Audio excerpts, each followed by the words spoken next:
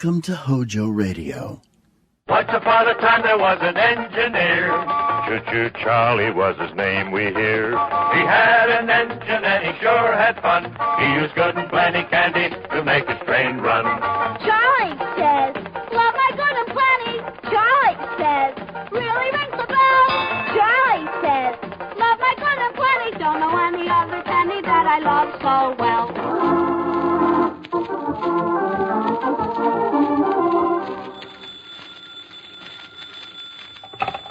Hello? Hello, Jughead. This is Archie. Come over right away. It's a matter of life or death. Oh, relax, Archie.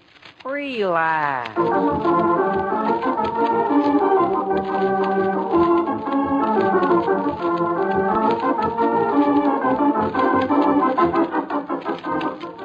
Yes, and you relax too, folks, if you can, because here he is again, right out of the pages of Archie Comics magazine with all his gang, Archie Andrews.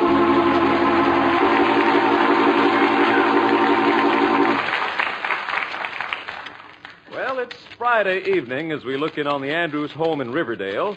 We find Archie has just come home with Jughead and is a little unhappy about something. I tell you, Jug, I gotta figure out a way to get that bottle of bubble bath soap. You don't look dirty to me. It's not for me, it's for Veronica. She's having a coming out party tonight, and I gotta buy her a present. What's she coming out of? Jug, I don't know how you can be that stupid and live. It's easy.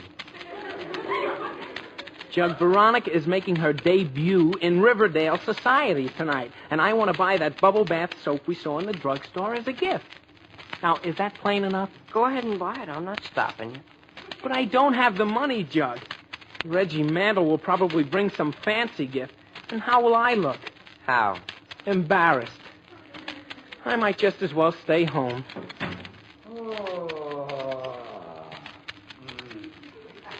Archie. Hello, Jughead. Hello, Mr. Andrews. Hi, Dad. Oh, Dad, I was wondering... What a day. Certainly good to be home. Dad, would you be kind Archie, enough to let do you know me... where my slippers are? In the hall closet, I think. Dad, I was wondering... It's going to be good to sit down and have a little peace and quiet. Dad, I wonder if you'd Well, let me... what is it? Dad, could you let me have some money? No. Now, where's your mother? But, Dad, I just gotta have $2.98. Archie, I said no. Where is your mother? But, Dad, I just gotta have it because I Archie, want to for buy... pity's sake, I said... All right, here is $3. Gee whiz, Dad, thanks a lot. Don't mention it. Keep the change. Oh, boy, Jug, I got it. Well, let me at that phone. Operator, Riverdale 411, please. Yes. Oh, boy, Jug, won't Veronica be happy when she sees that bubble bath? She likes all that fancy stuff. Hello, Mr. Pringle? This is Archie Andrews. You know that bottle of liquid bubble bath soap you have on display? Yes, the pink stuff in the fancy bottles with the sign, float on air with the scintillating essence of rare odors and be carried to dreamy wonderland in your bath, reduced to $2.98. Yes. Well, send a bottle of that right over, would you? Okay, thanks. Bye-bye. Archie, wouldn't it have been cheaper to buy Veronica a piece of soap? Don't be silly, Jug. She'll love this. I guess I'll show that Reggie Mantle that he's not the only one who can buy fancy gifts. Yeah. Gee whiz, Jug. Do you think Reggie will buy her something fancier than that? Probably. Oh, fine. Hello, Archie. Hello, Jughead. Hello, Mrs. Andrews. Hi, Mom. Well, what are you doing, dear? Nothing. Archie, what are you so glum about? Me? I'm not glum. Archie, do you feel all right? No, Mom, let's not go through that. Archie, stick out your tongue. But, Mom, I feel... Archie, stick out your tongue. No, I'm all right. Yeah. Well, you didn't have to stick it that far out. Uh-huh. Archie, just as I thought. You're run down. But, Mom, I feel fine. All the same, you go right upstairs and bring down the tonic. The tonic? Oh, gosh, Mom, not that. That tonic is the best thing in the world for you. Yes, I know, but... But what? It smells. Archie. Well, it does, Mom, just like rotten eggs. Archie, Mr. Pringle made that tonic from a special prescription, and it always does a world of good for you. But, Mom, Jughead, doesn't your mother make you take tonic when you're run down? Yes, ma'am. Well, doesn't it do you a world of good? No, ma'am. It doesn't? Why not? I give it to my little sister when Mom's not looking. Jughead, you don't. Don't I? All right, Jughead, maybe you do. But, Archie, you still march right upstairs and bring that tonic down. Oh, gee whiz, what chances a fella got? Jug, you wait there. Okay. And, Jughead, would you take your feet off the couch, please? I'm sorry. Oh, now who can that be? Hello? Oh, Mrs. Lodge. How are you? Oh, fine, thanks. Have I forgotten what? The party? What part? Oh, the party. Why, no, Mrs. Lodge. Of course I haven't forgotten the party. Why, I couldn't forget your party tonight. Of course not. Why, just today I remarked to Fred how I was looking forward to your party. Yes, we'll be there. Goodbye. Oh, dear, I'd forgotten all about that party. Oh, Mom, I can't find that tonic anywhere. But, Archie, I know there's practically a full bottle in the medicine cabinet. Did you look there? Oh, yes, Mom. Well, did you look in the storage closet? Gee whiz, Mom, don't you think I know how to look for something? Not for tonic, you don't. Are you sure it's upstairs? Positive that it's not there, Mom, and besides, I feel much better now. Mom, let's forget the whole thing. Oh, no, you don't. I'll order some more right now. Operator, give me Riverdale 411, please. But, Mom, why go to all that trouble just for a little Archie, time? you need that tonic. Yeah, like a headache. Hello? Mr. Pringle, this is Mrs. Andrews. Uh-huh. You know that tonic you made up last spring for Archie? Uh-huh. Well, would you make up another bottle and send it over right away? All right, Mr. Pringle. Thanks a lot. Bye. Now, Archie, oh, dear, now what? Pringle's Drugstore. Already? Got a package here for Betty Cooper. Oh, well, they live next door. I know, but they're not home, and they left a note saying all packages should be left here. Oh, all right. Just put it right there on the hall table where I won't forget it. Okay, thank you. Thank you. Now, Archie, you better start dressing, dear. Dressing? Yes, dear, for the party. But can't I go the way I am? Archie, you can't go to a party in a polo shirt and saddle shoes. You left out my pants, Mom. I'm wearing pants, you know. Yes, I know, dear. But you better go put on your tropical worsteds. Oh, okay. Oh, wait there, Jug. I'll be right down. And wash first. Okay, I will. All right. Now, what's all the shouting about? Can't we ever have any quiet around here? Fred, when did you get home, dear? Oh, about 5 minutes ago, Mary, and I'm Well, for certainly pity's as sake, tired go as and I- get dressed. Dressed? What for? The Lodges are having their party tonight. Oh, good grief. I'm in no mood for parties tonight, Mary. I want to just sit here and read my paper. Fred, Mrs. Lodge called specially to remind us about it. But Oh, all right. I suppose we have to go. We certainly do. Jughead, be careful of that lamp. I'll be upstairs if you want me, Fred. All right, Mary. You'll be upstairs. Parties. Why don't people leave people alone? Nobody enjoys giving a party. Nobody enjoys going to a party. I don't know why. What are you grinning at? I'm not invited to the party. Well, you're lucky. See, do I need a shave? I suppose so. No, I'm all out of hairdressing. You better order some. Operator, 411, please. No, hello, Pringle. Fred Andrews. What? Tired. How are you? Good. Listen, Pringle, send me a bottle of that hairdressing, will you? And don't send me that greasy stuff you sent last time. All right, right away. Mm-hmm. Bye. Fred, aren't you dressed yet? Dressed? Why, Mary, it's only 5 seconds. Well, stop Did you let wasting me- time and get started. All dear.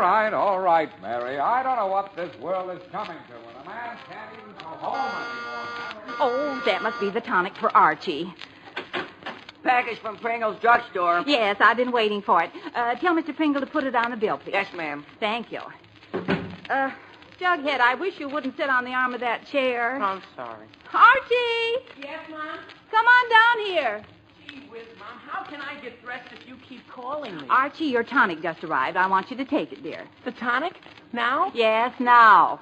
Jughead, would you get a spoon out of the kitchen, please? Yes, Mrs. Andrews. But, Mom, this is no time to take tonic.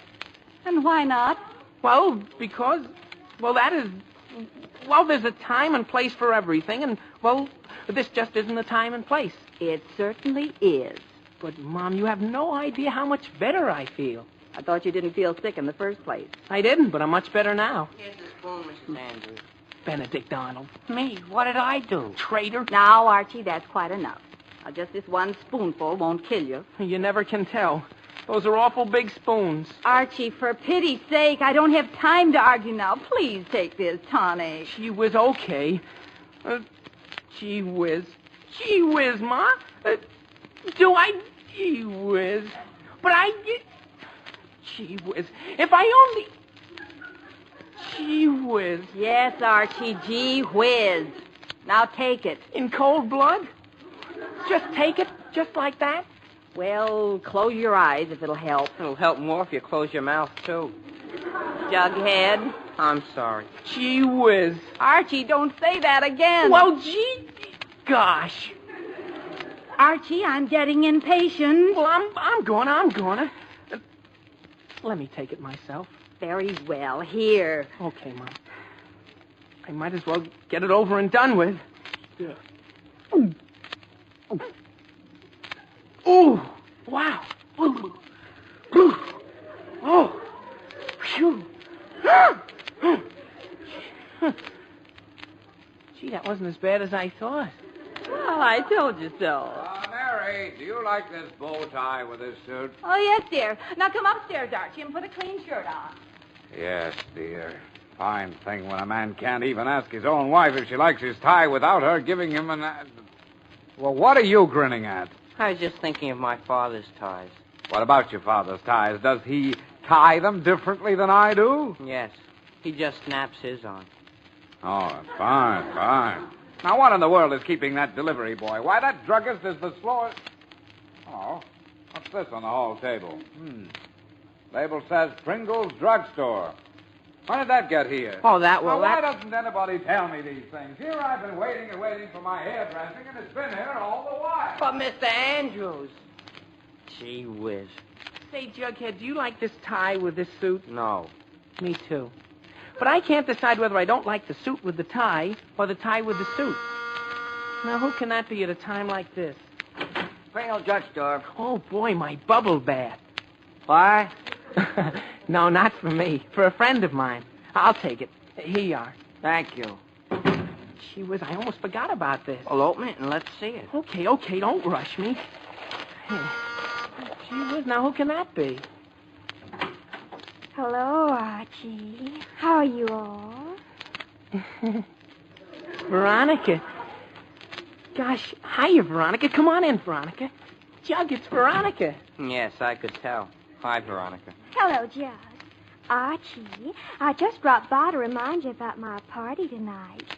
I'm very anxious for you to be there, Archie.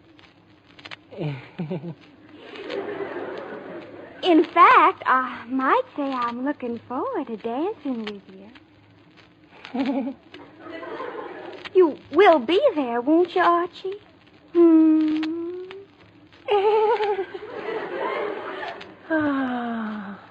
Archie? Uh-huh. Oh, sure, Veronica. I'll be there. I haven't forgotten at all. In fact, I bought you a little remembrance for the occasion. Oh, did you, Archie? Is that it, that package? Well, yes, but I was going to give it to you later. Oh, what is it, Archie? Tell me, Archie, please.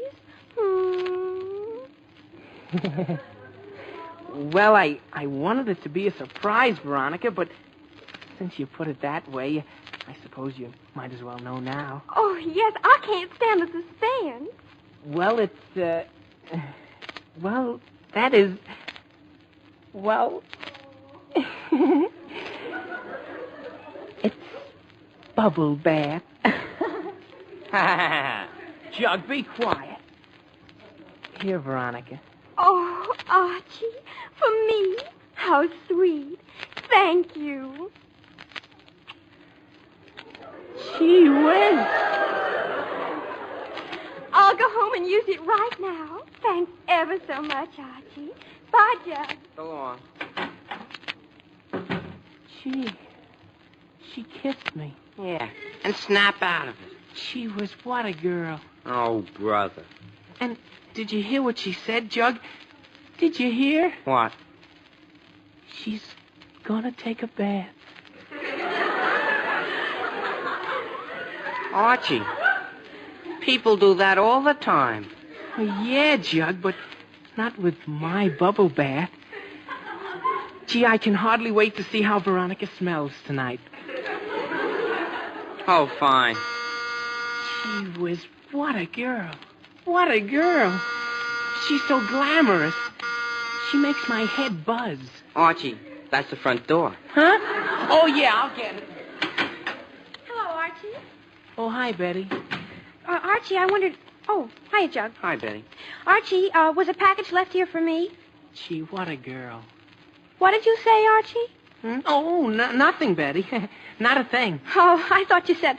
Oh, well, doesn't matter. Say, Archie, was a package left here for... Archie, is that lipstick on your face? Well, lipstick? Yes. On my face? Yes, on your face. Right now? Yes, Archie, right now. Are you sure? Archie Andrews, I thought I saw Veronica leave here. It was Veronica, wasn't it? Veronica? Veronica Lodge? Archie, I'm not going through all that again. Oh, I might have known you'd let that old Veronica kiss you. Well, I don't care who kisses you, Mr. Andrews. Oh, but Betty, gee whiz, I mean, wait, I mean, what was in that package you were expecting? Oh, glue, if it makes any difference. Goodbye. Gee whiz, Jug. Now what did I do, huh? I don't know. Did Veronica really leave lipstick on my face? Yeah. Here? Yeah. Gee whiz. Yes, Fred, your hair looks fine. Now get your hat or we'll be late. Archie, you ready to leave? Yes, Mom. Archie, what's the matter with you? Me, Mom? Not a thing. Archie, maybe you should have some more of that tonic. Now, Mom, let's not go through that again. Gee whiz, you don't want to be late for the party, do you?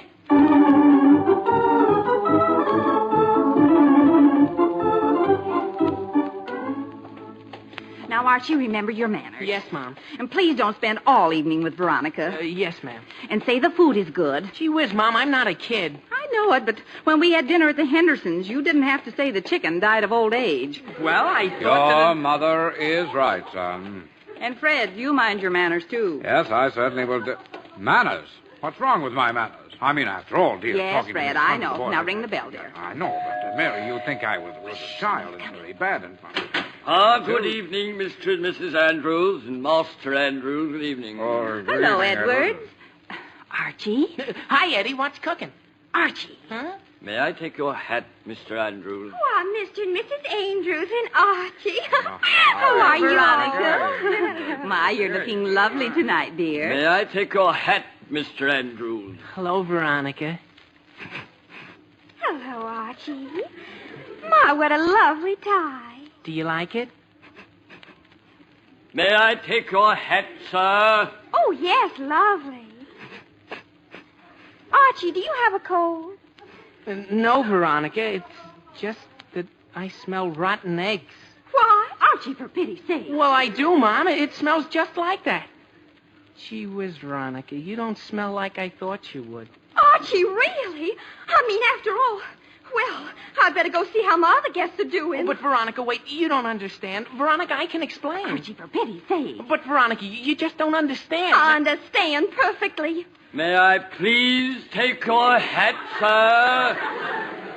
Fred, sakes alive, give Edwards your hat. Mary, don't you think I would if I could? Honest, Veronica, what I meant is... Excuse me. My goodness. Fred, why are you tugging at your hat? Because it is stuck to the top of my head. That's why. Oh, but Fred... Archie, for pity's sake, stop hiccuping. Fred, how could your hat possibly be stuck to... Fred, where are you going? Home, that's where. I can't go to a party with my hat glued to my head.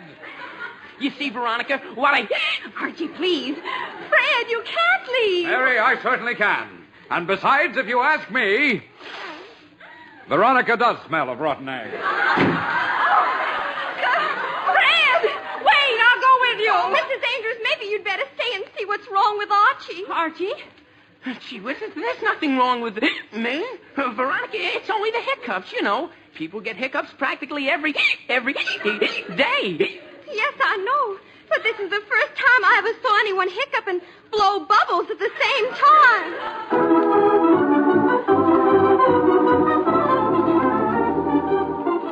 Now, Archie, I'll have the doctor in just a minute, dear. You just sit there and try not to hiccup. I am, Mom, but what do you think Veronica thought of me? Never mind that. Hello, Dr. Higgins? This is Mrs. Andrews. Yes, Doctor, the strangest thing, Archie's hiccuping. I know, but he's blowing bubbles at the same time. No, I feel fine, Doctor. Yeah, but Archie's hiccuping soap bubbles. Yes, really. What? You will? All right, fine. Goodbye. What did he say, Mom? The doctor's calling Mr. Pringle to make up a special prescription for you, and you're to go right down there and get it, dear. Okay, Mom, I better hurry. This is killing me. I never in all my born Mary, days. is that you? Oh, yes, dear, we just got home. For pity's sake, are you still wearing that hat? Mary, not by choice, I assure you. I've been looking in the mirror trying to cut it off with the scissors. But I keep snipping my ear. Fred, I know exactly what the trouble is. Yes? That hat is glued to your head. Mary, that's a brilliant deduction. Brilliant! Gee whiz, Archie, what are you doing downtown? I thought you were at the party. Boy, am I glad I ran into you, Jug. Gee whiz, Archie, you're blowing bubbles. I know it, Jug, I know it. Mr. Pringle is making something to stop this right away. Stop it. Gee whiz, I know a lot of people who wish they could do that. Jug, don't argue it. I bet a circus would pay you a lot of money. Jug, for gosh sake, go on into the drugstore and get that medicine. Why me? Because I can't go in there blowing bubbles. Well, okay. I'll wait here, and for gosh sake, hurry! Hi, Tommy. Is Mr. Pringle in? Hi, Jug. Yeah, Mr. Pringle's in a back room making up a special prescription for those Andrews. Gee, that's what I came in for. Oh, swell. You'll save me a trip out there. They've been calling all night. Yeah. Should be ready in a minute. I'll go look. Okay. Hey, you mind if I look through this movie magazine? Oh, go right ahead. Thanks.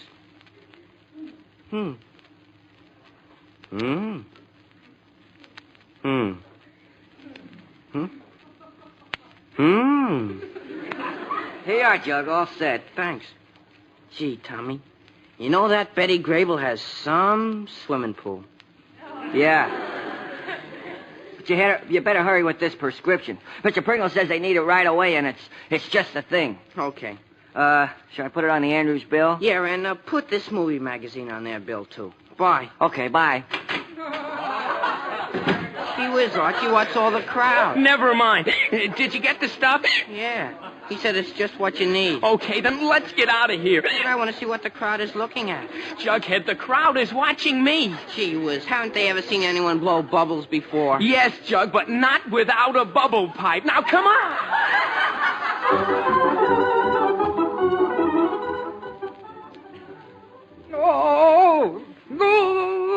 Oh, Mary, that water is hot. Ooh. I know it's hot, dear, but it's the only way to get that hat off. All right, but you don't have to boil it off. Oh, Mary, for gosh sake. Well, I think the glue's all dissolved now, dear. So's my head. Well, try to pull the hat again. All right. Oh, you did it, Fred. It's off. Ah, yes. Finally. Mary, did it take all my hair with it? Well, let's see. Oh, no, dear, but your hair's a little messy. Well, I'm not worried about that. At least I don't have to wear that hat the rest of my life. Well, I still don't understand how it happened. Yes, Mary, there are a lot of things that happen around here tonight that I'll never understand. See, Jug, it worked already. I'm all better. Gee, I guess so. Archie, is that you? Yes, Dad. Gee, what happened to your hair? Well, my hat got stuck. Never mind that now. Just what happened to you at the party? Gee, I don't know, Dad. I started hiccuping, and every time I hicced, I blew bubbles. Bubbles? Bubbles? Oh, good grief. Now, look. There are just a few things around here that need explaining. The glue in my hair, the bubbles, Veronica smelling like rotten eggs, and, well, there's only one way we'll ever get to the bottom of this. Now, everyone say exactly what they ordered from Pringle's Drugstore. Archie? Well, I ordered some bubble bath for Veronica. And I ordered the health tonic for Archie. And I ordered the hairdressing for myself. Well, now we're getting somewhere. We are? Of course, it's as plain as can be. When your tonic came, I thought that it... No, that's not right. Let's see. Oh, when my hairdressing came, Mary, you thought, naturally, that it was, that doesn't seem to be right either, huh? When the glue came, the glue. Say, who ordered that glue? Glue? Oh, gee, Betty did, and had it delivered here. Oh, and I forgot to tell her it was here. Aha, now we're getting someplace. Now, just who handed me that glue? You took it yourself, Mr. Andrews. Jug, keep out of this. Come on now, confess. Who had... Myself. You mean I'd... the bottle on the hall table. Was that glue? Yes, dear. Evidently you have no one to blame but yourself. Oh, yes, but who gave me the bubble bath? I did. But you didn't tell me you'd ordered it. I thought it was the tonic, dear. And how did Veronica get the tonic? Well, she got here before I had a chance to open the package, and I gave it to her thinking it was bubble bath. Well, then it's your own fault. Well, then, evidently nobody is to blame. Of course not. Gee whiz. Well, at any rate, we have that little mystery straightened out. I still don't know how it ever happened. That is beside the point, Mary. The main thing is to see that it does not happen again. Now, I hope we've all learned our lesson.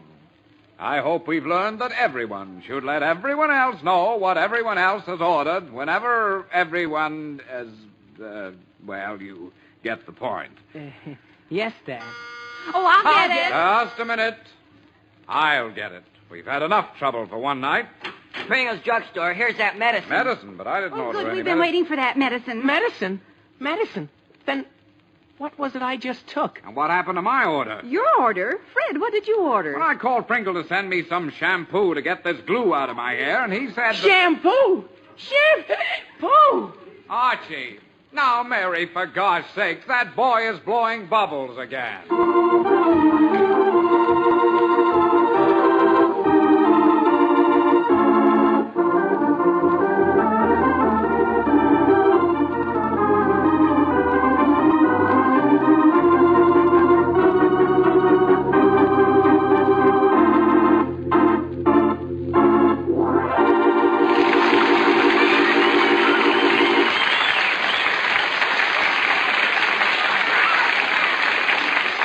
You've been listening to another chapter of The Adventures of Archie Andrews, written by Carl Jampel and based on the copyrighted feature appearing in Archie Comics magazine.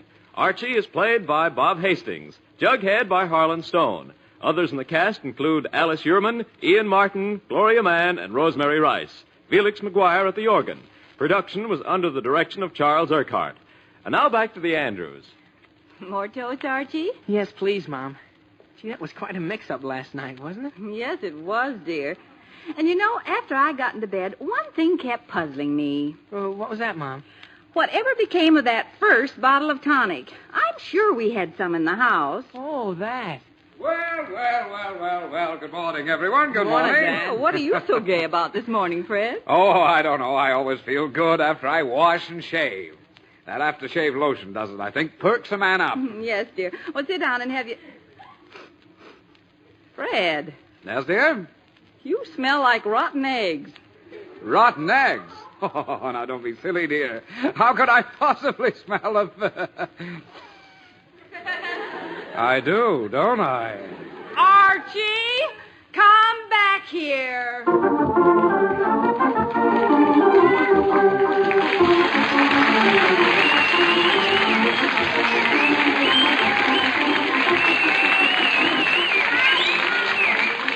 Listen next week for more of the merry adventures of Archie Andrews. Friends, if you'd like to see our show, just write to Archie Andrews, NBC, Radio City 20, New York City. That's Archie Andrews, NBC, Radio City 20, New York City. Or if you live nearby and are in the neighborhood some Saturday morning, you may obtain tickets right at the studio. Just ask to see Archie Andrews. And now this is Bob Sherry wishing you a very pleasant weekend. So long.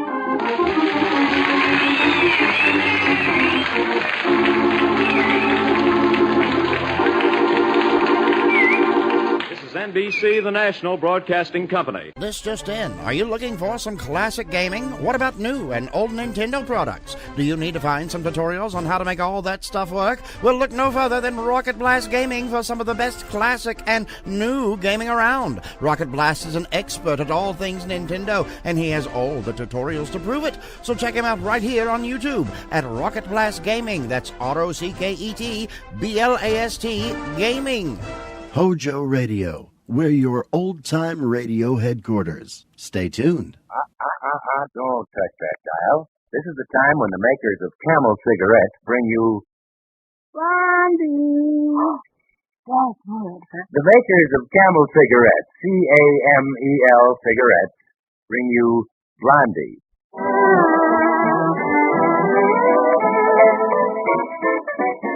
And now, before we drop over to the Bumstead house to visit Chick Young's famous characters, Blondie and Dagwood, a word from the makers of Camel cigarettes.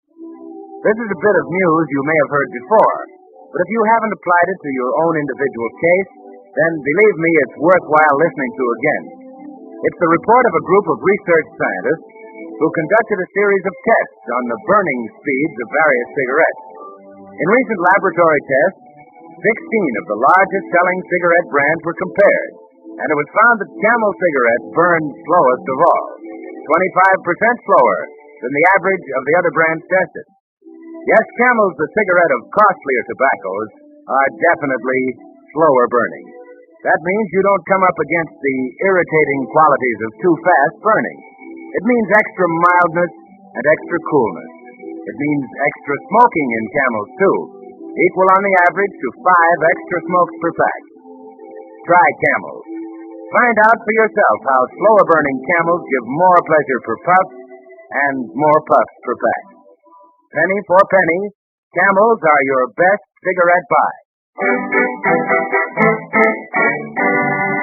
And now, as our weekly visit with the Bumsteads begins, we find the windows of their living room open to the soft air of an early spring evening. Maybe it's the weather, or perhaps it's the hour that makes Baby Dumpling yawn. Oh, goodness, baby. Excuse me, Mommy. Oh, my. No, I'm going to have to go on, too. Oh, excuse me. Hey, listen, if you two are going to sit there and...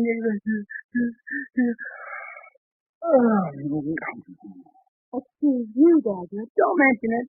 Maybe we'd better all go to bed. Oh, no, Mommy. You promised to read my new fairy tale book. Well, you'll have to wait till your father's finished with it. Huh? Me? Oh, I haven't got it. Hey, these are catalogs. Seed catalogs, honey. Well, if they're like the seed catalogs we had last year, they're full of fairy tales, too. Yeah? Oh, the radishes came up last year. I know. We planted $10 worth of garden truck seeds and got 40 cents worth of radishes. You ought to read my book, Mommy. It tells how to grow beans. Look at the pictures. Oh, yes, I see. Well, of course, those were magic beans, baby. Where could we buy some magic beans, Mommy? Huh? Oh, I wish I knew. I'd buy some for Daddy. Then he could have a garden without working so hard. Oh, I don't mind working in the garden. That's what you said last spring, Dagwood, huh? But by June, the weeds were so high we couldn't see Daisy's doghouse from the back window. Oh. You could see the lightning rod on it. Oh, well, that was because I kind of specialized last year. That grass grew up while I was experimenting with my idea for crossing corn with beans. Oh, I bet you'd have been pretty proud if I'd invented a succotash plant. What was that finally came up? Mr. Flotto called it Bumstead's Blender. No telling what it might have been. Fuddle's rabbit got it before it was 6 inches high. I always thought maybe that was sabotage. Can I have a rabbit, Daddy? No. Read your book, baby. Maybe this year we ought to try having just flowers. Oh, we'll have flowers. I've got it all worked out right here on paper where everything will be. See? It's kind of a map. Let's see here. There. Is this our yard? Oh, yeah. I figured to have it a formal garden this year. Something like the one around City Hall. only more original. Oh. Now, for instance, see this here? Oh, Dagwood. A bird there? Well, no, honey, that's the cabbage. These cabbage? If we don't eat much cabbage, I figure one is enough. Well, it certainly would be if it grew that big. Well, it wasn't going to scale. Where are you going to get those 2 trees? Are they? A tree? Yeah. Oh, those are tomato plants, dear. A beefsteak tomato. Can I have some lettuce? Why, baby dumpling, I have to beg you to eat lettuce. That's not for me. If I had lettuce, I could feed a rabbit if I had a rabbit. Look, you're not getting any rabbit. And if you did get a rabbit, it could help us with the cabbage. I'm not raising that cabbage for rabbit food. Oh, goodness, Dagwood. Don't be so bitter about rabbits. They're kind of cute. Yeah, rabbits. Trampling down all the flowers around my cabbage. Oh, are those flowers around the cabbage? Sure. That's where the formal part of the garden comes in. See, I have a ornamental border around all the different vegetables. Oh, look, right here, see? A parsley around the beefsteak, tomatoes, and violets around the cabbage. And that's Dagwood. Most people have the vegetables in one place and the flowers in another. Oh, that's where a garden will be original, see? This way, Baby Dumpling can enjoy looking at the geraniums while he's hoeing the corn. No? Sure, baby. Daddy's going to let you help him this year. Won't that be swell, huh? Raising your own stuff to eat. Maybe you'll raise a big pumpkin, and Mommy will make it into a pie. And you'll eat it, huh, Daddy? And I'll eat it, huh, Daddy? No, baby. We'll all eat it. I don't think Baby's very excited about raising a pumpkin, Dagwood. They take so long to grow. Well, what would you like to raise, Baby Dumpling? Rabbit. No, rabbit.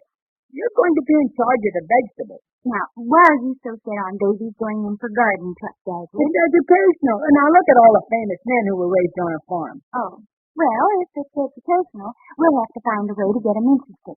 Oh, I know. Read in that book I brought home. Oh, boy, that's a very exciting story about vegetables. You mean Jack and the Beanstalk? Wait till you see what Jack did, Baby Dumpling. Starting in with just a little handful of beans. Okay, Daddy. Read it now, Mommy? Well, I tell you. You run up and get ready for bed, Baby Dumpling. Then Mommy will read it to you. Okay, Molly. I hope it's as good as the pictures, Mama. Yeah, it's a funny thing. Baby knows that a story can be just make-believe, but he thinks anything he sees in a picture is so. Maybe he takes after his father. Oh, sure, everyone said that. Hey, how's that? Well, you like to see catalogs with the colored pictures best, don't you? Well, gosh, honey, this catalog is from a new firm, and that's just it. What? If you're going to buy plants, I think you'd better deal with an old firm like the Standard Nursery. Oh, their catalog isn't any good. That's all big words and little pictures. Listen, you know what a Bella's parentis is? Why, yes, it's kind of a daisy. Well, then why don't they just say daisy and be done with it? Golly, now look at this name. Look at this one right here. Funkia Plantaginia grandiflora. Oh, those standard nurseries. They just think they're smart, that's all. Oh, no, dear. There's so many different kinds of flowers in one family that they have to have different names, like our own family does. Dagwood Bumstead, and Blondie Bumstead, and Baby Dumpling Bumstead. But suppose we went around calling Baby Dumpling Infantaciosus Dumpliana Bugstediororium. What would that get us, huh? All right, Daddy. All I'm saying is that if you want things to grow, buy them from people you know are reliable. Oh, Dagwood, that reminds me. Right. Did you read that article about the fakers that are going around? Going around where? Everywhere. They have a lot of old weeds that they claim are valuable plants. And they make all kinds of promises, and then... I'm coming, Baby Dumpling. Look, I'll bring down the article for you to read, Dagwood. Of course, by the time people discover how they've been cheated, the fakers are miles away. They call them gypsy gardeners. Gypsy gardeners, huh? With the accent on the gyp. Yes, dear, I'm coming. Well, they couldn't fool me. I can tell a gypsy by the earrings. Now, let's see. What else is in the catalog? Onions. Onions, huh? Spring onions. Boy, those look good. Speaking of onions, I think I'll step into the kitchen and make a little onion sandwich to kind of settle my dinner.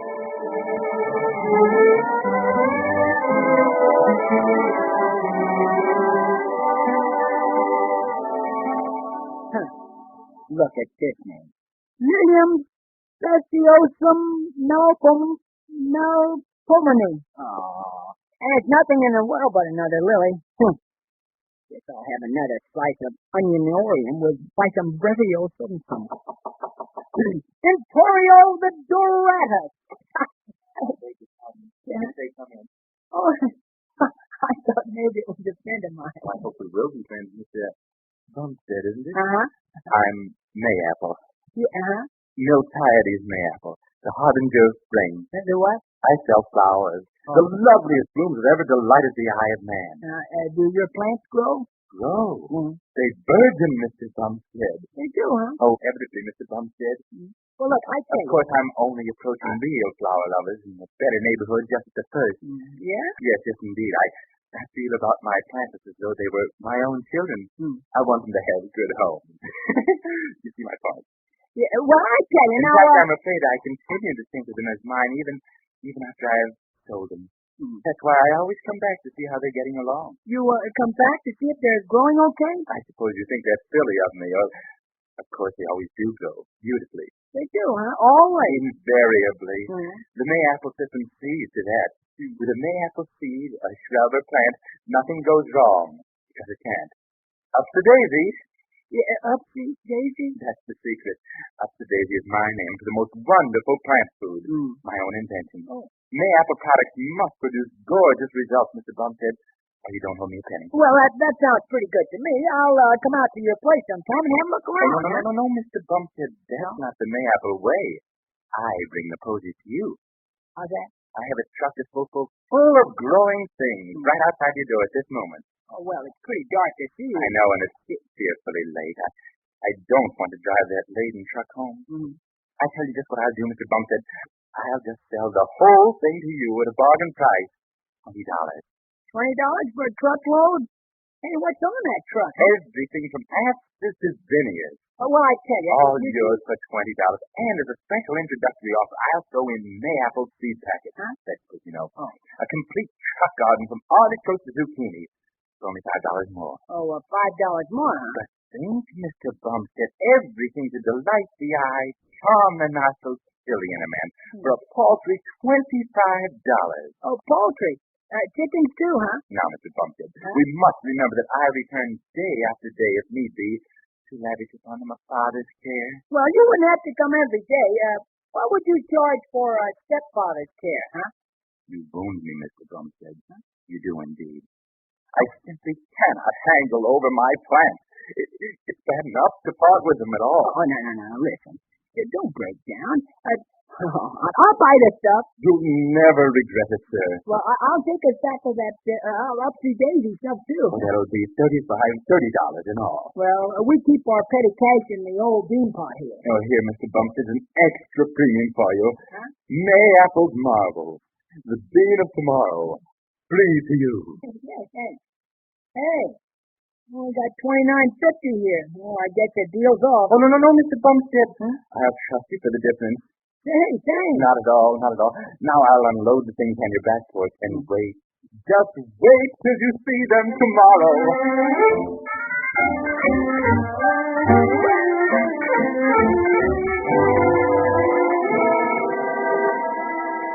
Hey, Blondie. Open the window wide before you come to bed, huh? I'll wait till we're ready to go to sleep, Dagwood. Baby might catch cold. Oh, how is he going to catch cold from our window? Well, he's coming in to have me tell him more about Jack and the Beanstalk. Oh. And it's growing chilly. You know, these spring nights are treacherous. Oh, Di. You don't think we'll have frost, do you? Why, no, dear. Why? Oh, why, all those plants out there. What plants? Out where? Huh? Oh, all the plants outdoors, everywhere. Dagwood. Huh? Is there something you're trying to hide from me? Oh, well, a little surprise for the morning. Don't go guessing. If I didn't know everything was closed at night, I'd think you'd been buying something. Oh, you didn't leave the house, did you? No, honey. Come on to bed. What are these things on your dresser? Oh, just beans. Beans? Mayapple Marvel. Here, give them here. Oh. Are you going to sleep with them under your pillow? Maybe. Dagwood, huh? Where did you get these beans? Oh, I'll tell you. All about it in the morning. Now, how much did you pay for those old dried-up beans? Not a cent. That's free. Part of the sample. Oh. Well, don't go buying anything from people who come to the door. Have you read that article I told you about in the magazine? No, where is it? Right here. Look. Here it is. Oh, you read it to me, honey. Oh, dear. First I have to read the baby jumping, and now to you. Well, the onions I ate made me sleepy. Onions? Yeah. You know they make you dream. Well, anyway, it says here, a new type of swindler is degrading the fine old art of horticulture. The what? Some crooks are making a cheap racket out of the flower business. Just give me the high spots, honey. Well, the idea is that these men pretend to know all about flowers, and they get in with amateur gardeners by telling them how much they love flowers. Yeah, huh? Yes, they make believe they have such fine plants that they can't bear to part with them. Oh, golly. What's the matter? Oh, nothing. It's a coincidence, I guess. Go ahead, Blondie. They travel in trucks. Trucks? Why, yes. They bring the plants right to your door. Oh. Dagwood. Something is the matter. Well, the onions I ate, maybe. The back door? Well, I suppose so. The truck is loaded with old dried-up twigs and things that they claim are just ready to bloom. If the customer suspects they're no good, the sharpers claim they'll come back and see if they grow. Why, Dagwood, what are you getting up for? I've got to open that window. It's hot in here. Oh, well, and then these crooks sell whatever they have for whatever they can get. $29.50. What? Oh, I said they're pretty nifty. Boy, it is hot. This window is stuck. Of course, the swindlers make the most money out of the sawdust they sell for plant food. Oh, upsy daisy. What are you talking about, Dagwood? Oh, I said upsy daisy to the window. Oh, there. Oh, well, now, come on, just then. Yeah, just a minute. What did you throw out of the window, Dagwood? Oh, it was those old side beans. I don't get much good now. That's what Jack Furter did, Daddy. Jack who? Back in the beanstalk. He threw some old beans out of the window. Boy, the big grow. Oh, yeah. Well, I guess I'll get some sleep now. I want to get up early in the morning. Don't you get up when I do, Blondie. You want to get up first? Aren't you well, Dagwood? I'm all right. I'll tell you in the morning. Leave me, Jack, in the beanstalk again, Mommy. If Daddy's so tired, maybe we just better look over the pictures. Come on, get your feet under the blanket. Give me the pictures. Yeah, here's Jack coming home after selling all they had, and with nothing to show for it but some no-good beans. Oh. Are we disturbing you, Dagwood? No, I'm almost asleep. Go on, Mommy. And here's Jack's mother throwing the beans out the window. And here's a picture of the marvelous beanstalk that grew up overnight, higher than the clouds. Up and up and up. Up to daisy. What, Daddy? Let him get to sleep. Yeah. And here's a picture of Jack climbing the beanstalk and meeting the giant. He was nice and warm. He certainly was, considering that he tried to steal the giant fairy harp that could both play and talk. The high-powered help. Help! Help! Oh, look, here's the giant saying, 2, 5, 4, from. And look, here's the magic hand that could lay golden eggs. I can do like a hand really listen. Do it again. Baby dancing. That does sound something like a hen. Hey, hen, listen. I was spoiling a little golden egg, huh? Oh, I think Patty's dreaming. Oh, walk up the beans to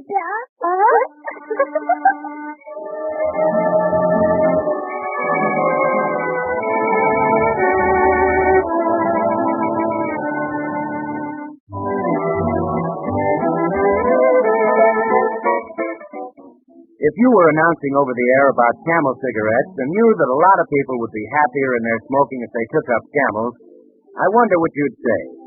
Now, you take my case. My cigarette is Camel, and if I had to tell about just one feature of Camels, I'd recommend Camels because they're slower burning. But that slower burning means so much. There are so many definite extras that go only with Camels and slower burning. Extra mildness is one, and there's extra coolness, too. While you can see that it's natural that the slower a cigarette burns, the cooler and milder the smoking. Also, the extra flavor is very swell. You know, nothing interferes with cigarette flavor and aroma like too much heat from too fast burning. But with Camels, it's just the opposite. Slow burning preserves the flavor of those costly tobaccos and Camels and lets it come through in the smoking. So there are three definite advantages in favor of slower burning Camels: extra mildness, extra coolness, and extra flavor. There's also extra smoking. In recent impartial laboratory tests, Camels burn 25% slower than the average of the 15 other of the largest selling brands tested, slower than any of them. And that means Camels give a smoking plus equal on the average to 5 extra smokes per pack. Slower burning Camels are penny for penny your best cigarette buy.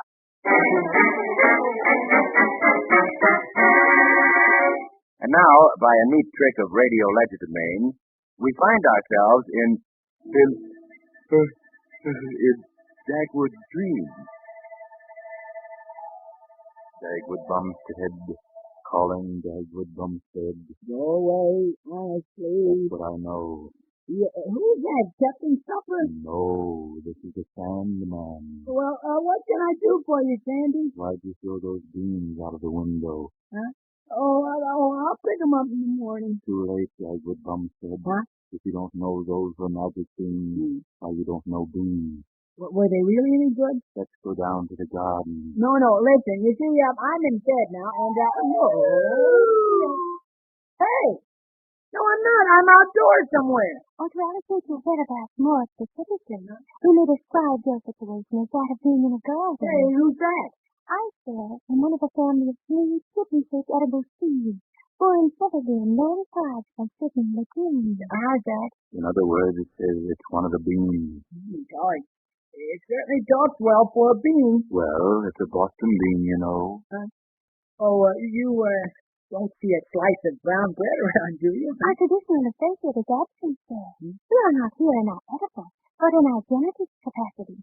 Trunk seeds. Well, what you talking about now? The beans want to be planted.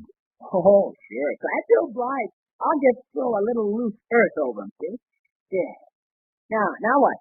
Just sprinkle a little of this upsy-daisy over them and jump out of the way. Jump? You mean they start growing right away? Certainly, upsy-daisy works like magic. Try it. Okay. Let's see. One handful ought to do the trick, huh? There. Look out. Hey, I'm caught in the branches. Help!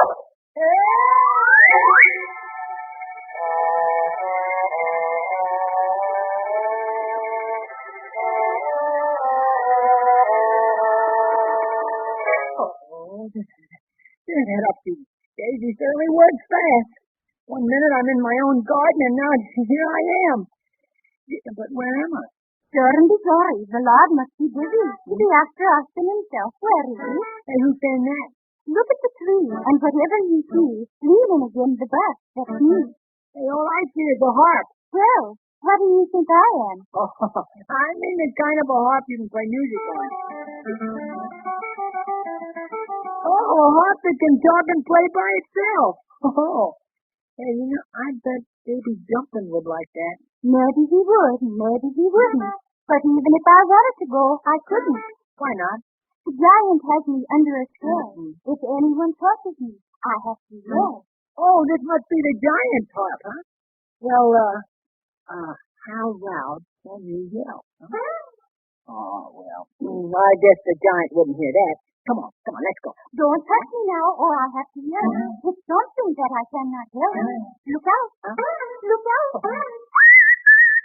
Guys. Oh, there's a giant. Legs. Take me away.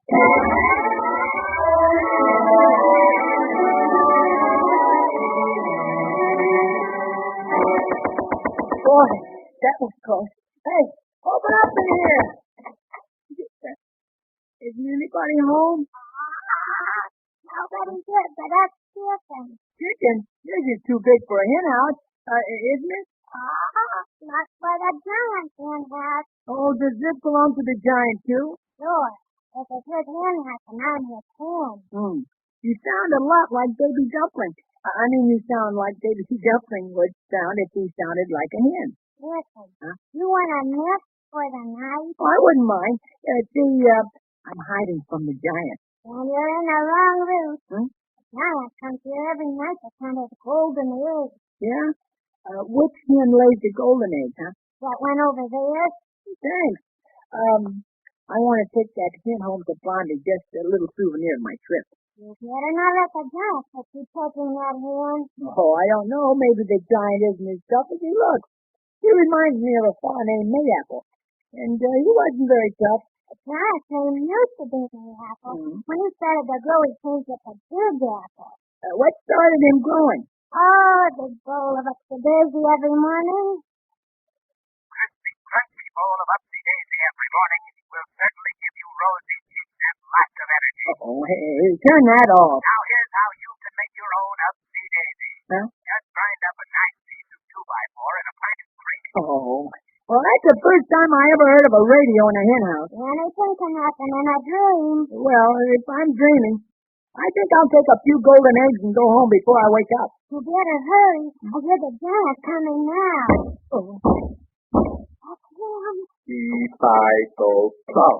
Who's in my hen house and how come? Nobody's here but a chicken. Oh, no. With a C and a phi and a P-so plum. I'm so mad I could clutch an associum.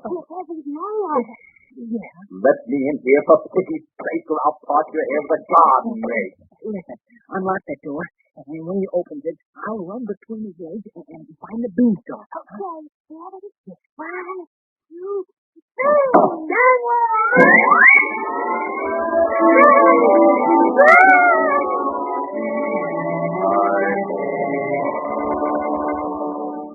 Here's the beanstalk. Now I'll climb down. I think you're out of luck there, chum. Faster! I can't go any faster.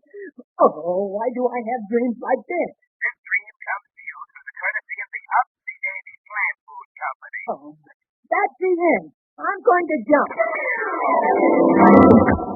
Oh, Dagwood, Dagwood, for goodness sake, wake up. Look out below, I'm falling. You have fallen out of bed. Huh? Oh, where am I? You're in your own bedroom, Dagwood, and it's time to get up. Morning? Yeah. Hey, look, it's sunshine. I know. Hey, Blondie, you know what? I just had a sponsored dream. Well, you'd better get up now. Mr. Mayapple is downstairs. Mayapple? Oh, how big is he? Oh, just an ordinary-sized man. Why? I dreamed he was a giant. He seems like a very nice man, Dagwood. Nice? Oh, no, Blondie. Why, he's the one that sold me all that stuff. You know, that truckload of plants that probably won't grow and some of that sawdust plant food. You must have dreamt that too, Dagwood. Mr. Mayapple isn't that kind of a man at all. Why, just look out the window. Out the window? Are those beans growing? Why, not yet, Dave. Oh, I guess I am a little mixed up. Do you like that stuff I bought last night? If you ask me, you got a bargain. Look down there. Oh, gosh. Hey, Mayapple's fading up the whole garden. Oh, gee, I love the way it smells in this room. I want to dig in it too, Dagwood. Me too, Daddy. Look at I got my overalls done. Yeah. Good morning. I'm glad you're not a hen anymore. A hen? Yeah, he was a hen and you were a hawk. Oh, boy, that was something. It must have been. Come on, Daddy. Hurry up with that now. There's a garden all done. Yeah. Mayapple needn't think he's going to have all the fun.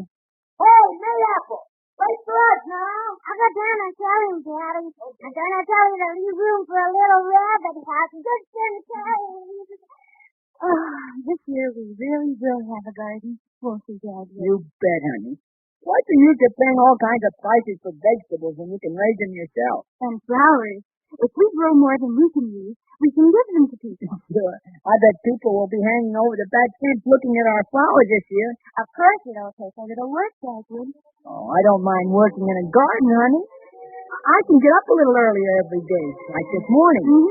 And I can buy a little gardening smock and a period hat and some gloves and work in the afternoon. And I can get in a lot of work evenings before it gets dark. Oh, I bet we have a lovely garden this year. I bet it will be the best garden on Shady Lane Avenue.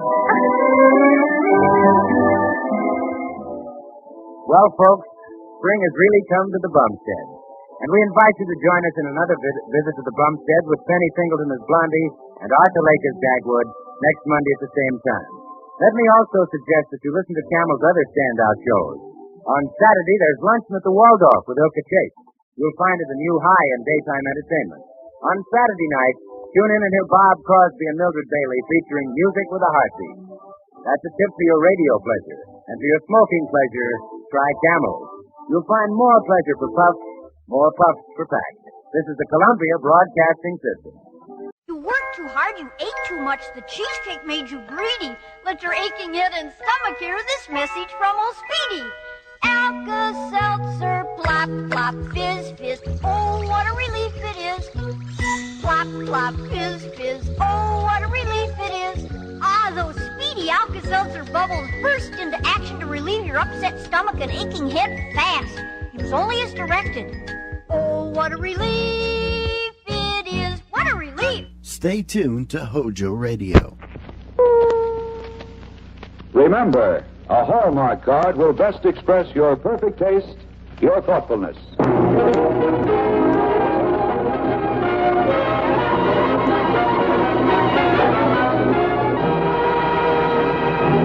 The makers of Hallmark greeting cards bring you the true and tender story of a girl and a boy and a golden shamrock, starring Miss Dorothy McGuire.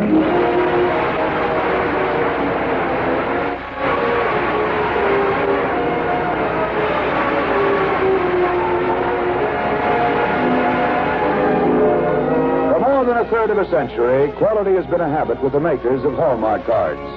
They have the pride of craftsmen in their name, Hallmark, Hallmark. That's why Hallmark cards are the kind of cards you can be proud to send, proud to receive. So when you want to send the very finest, look on the back for those three identifying words, a Hallmark card. Those three words, a Hallmark card, are your assurance of finest quality. They tell your friends you cared enough to send the very best. To be doubly sure, always look in the back of the cards you choose for those three identifying words, a Hallmark card. Now to preside over our program this evening, here's our regular master of ceremonies, the young Broadway actor and producer, Richard Calmer.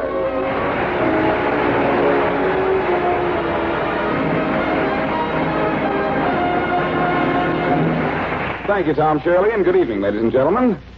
The makers of Hallmark greeting cards felt there was no nicer present they can give you for St. Patrick's Day than to invite Dorothy McGuire to play our little Irish girl tonight.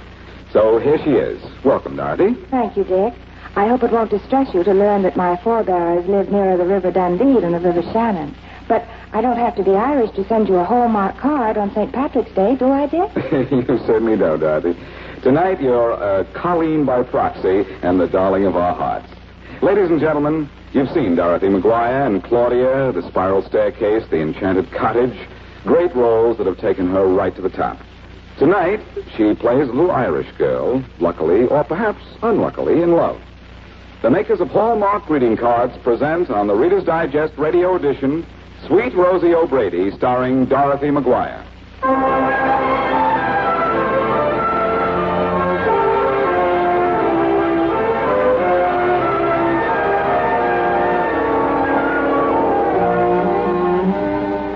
Sitting at a table in a nightclub. Dan, his mother, and the old gentleman I used to work for until Dan came along and gave me a new ambition in life.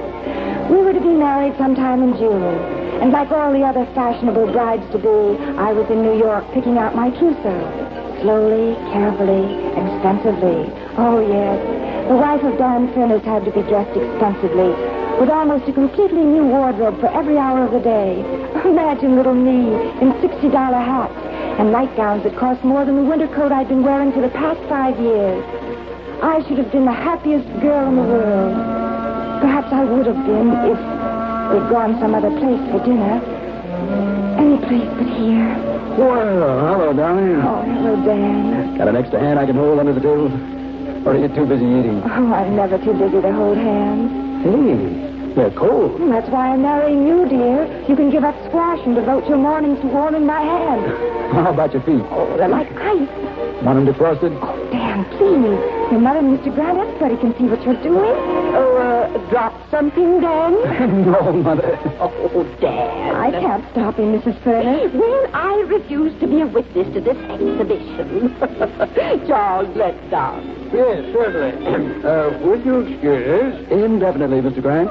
Yes, I thought so. Dan, you mustn't say things like that. Oh, Mr. Grant knows I'm only kidding.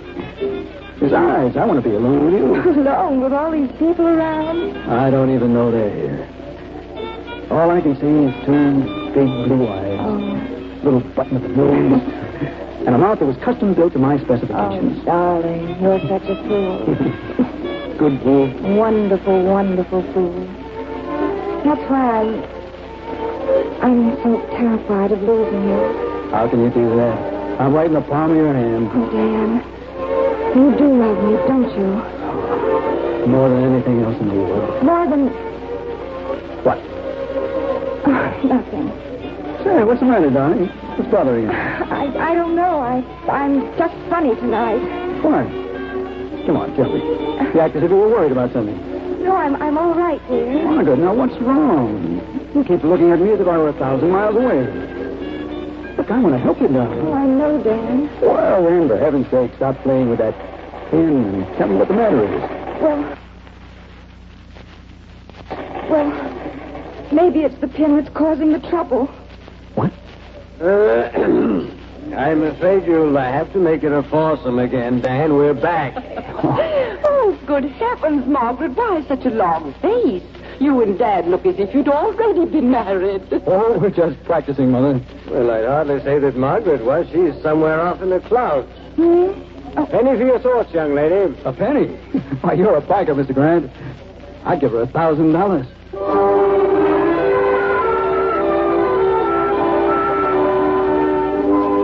I suppose Dan would have given $1,000 to know what I was thinking. And yet, if I'd told him, he'd have been terribly disappointed. I was thinking about that pin, the one I'd been fingering unconsciously all the while he was asking me what was wrong. It was just an ordinary gold pin in the shape of a shamrock, and underneath the top leaf were 3 engraved words, Sweet Rosie O'Brady. Those words didn't mean very much now to anyone else but me. But some 40 years ago, when this pin was made, they meant a great deal to the young jeweler who made it. Some 40 years ago. You're going to go blind working on that pin, Charlie. Well, if I do, it'll be worth it. She that pretty? She is from the first row on the aisle, and they won't sell me a seat any closer. Oh, showgirl, huh? Showgirl? She's the whole show. Haven't you ever heard of Rosie O'Brady? No, not in Brooklyn. Well, she doesn't come from Brooklyn. She comes from Dublin. Dublin, Ireland. And she's a star. Oh. You want to see her picture? Don't tell me she gave you one. No. I took it out of the frame in the lobby of the theater. Say, she's real pretty. You ought to see her on the stage. She's got a voice like Jenny Lind. And a figure like Lillian Russell. Yeah. Stop looking at her figure. You wanted me to see her picture, didn't you? Well, I didn't want you to look at her like that. You're going to get into trouble, Charlie. Making pins for a woman like this is an expensive proposition. She probably eats at the Astor. I don't care where she eats, as long as I can be with her. Phil, don't you understand? I'm head over heels in love with her. We're going to be married. Married? When? Well, I don't know the exact date. I haven't been introduced to her yet.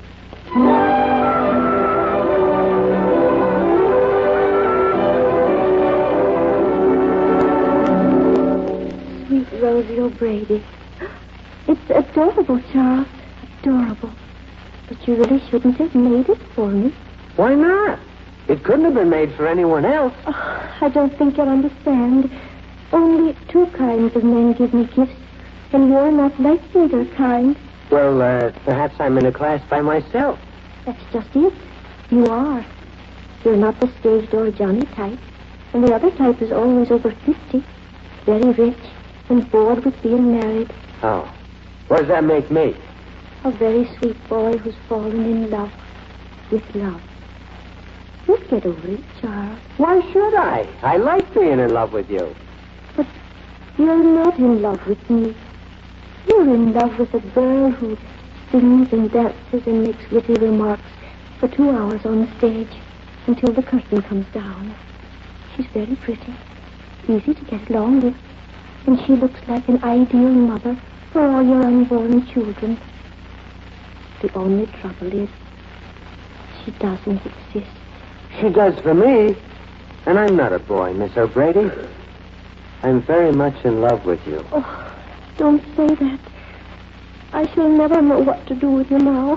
Well, that's simple. Marry me. Oh, I'm afraid I can't, Charles. I'm married already. Married? Yes, happily married. My husband's waiting for me in the next room. You have a... Terribly sorry, Charles. He's in there having dinner with our 3-year-old daughter.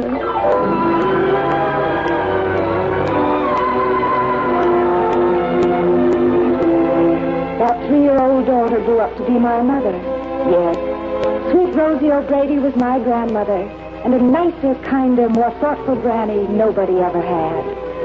Like so many musical comedy stars in the Broadway galaxy, she was a big name in her day, and a forgotten one when that day was over. The money she'd saved after a lifetime in the theater was pitifully little, and she stretched it thin, helping others, helping me. My folks were never very well off. And I remember when I was graduated from high school, the only present I got was a shamrock pin from my grandmother. Go ahead, Margaret. Sure, and take it. I only wish I could give you something better.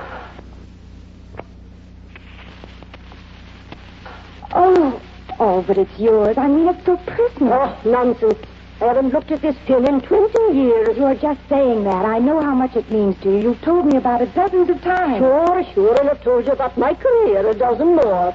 I don't need this pin to remember, girl. I've got it all right here in my heart. But sometimes you like to give away something that's dear to you. Didn't they ever teach you it was more blessed to give than to receive? Sure, is that why you're so blessed, Granny? Go along with you, girl. These pins and programs and newspaper clippings are all part of a scrapbook that's closed many years ago. When I die, they'll just dump it into the ash can. Don't talk about dying, Granny. Oh, for heaven's sake, stop being so sentimental. You'll have blubbering in a minute. Just take the pin and wear it in good health, dear. I want you to have it. Well, with that inscription on it, my name isn't O'Brady. I don't care what your name is. You're the spitting Irish image of me, and you know it. Oh. Is that why you want me to have the pin? Of course it is. What difference does it make what your real name is? As far as I'm concerned, you're Rosie O'Brady. Sure, and a proud Rosie O'Brady I am.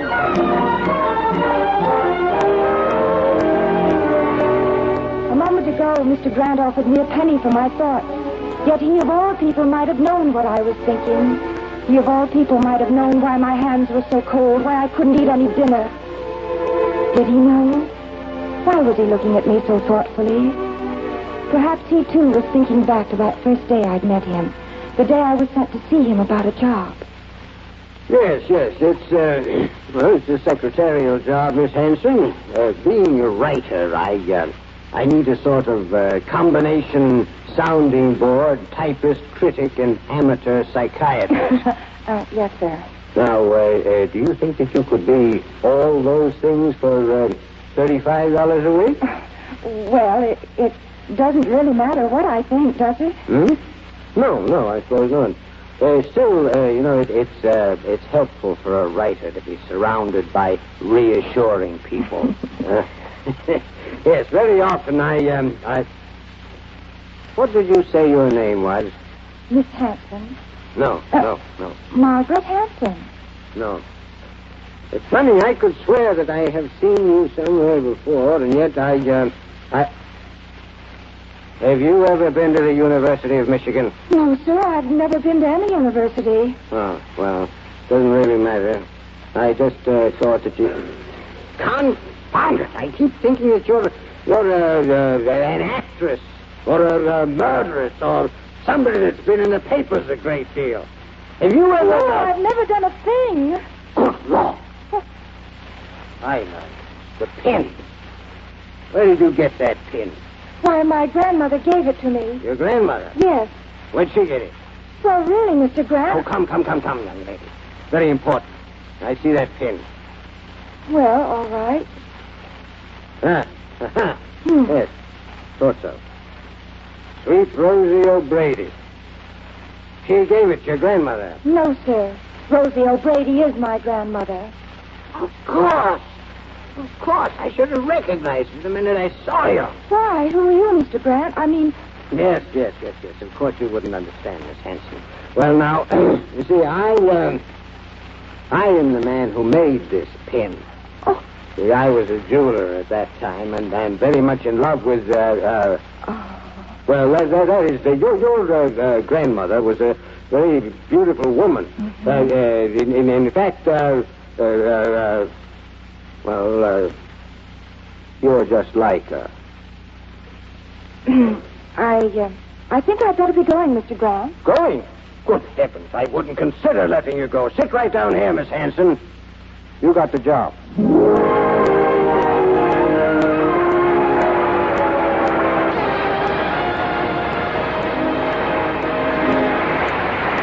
Dorothy McGuire will be back in just a moment with the second act of tonight's drama presented by Hallmark greeting cards from the pages of the Reader's Digest, America's favorite magazine. Now, here's Dick Calmer. One day, the famed sculptor Michelangelo was working on a statue in his studio when a visitor came in. The visitor expressed surprise. He thought the statue appeared to be finished. Oh, no, the sculptor replied. Not finished until I give more expression to the eyes. But that's just a little thing, said the visitor. The great Michelangelo smiled. Little thing? But, my friend, perfection is nothing more than careful attention to little things. Yes, little things can make a big difference in works of art and in greeting cards, too. We think that difference shows in Hallmark cards. You see, the folks who make Hallmark cards aren't making just cards. They're making Hallmark cards to express cheer and happiness as thoughtfully and sincerely as you would greet a friend yourself. That's why Hallmark cards say what you want to say the way you want to say it. For more than a third of a century, quality has been a habit with the makers of Hallmark cards. That's why discriminating folks look on the back of the cards they send and receive for the three identifying words, a Hallmark card. Those three words, a Hallmark card, are your assurance of finest quality. They tell your friends you cared enough to send the very best. And now, back to Dorothy McGuire and Sweet Rosie O'Brady.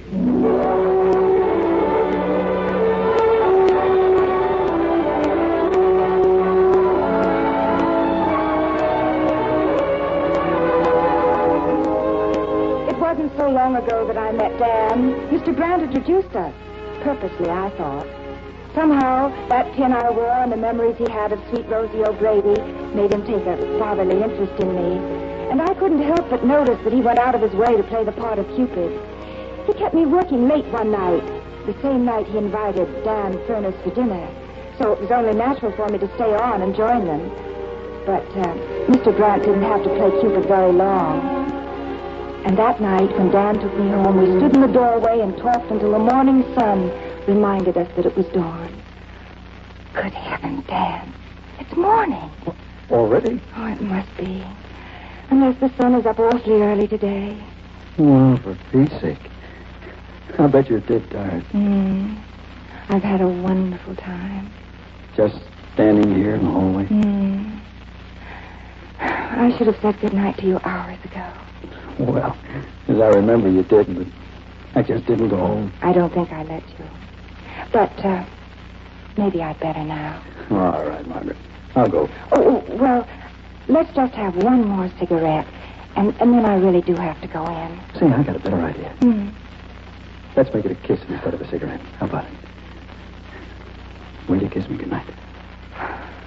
Oh, well, it's morning, Dan. All right, then. Kiss me good morning. Then you'll never go home. Oh, yes, I will. Dan, what are you doing? Kissing you. Oh, you shouldn't have done that. Why not? I'm one of the family. Are you? I've only known you a few hours. Well, I've known you much longer. 6 years, to be exact. What do you mean? Well, 6 years ago, I drew a mental picture of the girl I was going to fall in love with. I knew exactly what she'd be like. Her hair, her clothes, the way she talked, everything. And your head, to a T.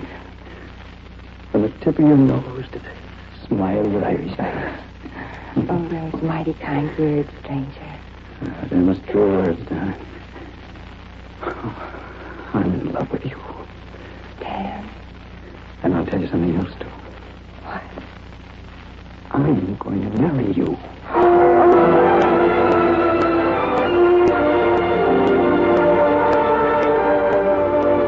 Dan never cared how poor I was, and I was in love with him, not his money. But inevitably, I had to meet his mother. Sit down, Miss Hanson. Thank you. Oh, for heaven's sakes, Mother, let's not make this a 21-gun salute. I brought Margaret here to meet you, not to exchange credentials. Dan, if you're going to make fun of me. Mother, I'm not making fun of you. I just know how Margaret feels. But the poor kid, she's scared to death of you. Are you, dear? Am I that forbidding? Well, it isn't you, Mrs. Furness. It's just that, well, the idea of meeting someone you're hoping to make a good impression on. Well, then, I'm in the same boat, Margaret. After all, if my son wants to marry you... Your son more than wants to, Mother. Your son is going to. Oh, Dan. Dan. Please. Thank you, dear. Give us a chance to get acquainted, Dan. Now, you're from Boston, aren't you, Margaret? Yes. Did you go to school there? Yes. High school. I've never been to college. Oh. Mother... Dan, will you please be quiet for a moment? As soon as your engagement is announced, every society editor in New York is going to be after me for a story. I've got to know a little about Margaret's background. I'm afraid there isn't much, Mrs. Furness. I'm just an ordinary girl who happens to be very much in love with your son. I know, dear. But for your sake, as well as Dan's, it would be better if his friends thought of you as one of their crowd. Then you wouldn't have to bother explaining who you are or where you come from. I'm not ashamed of who I am, Mrs. Furness. But of course not, darling. I'm just trying to make it easier for you. After all, you want to be popular with Dan's friends, don't you? I want to be popular with Dan. Then take my word for it, Margaret. Just be vague about your background. I'll manufacture some harmless little story for the newspapers. And if anybody ever questions you, just laugh it off by saying your folks came over on the Mayflower. In Dan's crowd, it always seemed to matter who you were as well as what you were. They were birds of a feather. And it was important for me to be one of them, for Dan's sake and mine as well. The only trouble was, I wasn't one of them. And it made me wonder if Dan and I would ever be happy together. It made me wonder. It made me cry. Oh, darling. For Pete's sake, what are you doing? I'm thinking about you.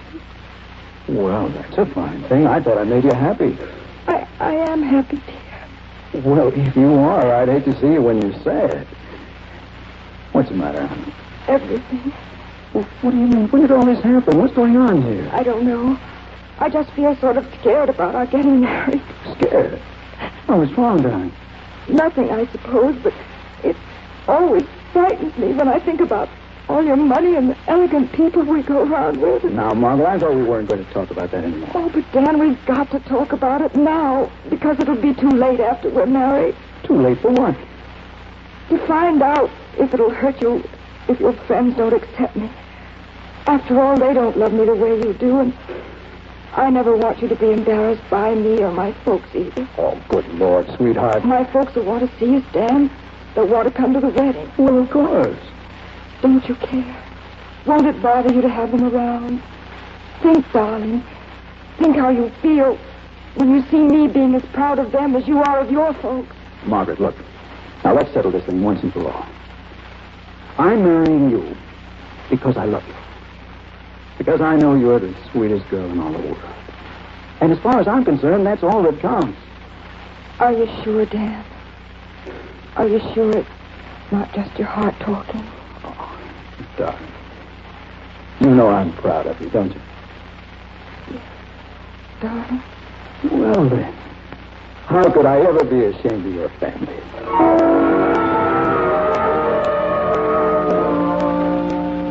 Did he mean that? Did he really mean what he said that day? It's so hard to know how anybody really feels deep down inside. It's so hard to know how you yourself feel. That's why I've been so nervous all through dinner. That's why I'm so terrified right now. I should have insisted on going someplace else as soon as I found out about her. I should insist on going someplace else now before the...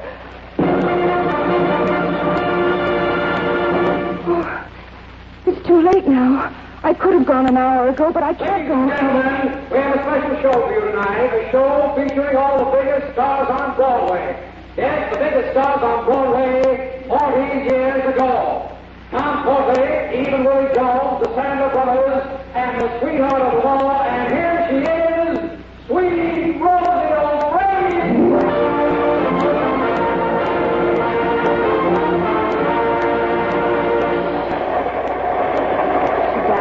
The blue cool spotlight, in the same sort of hourglass gown she'd worn in the days when men drank champagne out of their slippers. Oh, thank you, my friend.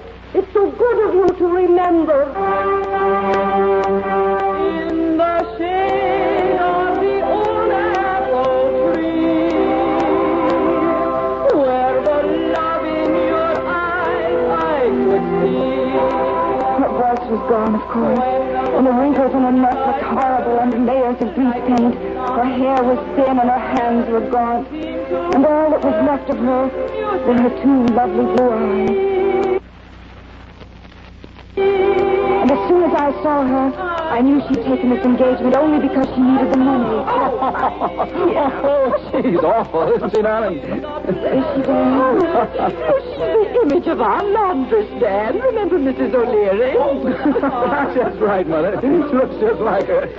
Only I think Mrs. O'Leary had a better voice. Darling, please. What's the matter? Why, it's degrading. A woman that age making a spectacle of herself. How can she do it? Oh, no, don't be unkind, Mater. She's probably somebody's grandmother. That woman you're talking about. That woman who's making such a spectacle of herself is somebody's grandmother. She's my grandmother. What? She's a fine, noble woman, and I'm proud of her. All her life she's been good to the people around her, taken care of them, given them money. That's why she's here now, because she's too good to ask for anything in return. No, leave me alone. I'm going backstage to wait for her. To tell her how proud I am to be your grandmother, and none of you need bother coming with me.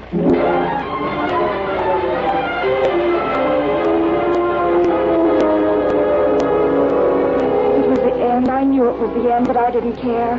I turned my back on all of them and ran out into the street without even saying goodbye. And when I looked for the alley outside, I looked for it to go backstage to the dressing room. Oh, Dan. He was all I could think of as I ran to the stage door and asked the doorman to show me to a room. When I got there, Dan was waiting. Hello, sweetheart. Dan, what are you doing here? Waiting for you. You didn't give me a chance to catch up with you, so I took a shortcut through the stage. Oh, it's all right, Dan. You don't have to say goodbye to me. I understand how you feel. Do you? I think I do. Oh, I love you, Margaret. I want to marry. Oh, darling, don't say that. I love you. Can't you hear me? Oh, Dan. Put your arms around me. Oh, sweet. Come on, honey. Knock on the door. I want to meet your grandmother. My grandmother. In-law. Oh, darling.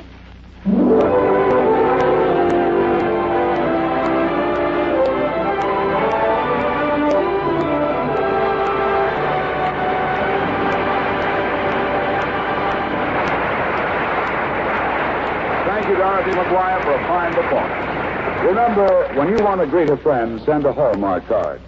And sure, next Monday you'll be wanting to greet all your friends. For St. Patrick's Day it is.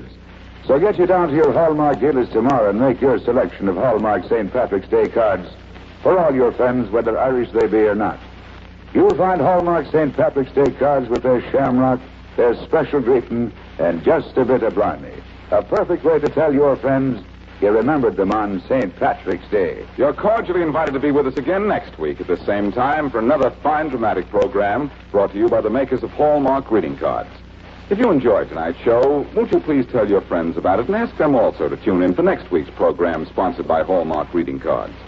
At that time, you will hear a story by one of America's best-loved writers, O. Henry. Our star will be one of Hollywood's most glamorous leading ladies, Miss Jean Tierney.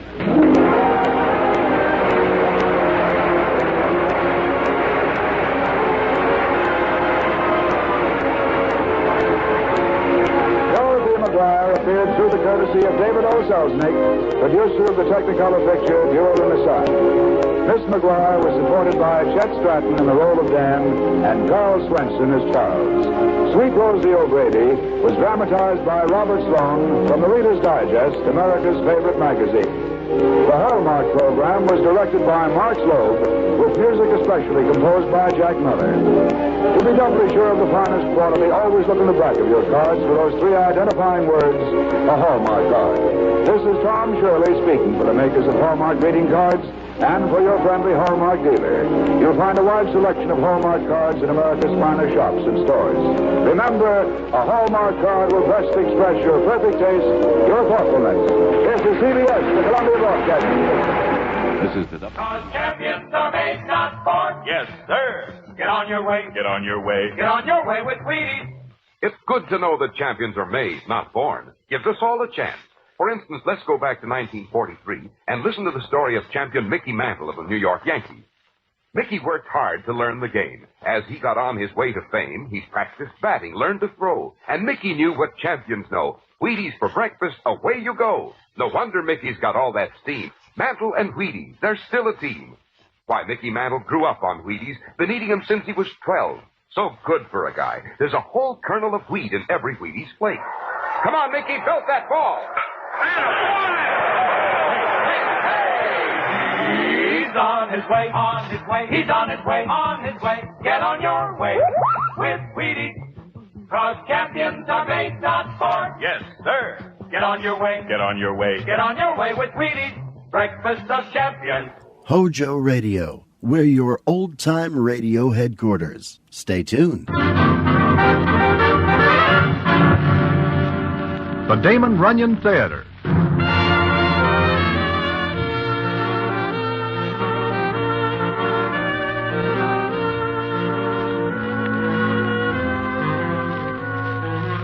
Once again, the Damon Runyon Theater brings you another story by the master of storytellers, Damon Runyon. And this one, the hilarious A Nice Price. And to tell it to you, here is Broadway. Thanks. One hot morning in June, I am standing in front of a hotel where I am staying in New London, Connecticut. And the reason I am in such a surprising spot is something that makes a long story quite a bit longer. But it is one which is more than somewhat astonishing and gets me mixed up with the Harvards and the Yales. And I will tell you about it in a minute.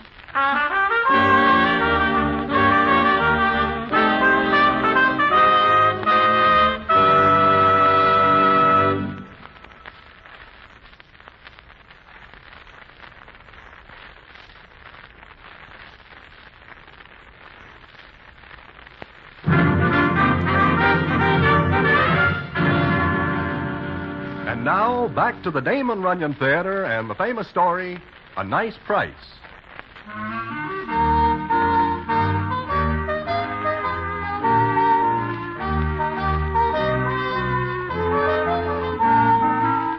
As I am saying, I am standing one hot morning in June in front of my hotel in New London, Connecticut. It is quite a piece from Broadway, and how I get there goes back a couple of nights before, when I am walking along Broadway and run into Pete the Peddler. Now, this Pete is no ordinary peddler and would hate to be classed as such. He has a steady job, in that he sells tickets to prize fights, football games, and various other enterprises for which ducats are sometimes scarce. He makes a nice bit of scratch from his profession, because his price is always more than somewhat higher than the market. Well, as I am saying, I run into him, and the scene is as follows.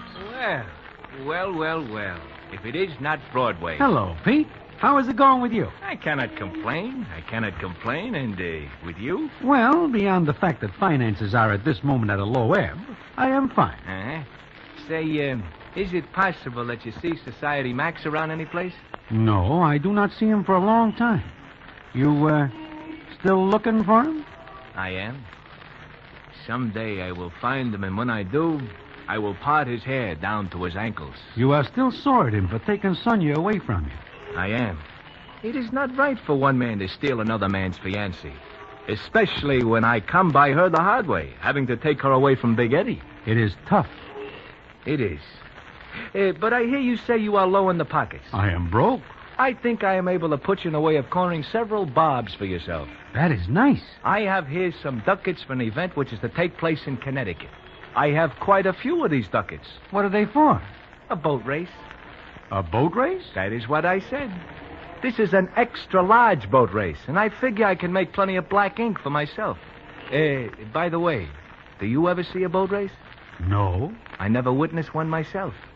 But I understand this one is between the Harvards and the Yales. Oh? Well, why are they boat racing? It happens every year. They take all their clothes off and get into rowboats and row until their tongues hang out and until they are all half dead. What is their reason for doing this? I cannot figure it. Furthermore, I am too old to figure out why college guys do this to themselves. Me too. But you say you have a proposition for me? Yeah. I am one hand short. If you will come along to New London, Connecticut with me and help me dispose of these ducats, I will cut you in. I accept the proposition. Fine. We will leave tonight. Maybe we will be able to figure out why these college guys knock their brains out in rowboats.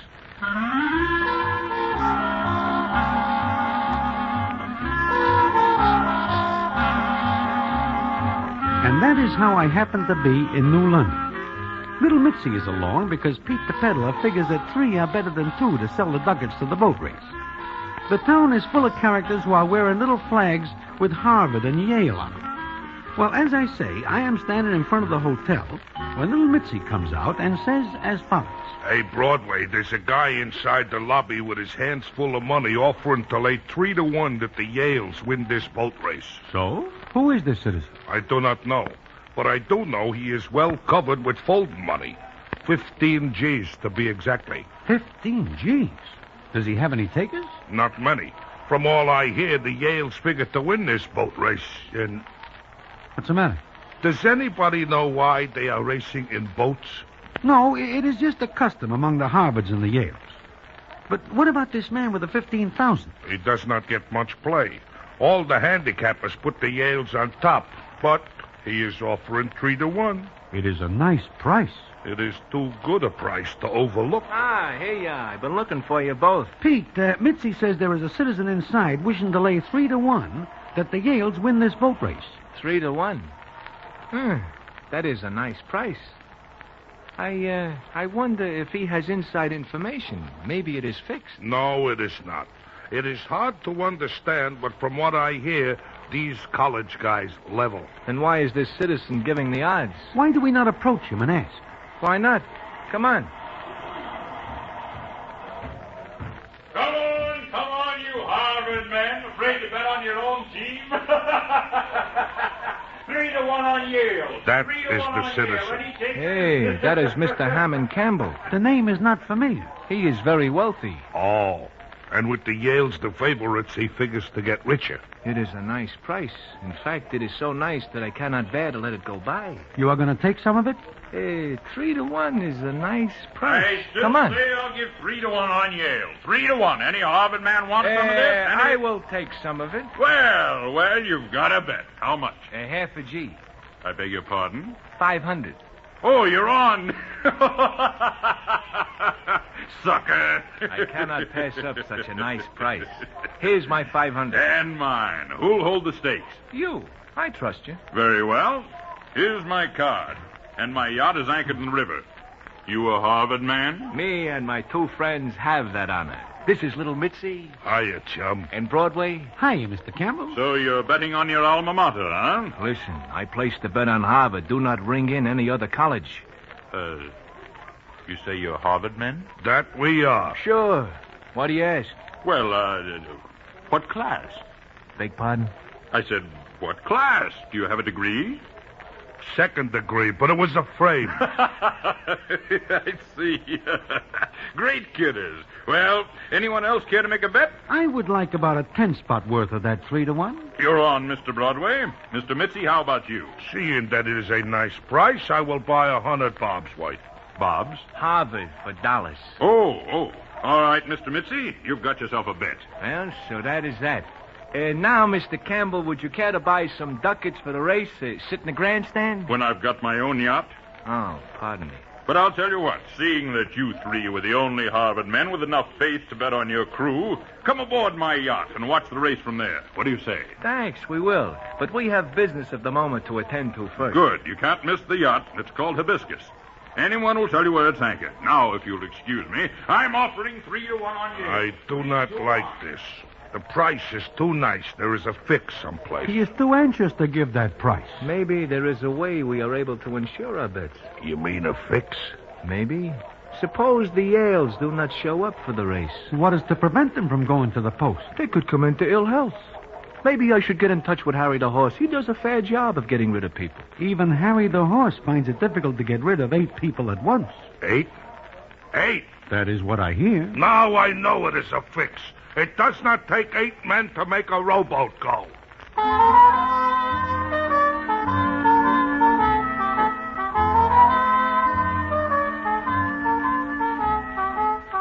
So, that is the way it stands. It comes on later in the afternoon, and the 3 of us are in the lobby of the hotel trying to figure a way we can insure our bets. I am deep in thought, so I do not notice the young doll right away. It seems she is standing in front of me. Little Mitzi does not see her either. And when little Mitzi does not see a doll even 500 yards away in a thick fog, he is deep in thought, too. Anyway, I do not see her until she says as follows. Excuse me, gentlemen. Excuse me. Huh? Are you addressing me? Yes. I wonder if I might talk to the 3 of you for a minute or two. Take 10, doll. Take 10. Thank you. May I sit down? Oh, it is a pleasure, young miss. Thank you. I saw you this morning when you bet against my father. Mr. Campbell? Yes. Are you married? No, why? Have you ever given it a thought? Oh, shut up, Mitzi. I'm only looking to the future. You are crying, miss. Yes, Oh, gentlemen, Harvard must win this evening. Miss Campbell, you take the words from 3 mouths. You bet on Harvard. Do you know they'll win? If you mean, is it a fix? No. Oh. Do you have a large bet on the Harvards? My whole life. What price do you get? Price? Hmm. Oh, my happiness. My whole life depends on this race. Perhaps you will explain. It's about my fiancé, Quentin. She's got a fiancé. What about him, young miss? He goes to Harvard. He's in his last year there. He serves his full time? Oh, shut up, Mitzi. Go on, Miss Campbell. My father doesn't like Quentin, but I love him. Your father? Quentin. Oh. You love Quentin, who goes to Harvard. That much we got. Now what? One night, Father and Quentin had a quarrel about me. You wish your father knocked off? Oh, no, please. Then what? Father is a Yale man. Excuse me, but he is a little old for school, is he not? Oh, you don't understand. He's so loyal to Yale. And Quentin being a Harvard man, well, they don't get along.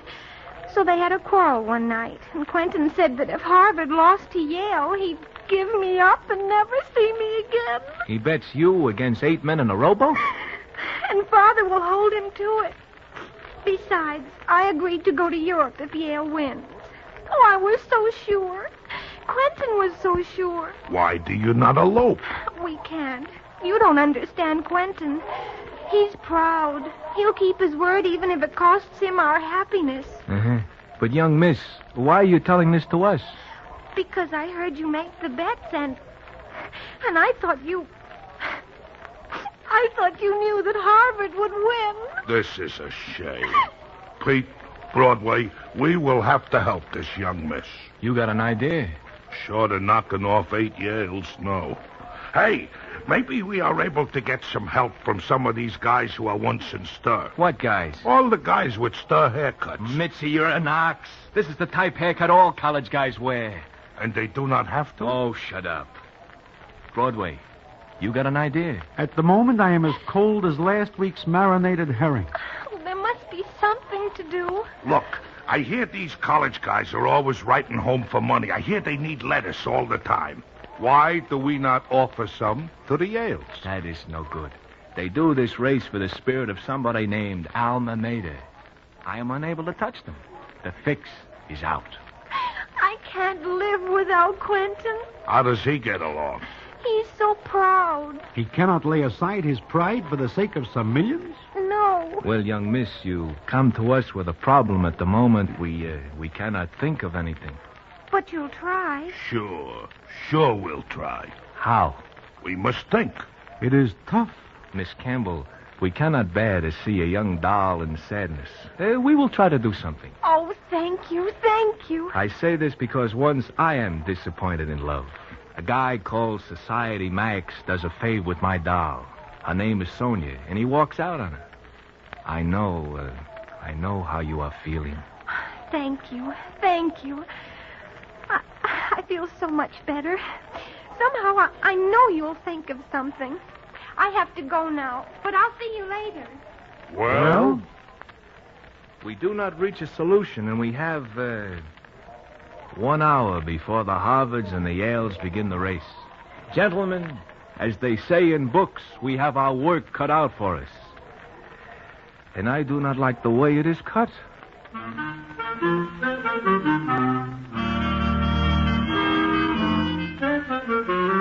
So that is the way we leave. But it is not the way it stays, because something happens that is right out of the books, and which I will tell you about in a minute.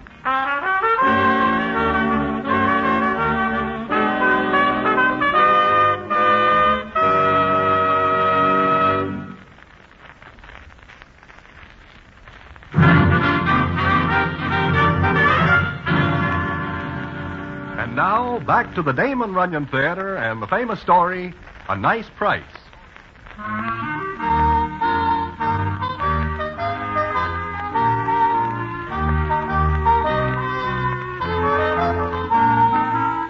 Well, that is the way we leave, with Pete the peddler promising to do something about the Harvards for Miss Clarissa Campbell.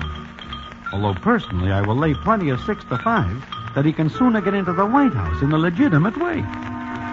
So it comes on later in the afternoon, and the crowd is beginning to drift to the river where the college guys are booked for the boat race. We are 3 sad people as we go aboard Mr. Campbell's yacht, the Hibiscus, because we are invited.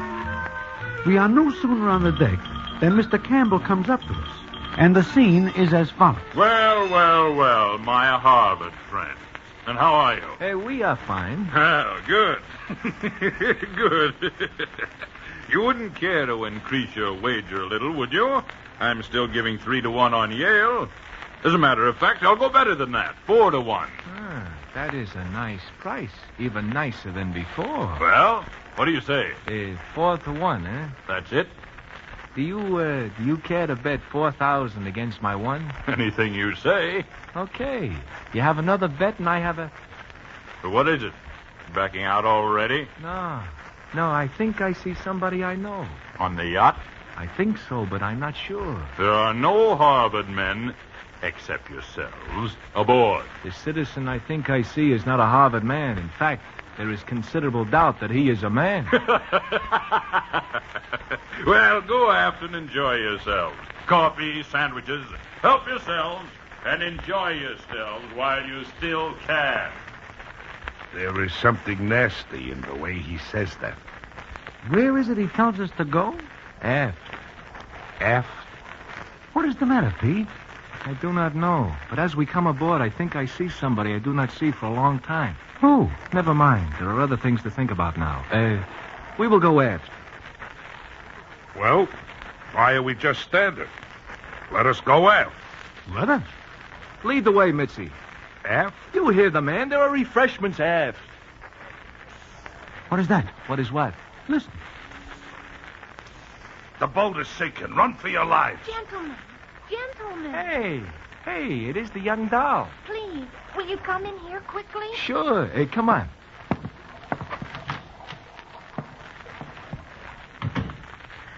Oh, I'm so glad to see you. Is it all fixed? Well, you see... Young miss, we are at a loss.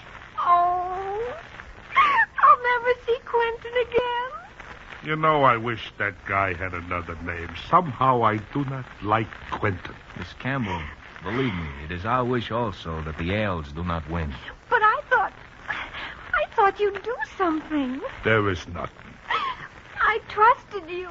I trusted all 3 of you. Wait, Miss Campbell. Yes? Where is aft? Opposite the bow.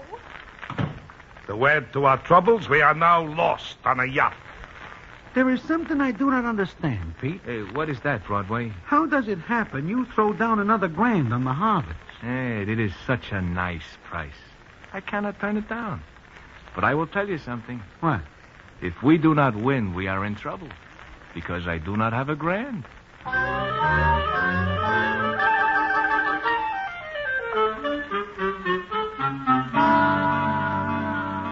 Well, by this time, I am wishing that we do not come to this boat race. I am also wishing that there are no such things as the Harvards and the Yales. Nevertheless, it comes up a little later, and we are standing on the deck.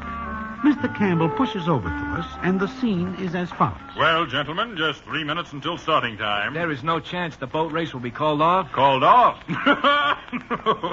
Getting cold feet, huh? You don't feel so good about the race now, is that it? I'm thinking that maybe I take advantage of the nice price you are giving. What's that? I am willing to call the bet off, if you are. I am not. And what's more, if you think you're going to crawfish out, you've got another thing coming. Mr. Campbell, we have no idea. You better not have. Did you think you were fooling anyone with that Harvard talk? No, not at all. I spotted you for what you were, sharpers. Well, let me tell you Please something. do not tell us. I will tell anyway. I have quite a bit of influence around here and in other places. If you don't pay off your bet, I'll see to it that you're made uncomfortable. Very uncomfortable. Understand? I seem to have a complete understanding. This will teach you to bet against my alma mater. And another thing. Look! Look! What's the matter? What is it? That guy standing by the rail with the doll. Who is that? The doll, as you call her, happens to be my sister. And the guy, as you say, is the Count Alexis. Society Max! It is Society Max! Broadway Mitzi, at last I found him. I will poke him. I got you at last, you lucky! What's the matter with him? Has he lost his mind? No, he has just found something. Somebody stop that lunatic. He's chasing the Count Alexis. Look out, here they come. I will give 2 to 1 on Pete. You are right, Mitzi. He is a slow starter, but he will finish fast. Make them stop running around my yacht. The race has started. I will give Society Max 2 more laps before he is done. Police! Somebody get the police! The race is on, and I've got lunatics aboard. Broadway, you say Pete is gaining? Society Max is a good runner, but Pete is running for a course. That helps. Stop those idiots! Stop them! I do not like when they are out of sight. It spoils the view. Look, here come the crews. Here they come. Come back here! You dirty cowards, you jumped! He is not coming up. Broadway, stop me from going in after him as I cannot swim. Hold me, I'll have you all arrested. I'll have you shot. Hey, look, the rowboats are coming.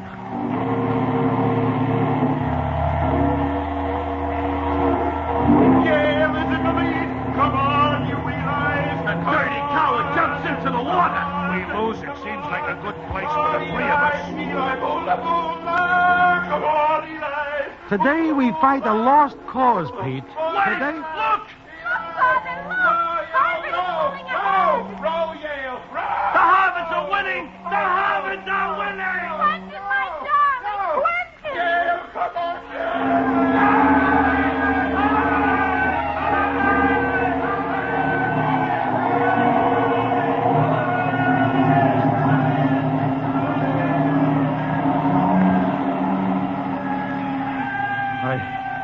I can't believe it.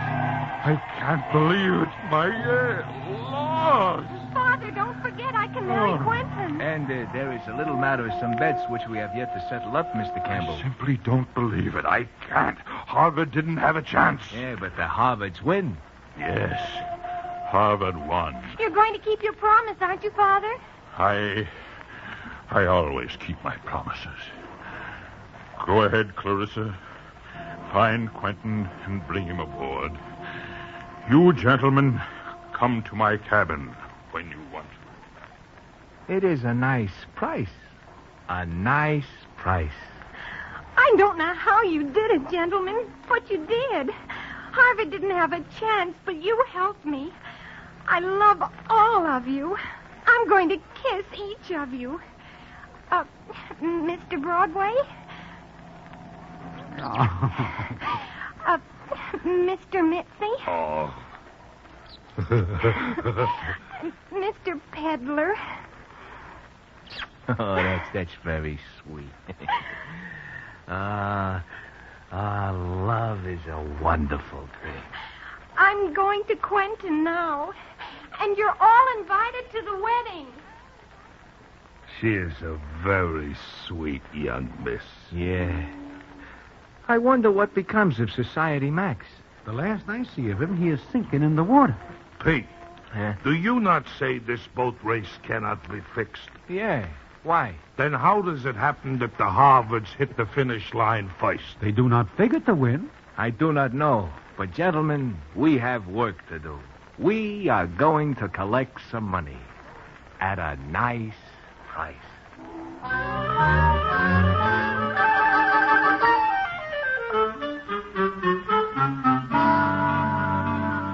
And we do. Furthermore, when Pete the Peddler tells Mr. Campbell that Count Alexis is really Society Max, back at his old racket of putting the touch on rich dames, Mr. Campbell is very grateful, to the tune of $5,000 to split between the three of us. So we leave New London, Connecticut, and go back to New York, where I feel more at home. However, how Harvard wins the boat race is still a mystery until 3 months later, when I run into Pete the Peddler in Mindy's. And what I find out, I will tell you in a minute.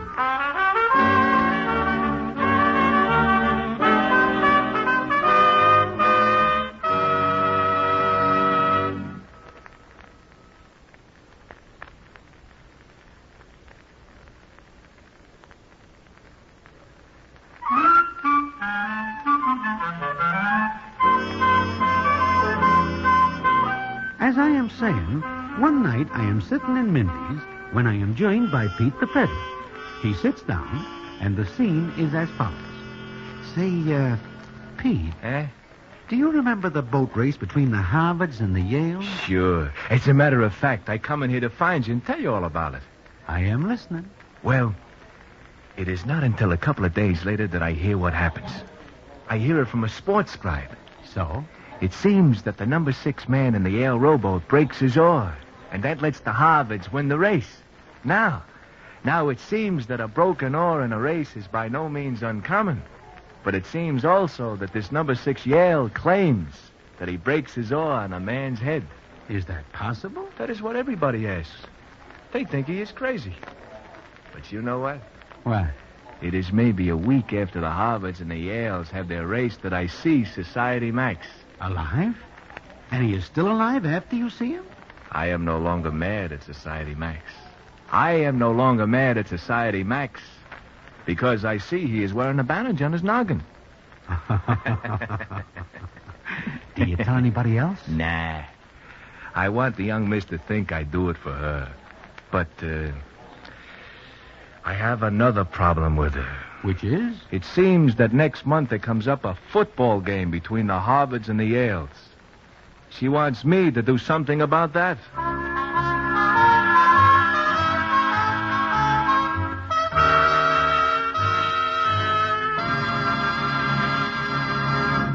And so ends the famous Damon Runyon story, A Nice Price. Listen in again next week to the Damon Runyon Theater.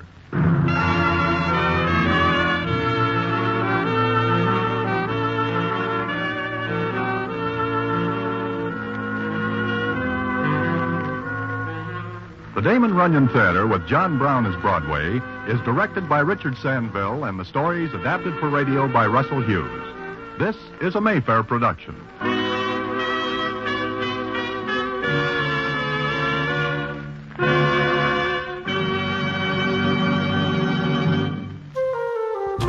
Hi, this is Hojo.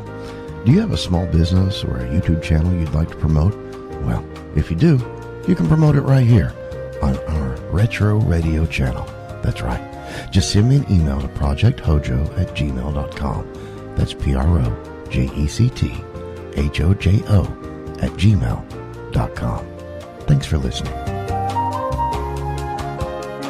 Stay tuned to Hojo Radio. The story of Dr. Kildare. Whatsoever house I enter, there will I go for the benefit of the sick. Whatsoever things I see or hear concerning the life of men, I will keep silence thereon, counting such things to be held as sacred trusts. I will exercise my art solely for the cure of my patients. The story of Dr. Kildare, starring Lou Ayres and Lionel Barrymore. Metro Goldwyn Mayer brought you those famous motion pictures. Now this exciting, heartwarming series is heard on radio. In just a moment, the story of Dr. Kildare. But first, your announcer.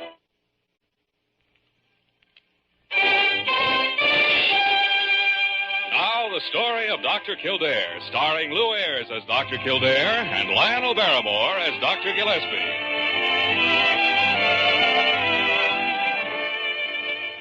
Blair General Hospital, one of the great citadels of American medicine.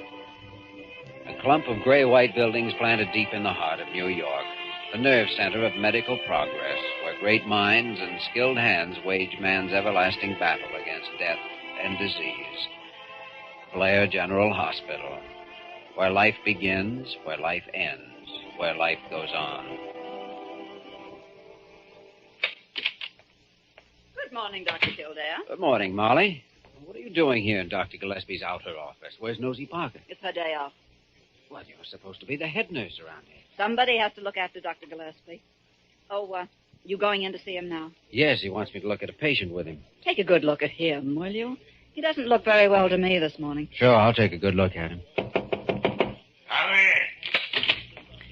Oh. Good morning, Dr. Gillespie. It's you, huh? Were you expecting someone else? No, not really.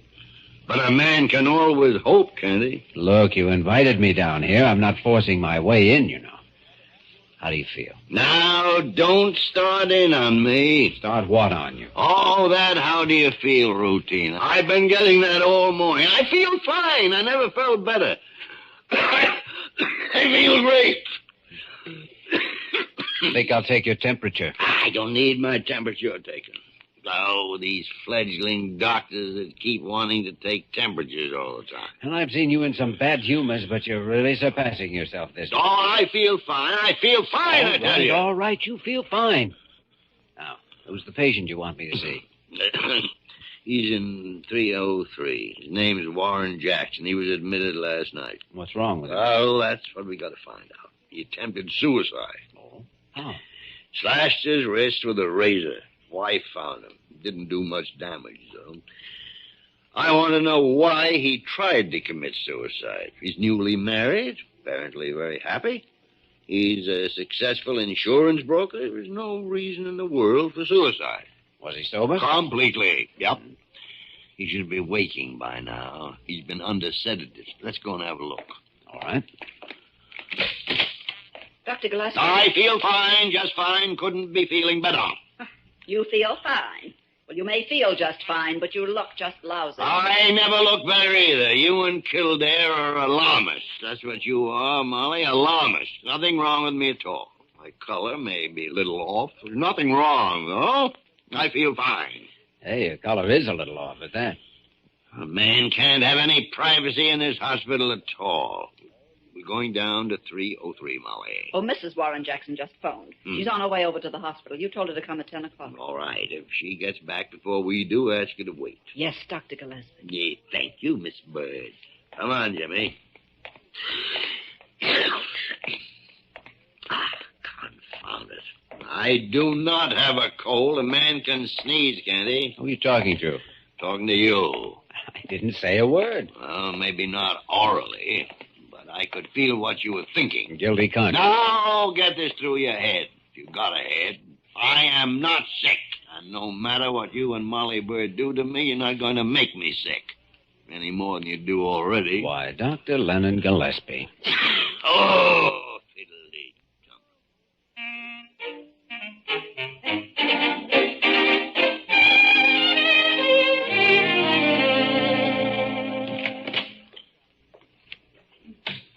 This is my colleague, Dr. Kildare.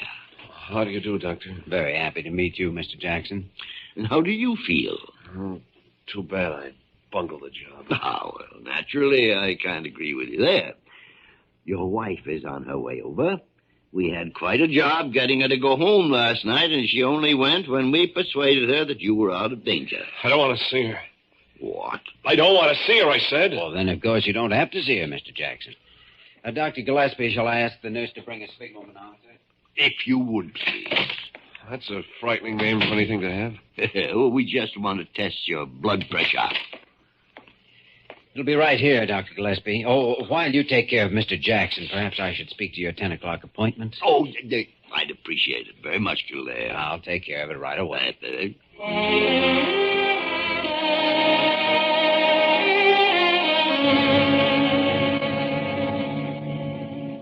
You mean to say that my husband refuses to see me? He's very ill. He's not himself. Don't let yourself be hurt But by why? this. Why? Mrs. Jackson, have you any idea why your husband would wish to end his life? No, I haven't. Has he been ill?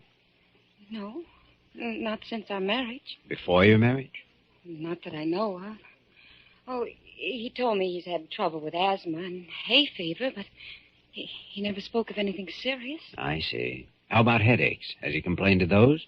Well, yes, he has had some headaches, but he's been working very long hours. He works much too hard. Well, why did you ask that?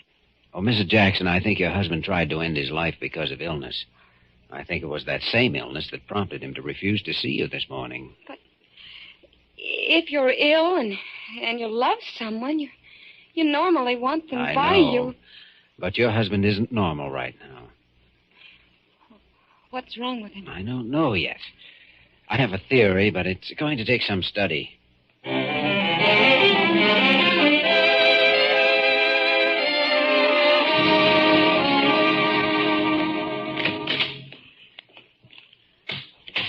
What did Jackson's test show? His blood pressure is very low, and his pulse is very weak. That's a sick boy, I know that. Oh, did you notice those rough spots on his skin? Yeah. He kept scratching them. He told me that during the past week he'd fainted several times at the office, and that he had difficulty in breathing, and then he'd get waves of nausea. Those could be symptoms of a lot of things. You know, the rough skin might indicate an allergy of some sort. That was my thought, too. I think we'll proceed with the allergy test. Can't do any harm. Allergy illnesses have been known to provoke suicidal tendencies in patients before. It's worth some investigation. I'm tired. Must be almost lunchtime. Well, not for 2 hours. Now, you sit down in that chair. I'm going to take your temperature. No, you're not going to do any such thing. What's the matter? Afraid you'll have one? Oh, I'm not afraid I'll have one. I know doggone well I haven't got a temperature. I've just got sniffles. It's the change in the weather. Well, it won't take long to take your temperature. Oh, go and take your thermometer and eat it. Very well, if that's your attitude. Miss Bird. Yes, Dr. Kildare. You get Dr. Carew on the phone for me, please. What are you going to do? Just going to tell Dr. Carew that you don't look at all well and that you won't cooperate in the simple precautionary method of having your temperature. Ah, you're a tattletale. That's what you are. No. I'll bet you were a nasty little boy. Do I take the temperature or does Dr. Carew? Oh, go on ahead and take it if it'll make you feel any better. Oh, may I, Doctor? Help yourself, Molly. Here you are, Dr. Gillespie. Close those pretty little pearls of yours on this. Ah, spluts. What would you say about a famous diagnostician, Molly, who could diagnose everyone's ailments except his own? I'd say he wasn't as much of a diagnostician as he makes himself out to be. Oh, see, I'm not going to put up with all this. Keep the lips gently closed and the thermometer under the tongue. That's better.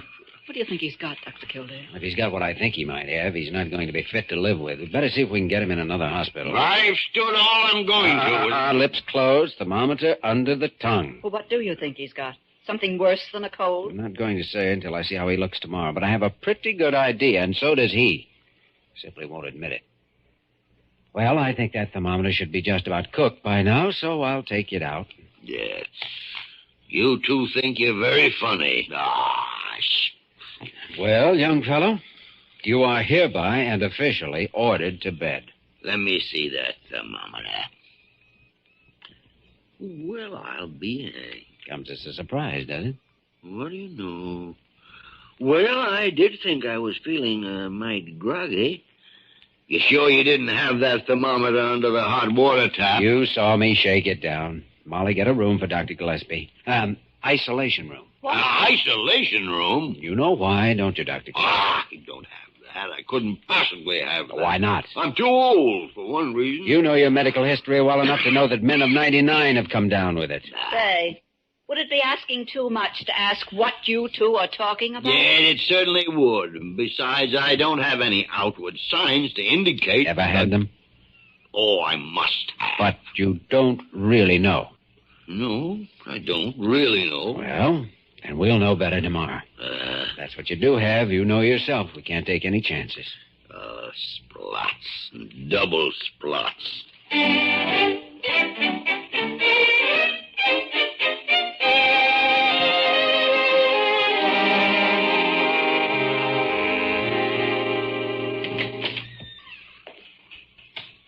Well, Mr. Jackson, Dr. Gillespie is ill, and if you don't mind, I'm taking over your case. Oh, I don't mind. It's about time I was getting out of here, isn't it? Have you ever had any allergy tests? Oh, I had a few tests when I was treated for hay fever. I'd like to have you stay at the hospital a couple of days for a series of tests. May be able to find out what the root of your trouble is. You don't have to put me through any tests to find that out, Dr. Kildare. The root of my trouble is the root of all evil, money. I see. You see, I've taken on quite a few extra responsibilities lately. New home, a new car. I went in a little too deep, I guess. Been working late, trying to pick up some extra commissions, but haven't had too much luck. You're in love with your wife, aren't you? Very much. Well, then, how would you account for... My trying suicides? Oh, I got pretty depressed the other night. I've been feeling so rotten, and, well, Ellen and I had a fight about money. I got to thinking that she'd be better off without me. My health seems to be completely shot. Don't scratch your face like that. You'll only make the rash worse. I'm going to order a shot of adrenaline for you. That'll relieve your discomfort. Now, look here, Mr. Jackson. I think I can help you. I'm convinced that your state of mind, though, as well as your health, is caused by an allergic condition. Will you give me a chance to find out? You mean you really think you can fix me up? I'm going to do my best. Okay, Doc. Then I guess you've got yourself a patient.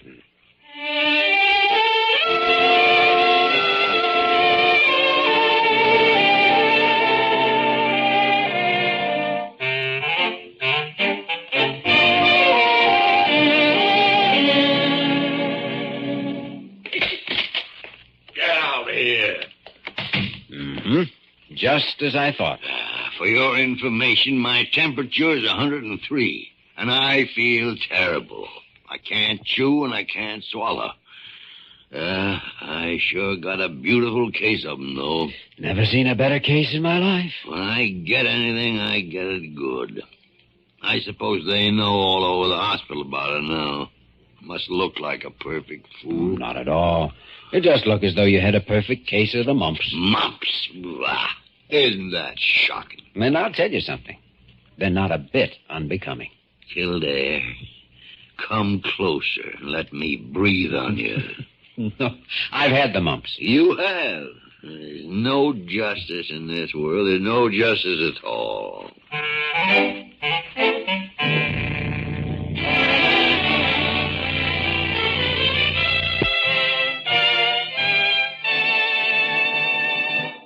We return to the story of Dr. Kildare in just a moment.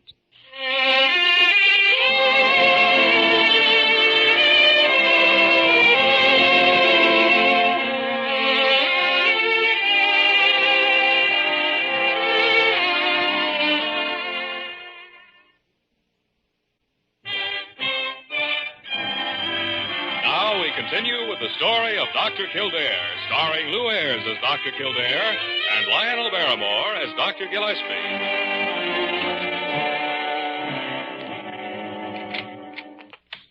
Good evening, Dr. Gillespie.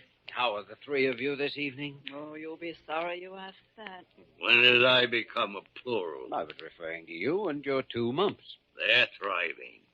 swelling is spread to the submaxillary and sublingual glands beneath the jaw. Thank you, Doctor. Makes my work just that much easier. Yeah, it also keeps you from poking around my mumps. Has he been a good patient today, Molly? Has he been a good patient? Huh?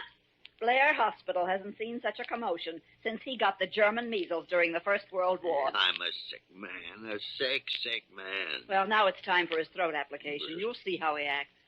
I don't want another hot strip of flannel around my throat. That's a lot of nonsense anyway. You see? Go get it, Molly. Mm-hmm. Yes, Dr. Kildare. I'm not going to have it. I know as much about medicine as you do, and I tell you, it's a lot of nonsense. It's your own prescription. What? I looked it up in your book. Every 20 to 30 minutes, put hot applications to the patient's throat, consisting of 5% guaiacol in glycerin to be rotated by 2% menthol in lanolin. That's a pretty low trick, Kildare. A pretty low trick. Prying into a man's books when he isn't around to defend himself. Besides, I can't stand the smell of menthol. Here's the application. Put it on him. Okay. No! I swear I'll never prescribe this treatment to another human being in the world. My stomach hurts. It does?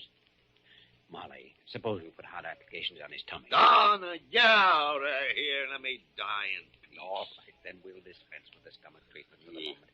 But if you have any more trouble in that region, I've found several prescriptions of yours, old ones that are real dilly. You will pay for this, Kildare. You'll pay for this when I get out of this bed. I know. That's why I got to get my licks in now.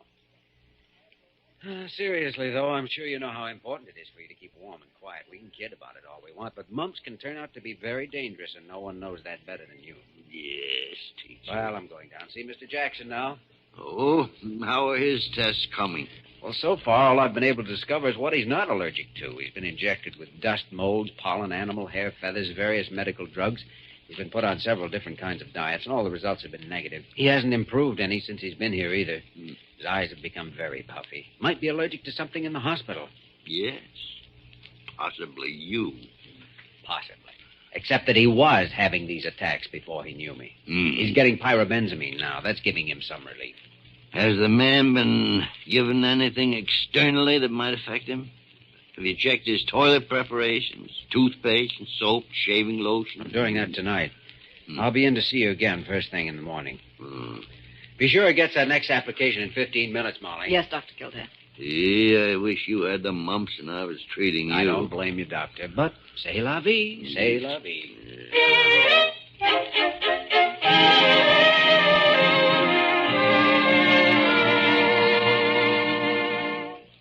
How do you feel this evening, Mr. Jackson? Oh, I don't know. I don't think there's much good going to come of all this, Dr. Kildare. Don't feel that way. These things take time. They're real riddles. You have to have patience. One man is allergic to wool. Another's allergic to a bit of pollen, to a spice or some other seasoning. He may be allergic to an animal or to a blossom of some sort. It's a long hunt to narrow the world down until you find one man's enemy, but once you've found it, you can help him. But you'll have to have patience, and so will I. Okay. Where do we go from here? What kind of shaving lotion do you use? Normally, I use a special prescription. I got it from a doctor in Iowa. He said it'd be easier on my skin. May I take a little of it? I'd like to have it analyzed. Sure you can, but I haven't any of it here. You'll have to ask my wife to bring some over. What have you been using here? Well, the hospital brought some up. It's there on the dresser. No. I think I'll take that along, too. Well, I'll see you tomorrow, Mr. Jackson. Maybe I'll have something more encouraging to tell you then. Yeah, say, Doc, if my wife brings the lotion over, I'd kind of like to see her. She's willing to see me. Willing? All she's been waiting for is word that you want to see her. I do want to see her. Very much. All right. I'll have her bring over the lotion, and you can see her for a few minutes this evening. Thanks, Dr. Kildare. I appreciate that very much.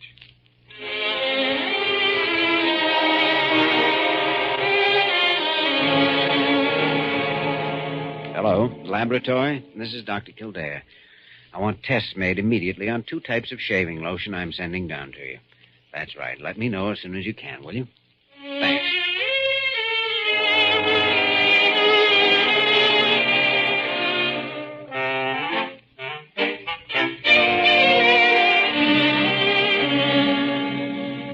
Good morning, Dr. Gillespie. Glad to see that you're coming along so nicely. Oh, good morning yourself. Now why do you come in here to inflict on my poor, helpless body? Would you prefer that I went away? Oh, I certainly would. All right, I'll go.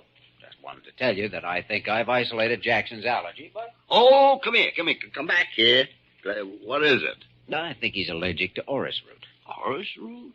Yes. He had a prescription shaving lotion that didn't use orris. But the lotion he was using here at the hospital did contain it. As I told you, his condition has been worse since he's been in the hospital.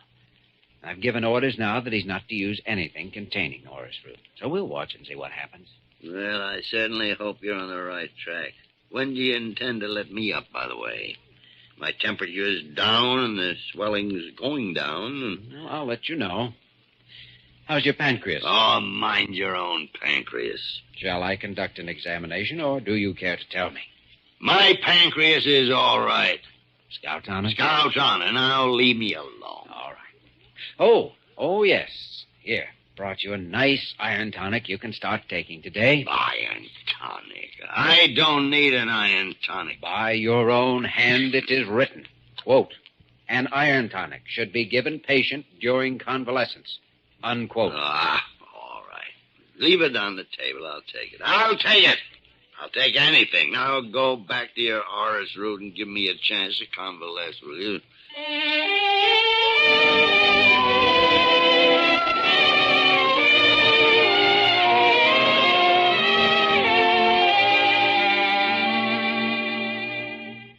Well, Mr. Jackson, it's good to see you on your feet again. Isn't it? I don't mind telling you, I feel like the beginning of a new man. I can't get over the fact that I was the cause of Warren's illness. It wasn't you, Mrs. Jackson. It was the perfume you used. It contained a great quantity of orris. Warren gave me the perfume as a wedding present. I certainly didn't know what I was doing. Oh, how long will you be treating him, Dr. Kildare? Well, he'll have to come in quite regularly for shots for a while. We're giving him orris hypodermically now in very small doses, which will gradually increase until we build up an immunity, and he'll be able to lead a normal life. Well, I certainly thank you, Dr. Kildare. You've made a great difference in the world as far as I'm concerned. I'm glad to hear that. Dr. Gillespie. Hello, Dr. Gillespie. This is my first day up, too. But I didn't want you to leave the hospital without my having a chance to see you and wish you well. Thank you, Dr. Gillespie. You'll be seeing a lot of me. I have to come back for shots. Here, now, sit down, Dr. Gillespie. Don't overdo things. Still under doctor's orders, you know. Careful. Remember, you're among patients. Well, we'd better be going.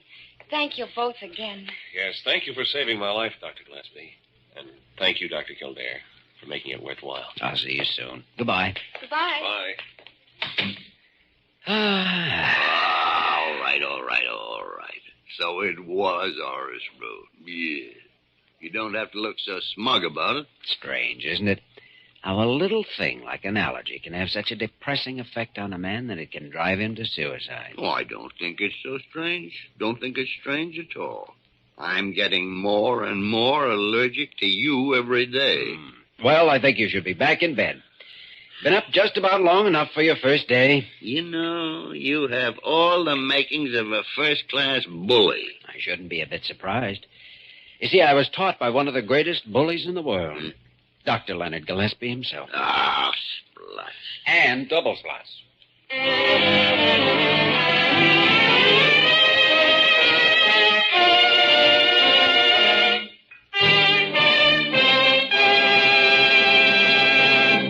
In just a moment, we will return to the story of Dr. Kildare.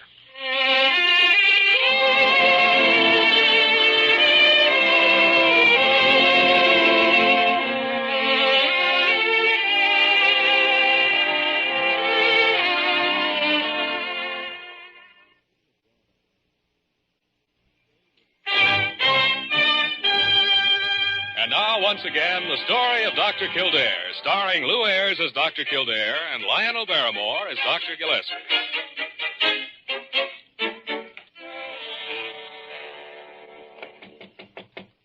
Come in. Oh, Dr. Gillespie. Come in. How do you feel?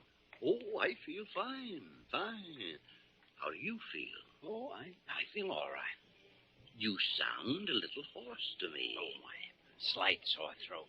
Nothing serious. Well, suppose we just take your temperature and find out. Now, look here. I've had the mumps. Well, son, I got some news for you. Unless I'm not the diagnostician I think I am, you are about to have the mumps again. It's impossible. I looked up your record. You had them when you were 10 years old, and it is recorded in your very own handwriting that you only had them on one side. Oh, no. Oh, yes. So open the mouth. Yes. We'll put the thermometer under the tongue. There's no justice. Absolutely The no thermometer justice. under the tongue. That's right. What are you laughing at? An old adage, Doctor. An old adage. He laughs best who laughs last. Dr. Kildare, you are hereby and officially ordered to bed.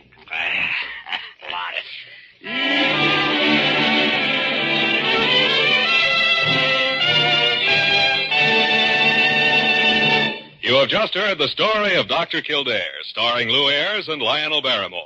This program was written by Gene Holloway and directed by William P. Russo. Original music was composed and conducted by Walter Schumann. Dick Joy speaking.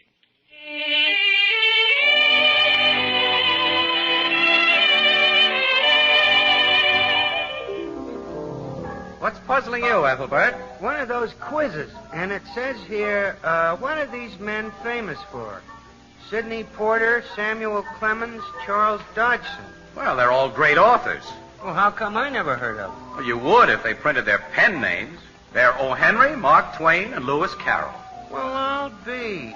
Those names are famous. Everybody knows them. Mm-hmm. Like everybody knows Anchor Hocking, the most famous name in glass.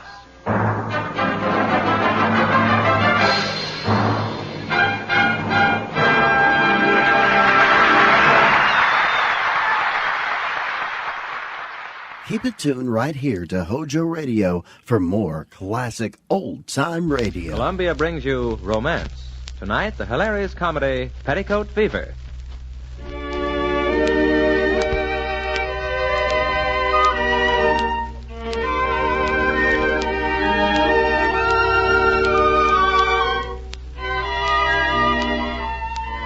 And here is Frank Gallup to set the stage for tonight's tale of romance.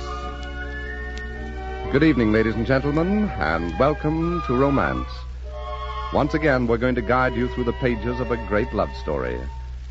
Tonight, we bring you Peggy Conklin as Ethel, Santos Ortega as Dascom, and Harold Young as Sir James in Petticoat Fever, adapted by Gene Holloway from the play by Mark Reed.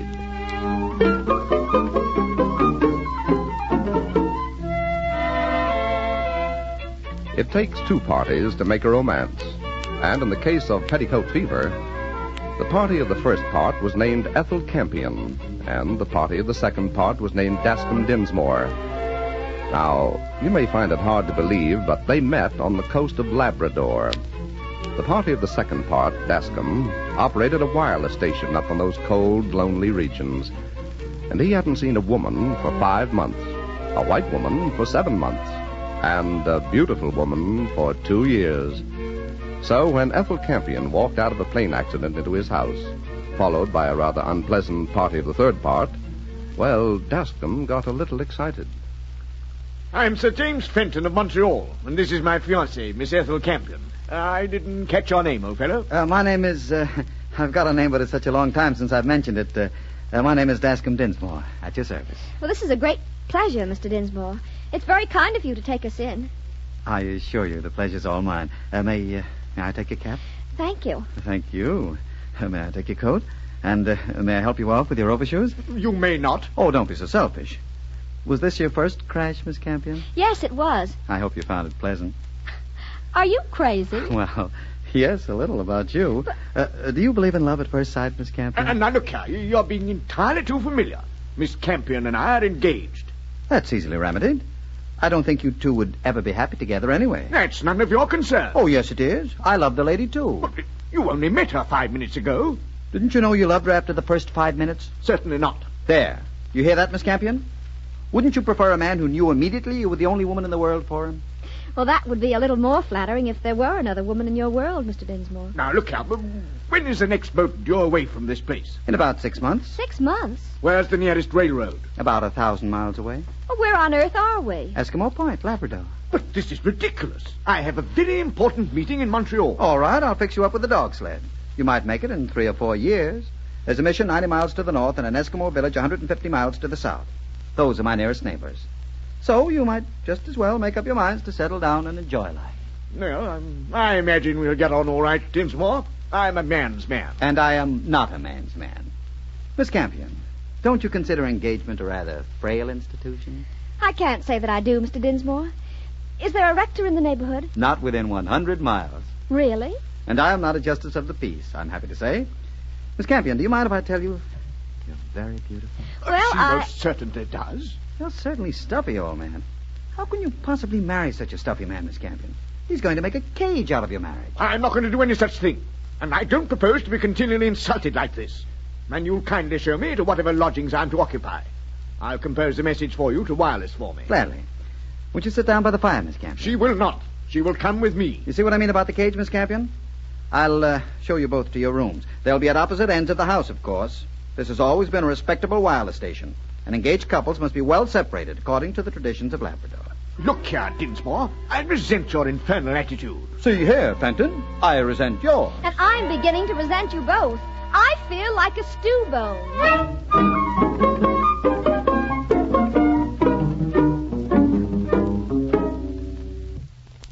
Hello, Dinsmore. Did you send my wireless? Well, I'm having a little trouble with the set right now, but everything will be taken care of in good time. I say, why the formal attire? Those tails make my outfit look a little silly. Yes, I thought they might. There hasn't been any answer from that first message you sent to Montreal 4 days ago? None.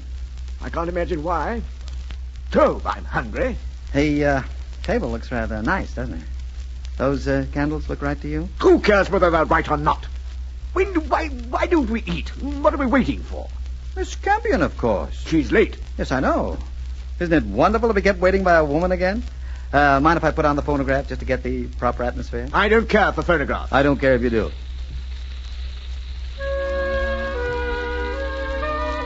That was the big song the summer I graduated. There was a girl in the senior class who had brown eyes and a smile with a trick in it. I never met her, but I thought she was the most beautiful girl I'd seen in my life.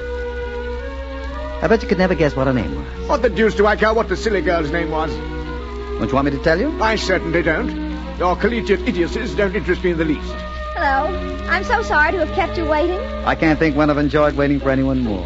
Ethel, my dear, it does seem to me that you might make an effort to be on time. I'm terribly sorry. I allowed an hour to dress, but, well, I broke a strap, and of course I have to sew it.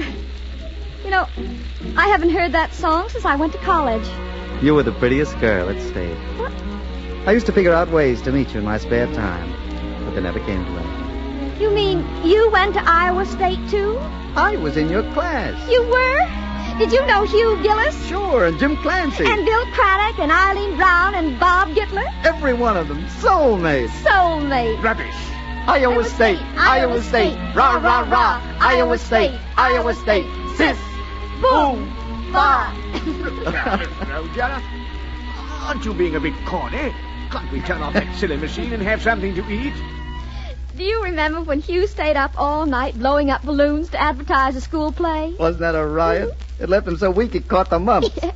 I don't know what is more tiresome than old college graduates getting together. Oh, James, darling, isn't it exciting? Mr. Dinsmore and I went to college together. I'm not exactly deaf, my dear. Oh, really? Too bad.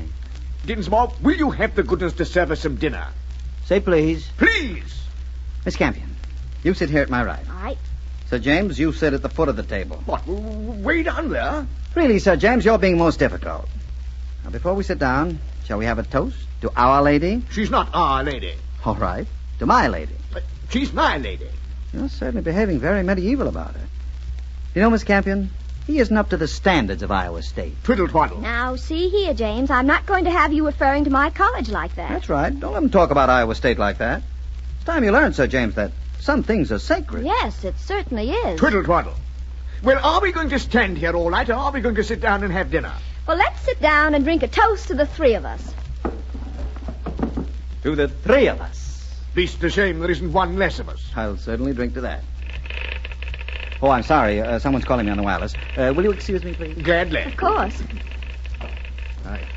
I don't mind telling you, my dear, that I've had just about as much as I can stand of all this. At any moment, I'm going to run amok. James, dear, you aren't being very reasonable. After all, Mr. Dinsmore's being very nice to us. He's being nice to you. I think he's trying to poison me. Oh, James. He intends to do away with me in some underhanded manner. I see it in his face every time I look at him, and I don't like it. How do I know he sent that message to Montreal that I gave him? Well, you have his word, don't you? You think that means so much? Well, of course I do. He's a graduate of Iowa State. Twiddle twaddle. James, I'm a little tired of that word. I'm a little tired of good old State. Ethel, let me show you what I have here. James, where'd you get that gun? I stole it from his room this afternoon. I feel much more comfortable with it in my pocket.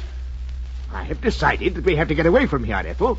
I don't trust this fellow. Oh, James, you're being positively ridiculous. Is that any way to speak to your betrothed husband, Ethel? Oh, twiddle twaddle. I wonder what he's up to in there. Wish I understood how to run a wireless. Well, it's really none of our business. Why don't we turn the radio on while we're waiting? I don't believe he sent that message at all. Oh, James, stop acting like an old bear. I've been talking to his Eskimo boy, and I think for a proper sum of money, he can be persuaded to take us anywhere we want to go. This is station CHOC. You have just enjoyed a selection by the Mount Royal Orchestra. Meanwhile, in the banquet room, the first winter get-together of the Montreal Board of Trade is taking place, and we are going to temporarily conclude our orchestra program that you may listen in. The next voice you hear will be that of Horatio G. Bottomley, Toastmaster for the evening. Ladies and gentlemen, thank you. It's with mingled emotions that I accept the honor of being your Toastmaster this evening. Oh, but take the chair under these circumstances tugs at the very heartstrings. However, it is not as though we had received no news from Sir James Fenton. There, you see, he did Our send loyal it. brother may be imprisoned behind the icy bars of the grim Arctic Circle, but in spirit he is here with us tonight. In spirit, I certainly am with you tonight. To bring him closer to us, I am going to read you his message. This message was picked up in Halifax about 5 p.m., November the 11th. It was the first word received by a world breathlessly awaiting the fate of our intrepid friend. Well, the deuce is his rescue party. That's what I want to know. Landed northern Labrador. Well, happy, cordially received. No boat until spring.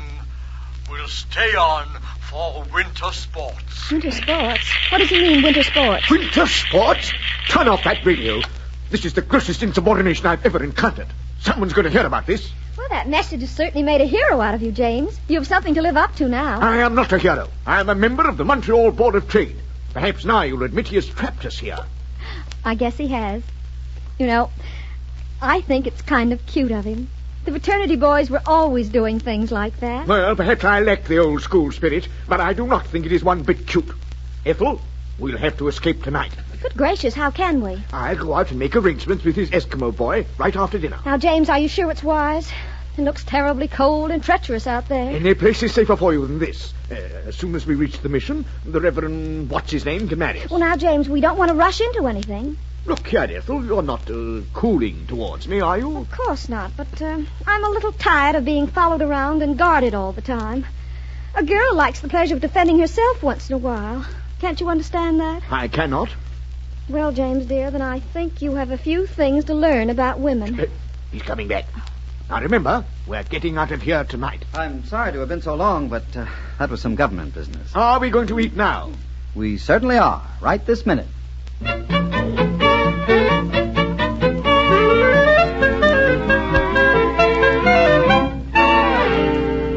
That was a wonderful dinner, Mr. Dinsmore. I'm glad you enjoyed it. Where did Sir James go? He went up to his room when you went out to the kitchen.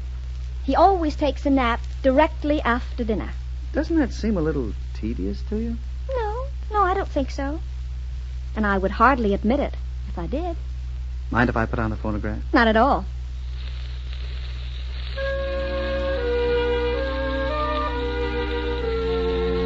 Care to dance? I'd love to. I don't know any of the newest steps. It's been a couple of years since I've had any practice. Remember when they used to play this at the school dances? I certainly do. You were one of the most popular girls in the school then. I saw you running around with any old fussy-duddies then. That's not very kind to Sir James. Sir James can take care of himself all right. I wish I'd known you then. I think we'd have made a nice couple at the schoolhouse. Who did you go around with in school? Suzanne Winters, my senior year. Did you know her? Yes. I never cared much for her. None of the girls did. Suzanne wasn't the type of girl that'd have many women friends. Ethel, I wish you wouldn't marry such little twaddle. You'd be terribly unhappy. You'll regret it till you're gray. Why? For sure, a girl who likes to have a little fun out of life. You don't want a bag of wind and a monocle. You want someone young and dashing. Went to the same school. Knows the same people. I suppose you mean someone a little on your type? I mean someone quite a lot of my type. I mean me. That record's been repeating over and over. Aren't you getting a little tired of it? I could listen to it forever with you. Let's turn it off. I think we've danced quite long enough. All right. Tell me one thing. If I'd met you at State before there was a Sir James, would I have had a chance? Yes. Yes, I think you would. Darling. Well, I wasn't aware that you would take that as an invitation to kiss me, Mr. Dinsmore. I wasn't aware that I would either. I guess that's just a little of the old State spirit that hasn't been frozen yet. I hope you're not angry. I'm not angry, Mr. Dinsmore. I was just wishing I had met you at State. We'd better shut off that phonograph right now. Talking about the old school days is a little dangerous, isn't it? I think it's fun. May I ask, sir, what the deuce you're doing with lipstick on? How do you like the shade on me? I don't. Dinsmore, I'd like to know what your motive is in keeping us here. Keeping you here? You flatter yourself, my dear Fenton. I heard that impudent message you sent on the radio. They read it right at my own banquet, with my name attached to it. We are staying on for the winter sports, it said. Well, I'll tell you, Fenton. Your original message was so dull. I thought it ought to be lightened up a bit. What are you kicking about? I made a hero out of you. You're a big man now. You can go out and live. Dascom, tell me something. Oh, so now it's Dascom. Why did you ever come up here to the Arctic Circle all by yourself? Well, to tell you the truth, I didn't expect to come alone. I expected Clara to follow me up here. She said she'd arrive in the last boat, and I sledged down 20 miles to meet her. My heart simply bursting with affection. But she didn't come. Well, of course, it takes an extraordinary amount of appeal to get a woman way up here. And you stayed on here all by yourself for That's 2 right. years? That's right. I'd accepted the job, and I had to keep it. Oh, I think that was very admirable of you. I have reached the end of all human endurance. Dinsmore, put up your hands. Are you kidding with that gun? Miss Campion and I are leaving here tonight. Your Eskimo boy is taking us. Now, I want you to sit right there, and I don't want to hear so much as a peep out of you. Peep? Ethel, you hold this gun on him while I get your things. If he makes a move, shoot him in the leg. Which leg, James? First shot, right leg. Second shot, the left. I'll be back in a moment with the bag. Ethel, darling, I don't know if this is the proper occasion or not. Will you marry me? No, Dascom. I promised Sir James. You love him? Yes. I wonder if you believe that in your heart. Of course I believe it. And I feel very sorry for you. Because you're going to wake up some morning when you're middle-aged and realize you've been cheated out of something. Here are the bags. I'll hold the gun while you put your wraps on. Don't go, darling. Think what the rest of your life is going to be. Sir James, morning, noon, and night, Ethel. See here, Dinsmore. I'll be attractive morning, noon, and night. Well, don't tell me. Tell the lady. Are you ready to come, my dear? Think fast, Ethel. Think carefully. Sir James's temper. Sir James's pills. Sir James's speeches.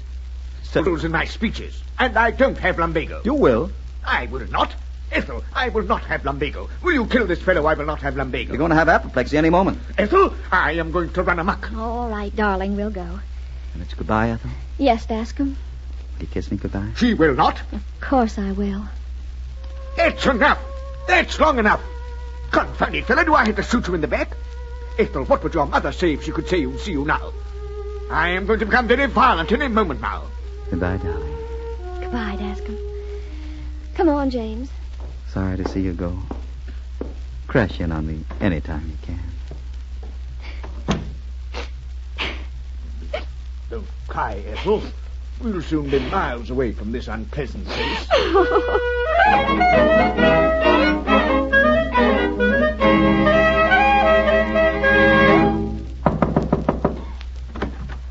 Dascom, darling. Clara, where did you come from?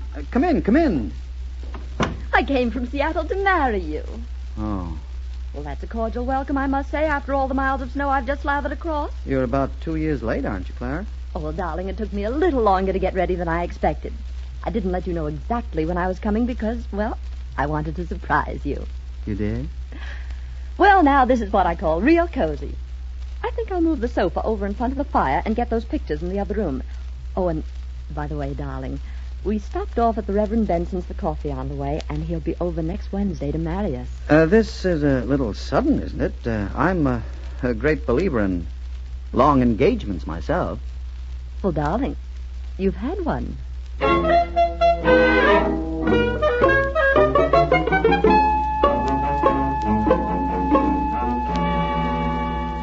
That liar Dascom Dinsmore said there wasn't a habitation within 100 miles. And here's an excellent cabin already. What a nice fire. Pretty dark in here, though. I wonder if there are any lamps. Oh, hello. I'm Clara Wilson of Seattle, Mr. Dinsmore's fiancée. Whose fiancé? Mr. Dinsmore's. This is his house. That Eskimo boy took us right around in a circle. We were right back where we started. The traitor. I just arrived. In the nick of time, if you ask me. Mr. Dinsmore and I are being married next Wednesday at 5. Oh, I hope you'll be able to stay till then. It would be so nice to have some guests for the wedding.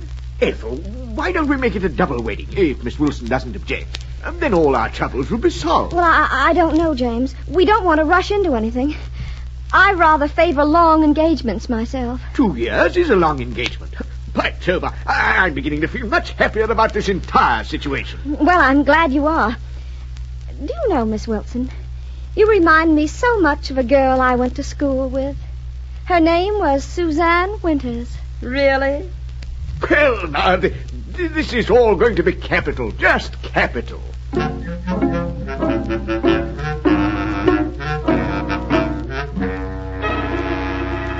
Mr. Dinsmore, will you stand here, please? Miss Wilson, you play the organ. Miss Campion, you will stand in front of me with Sir James. Are you ready at the organ, Miss Wilson? All right, begin. 1, 2, 3, 4. You have the wrong page, Reverend. That's the baptism of infants. Oh. Dearly beloved, we are gathered together in the sight of God and in the face of this company. Oh, what's the matter then? James, I can't go through with it just now. I can't. I think I'm going to faint. Oh, dear. Well, suppose we proceed with the other ceremony while the young lady steadies herself. We can't waste any time, you know. It's a long trip home. Excellent idea. Oh, no, Sir James. I wouldn't think of running my marriage in ahead of yours. Oh, that's all right. Help yourself. Oh, come, darling. Oh, Clara, I'm not feeling well. I'm a terribly sick man. Will Miss Campion favor us at the organ? Well, I'm afraid I'm a little out of practice. Well, after all, I played for you, Ethel. You can at least try. Well, all right.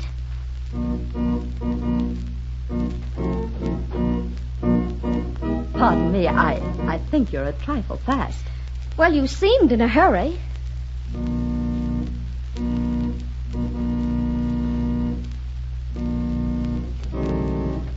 Now you're too slow. Perhaps you prefer to play your own wedding march. Ethel, this is a sacred occasion. Oh, well, let's try it again. Dascom, where are you? Here I am on the sofa.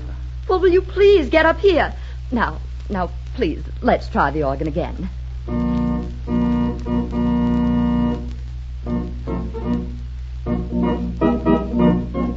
You're not even trying. I am trying. I told you I was out of practice, but you insisted. You're always insisting upon somebody's doing something. You too, James. Seems to me when people are in a place where there's nothing to do, it's much better not to do it. It's all perfectly ridiculous getting married up here anyway. And you all look absolutely silly. You especially, Dascom. You look hideous in tails. He doesn't. He does. I do. Ethel, please. No, Jim. I simply wash my hands of the whole business. If they must get married, let them get married in silence. Rector, will you please see if you can't do something about an airplane? If you can't get an airplane, get anything. Maybe somebody's got a balloon. Well, we can't get married without music. I can't march without music. My soul cries for music. This is all very depressing, stumbling over rugs, women weeping, that hideous organ. I'm not going to get married today. I'm not in the mood.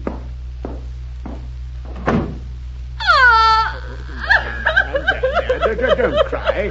That scoundrel, that low scoundrel. I'm going to tear him to pieces any minute now. Any minute at all.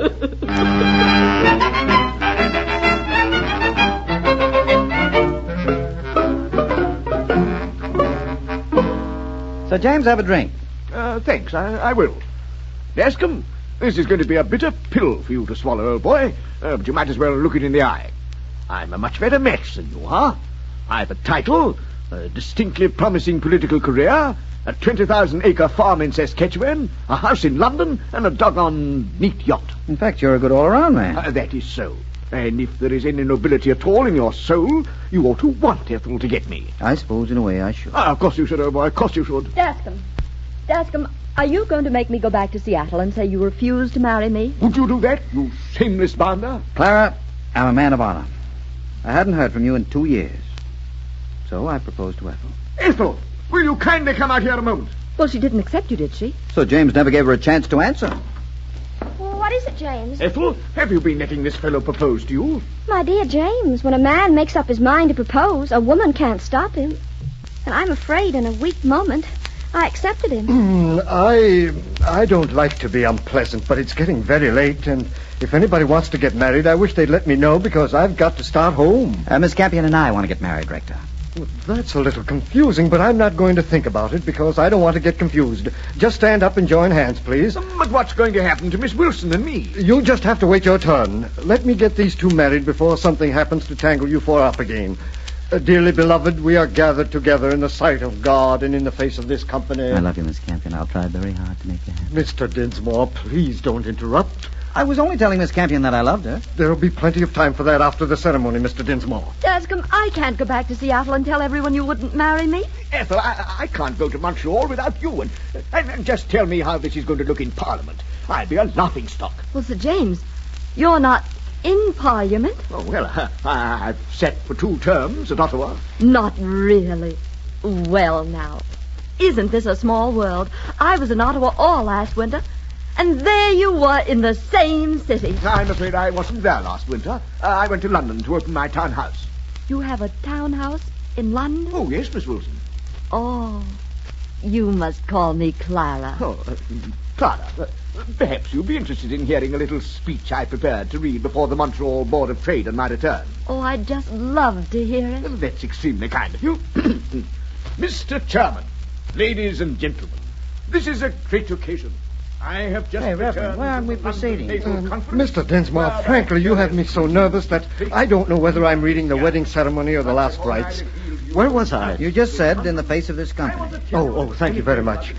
To unite together this man and this woman in the bonds of holy matrimony.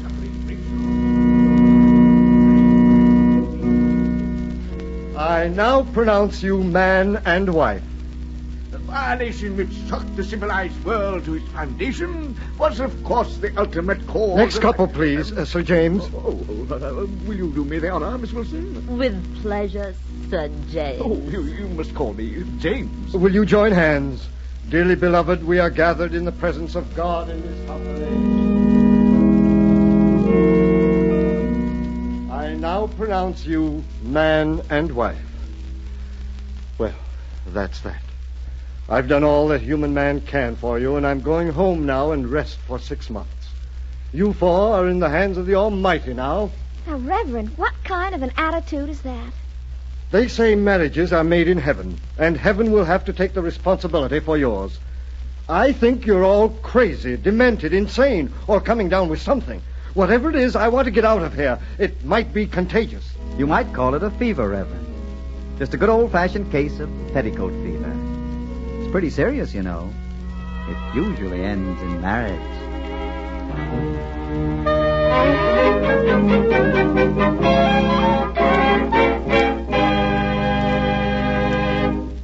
And so we bring down the curtain on tonight's performance of Romance, a program produced each week by Columbia to bring you the great romantic plays and love stories of all time.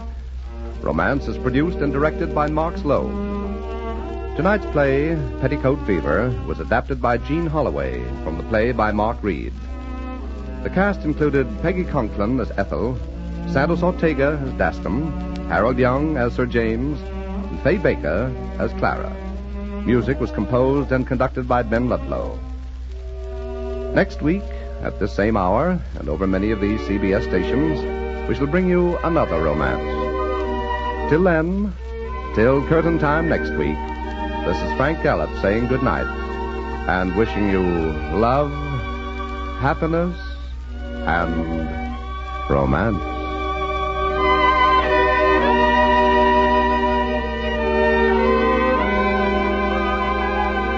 This is CBS, the Columbia Broadcasting System.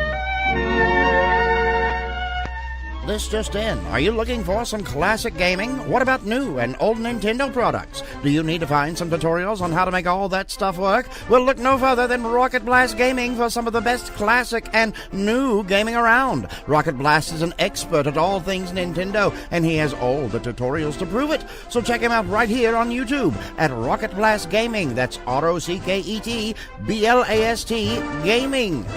Hojo Radio, where the classics come alive.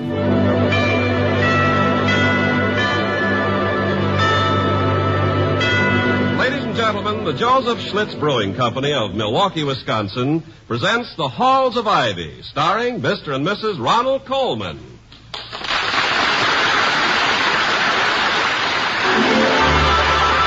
I was curious.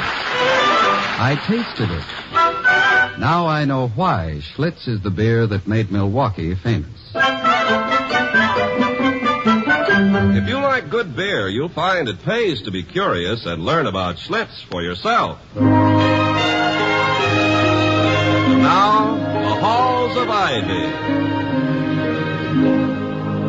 The halls of ivy that surround us here today, and we will not forget, though we be far, far away. Welcome again to Ivy. Ivy College, that is, in the town of Ivy, USA. Dr. William Todd Hunter Hall, president of Ivy, has been working in his study all morning. But he leaves it now to join his wife, the former Victoria Cromwell of the English musical comedy stage. As he enters the living room, Mrs. Hall says, "Oh, I'm glad you're finished, Toddy." Vicky, I am never finished. And why should you be glad? Outside of the fact that naturally you can't stand being without me for a minute. You're not going to feel so good when I remind you that today is the faculty tea at Mrs. Quincannon's. Oh, that doesn't disturb me a bit, my dear. A legitimate function of the president's wife. I think it's quite proper that you should attend all faculty teas. Not me, we. Oh, no, you don't, no. And not only that, but you need a haircut. I'll get one next week, Delilah. Why do you hate to go to the barber? My dear girl, I do not hate to go to the barber. Well, then why? I do, however, dislike to have the administration of this college subjected to the haphazard analysis and preposterous suggestions of a certain tonsorial artist. The barber, Doc Fish. Doc Fish. Fish, indeed. He seems to be trying to make up for 1,000,000 years of silence on the part of his submarine namesakes. Well, I suppose any barber who's been in the same shop for 30 years has certain rights. Which he abuses constantly. But to a college barber, there is a new generation every 4 years. You know, Vicky, there are a lot of people who never leave a campus without having Daddy. Huh? You're trying to change the subject. Oh. I want you to get your hair cut. And I've made an appointment for you. Is there a slight strain of bulldog in you? With a trace of bloodhound, I'll be following you all the way. Oh. Do I get some lunch before I tackle the fish? Oh, it's not fish, sir. It's cheese souffle. Oh, is lunch ready, Penny? Yes, but if the doctor likes some fish... thank you just the same, Penny. Mrs. Hall has already ordered mine.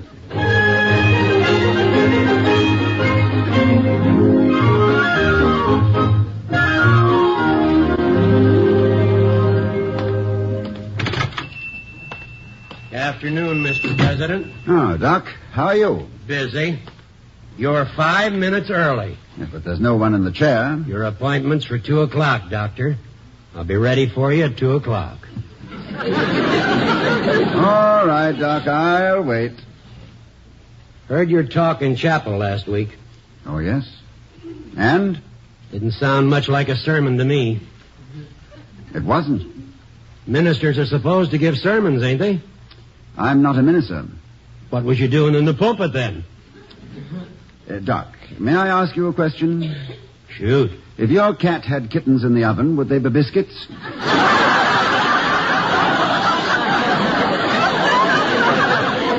Step in the chair, Doctor. It's 2 o'clock. Thank you. That's better.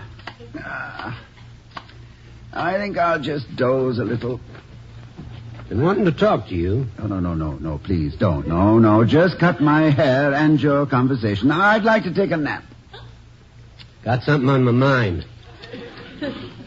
Glad you stopped in. Because it's important to this school what I've got to say.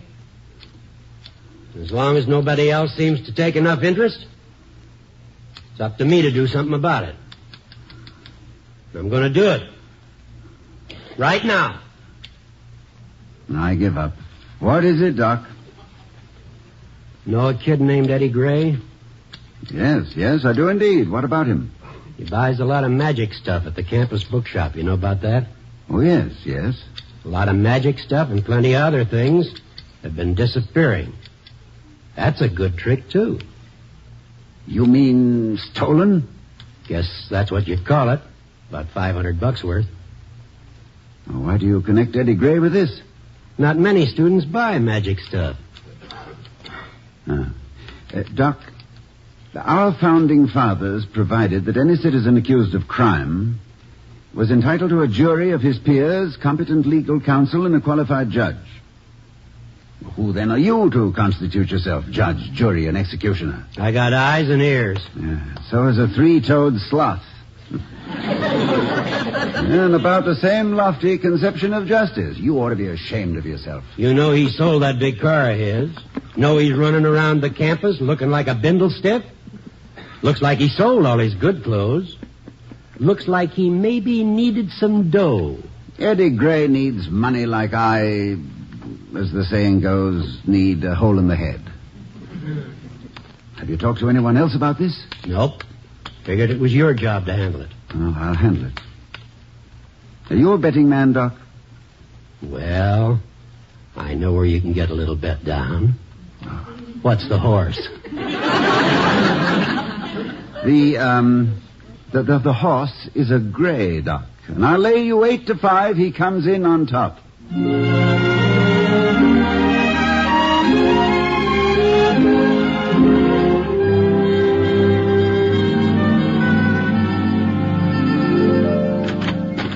Oh, Vicky.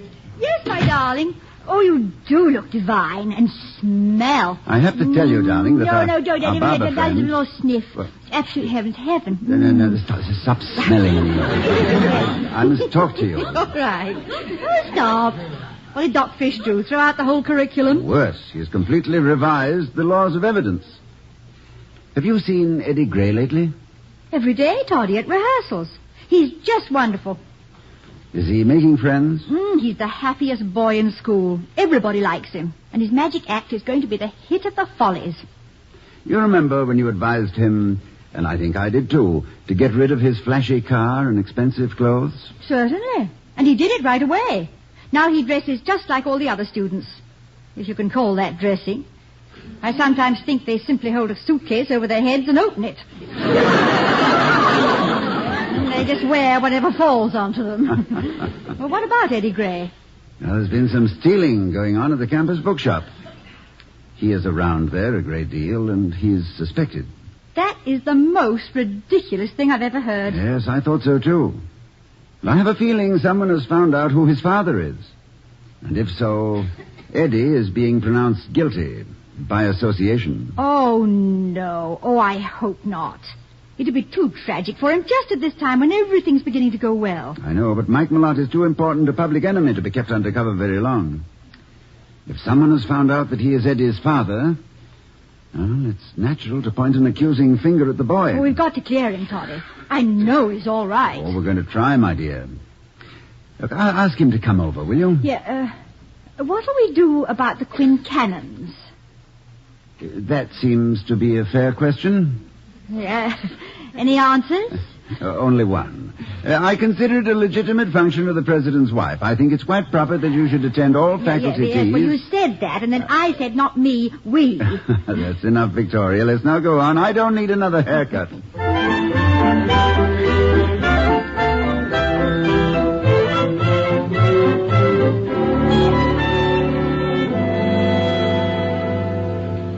Mr. Gray to see Dr. Hall. Oh, show him in, Penny. Don't go, Vicky. This is your case as much as mine. Well, I'm glad. I want to stay. Hello, Dr. Hall. Oh, Graham. Oh, hello, Mrs. Hall. Hello, Eddie. You sent for me, sir? Yes, I did. Sit down. Thank you. I wanted to see how you were getting along. Oh, great. Thanks to some good advice from you and Mrs. Hall, I've been having a swell time. I never knew there were so many nice guys and gals in the world. I'm glad to hear that. Eddie, I'm going to be very direct with you. Yes, sir?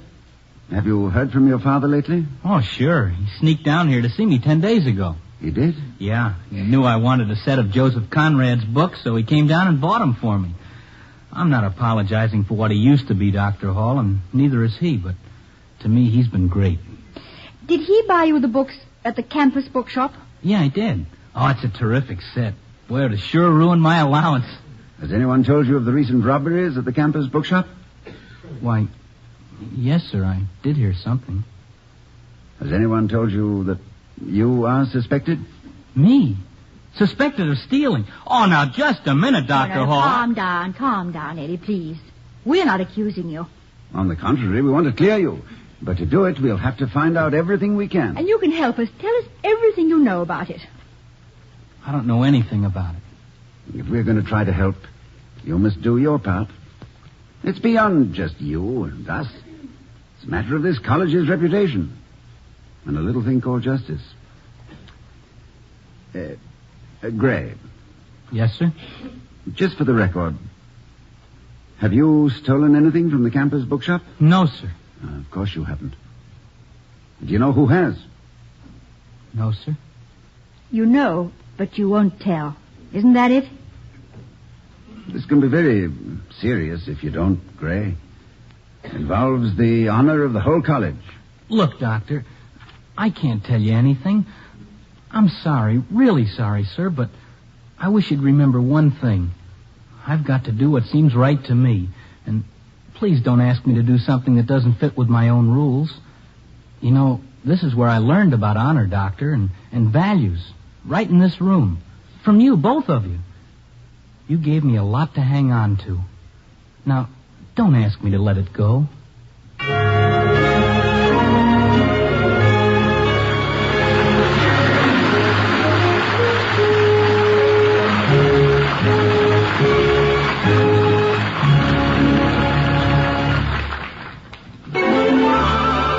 I was curious. I tasted it. Now I know why Schlitz is the beer that made Milwaukee famous. In just a moment, we'll return to the Halls of Ivy, starring Mr. and Mrs. Ronald Coleman. But first, let's hear the story of a young go-getter who set out to make an impression, but wound up by being impressed. Give me 5 minutes alone with the boss, I used to say, and he'll know what a live wire he's got in his organization. That's what I used to say. Well, the other day, the boss invited my wife and me to spend an evening at his home. I knew my big opportunity had arrived. I had a whole evening in which to sell yours truly to the boss. I could just see myself drawing on a mild Havana and giving the old boy a couple of pointers on how to clear up that situation in the sales department. Yes, I had it all planned. But somehow it didn't quite work out that way. I should have known it the minute I saw the boss's house. He and his wife were as simple and friendly as the people next door, but the living room was lush with antiques, oriental rugs, and original oil paintings. I couldn't help staring, but at least I did manage to keep from saying, gee whiz. But still in all, the evening passed very pleasantly. The boss talked about art and music. showed us his collection of rare prints and first editions, and finally served us some Schlitz beer. Now, naturally, I didn't admit that I'd never tasted a beer as famous as Schlitz. So I took up my glass as though I were an old Schlitz drinker from a way back. Actually, I could hardly wait to find out if my boss's taste in beer matched the good taste he showed in other things. I took a deep swallow of Schlitz and found out that it did. The same luxury was there. A luxury of flavor that matched the paintings and the prints and the first editions. It was then I realized what had happened. I had come to make an impression, but as it turned out, I was the one who was impressed. No wonder they call Schlitz the beer that made Milwaukee famous.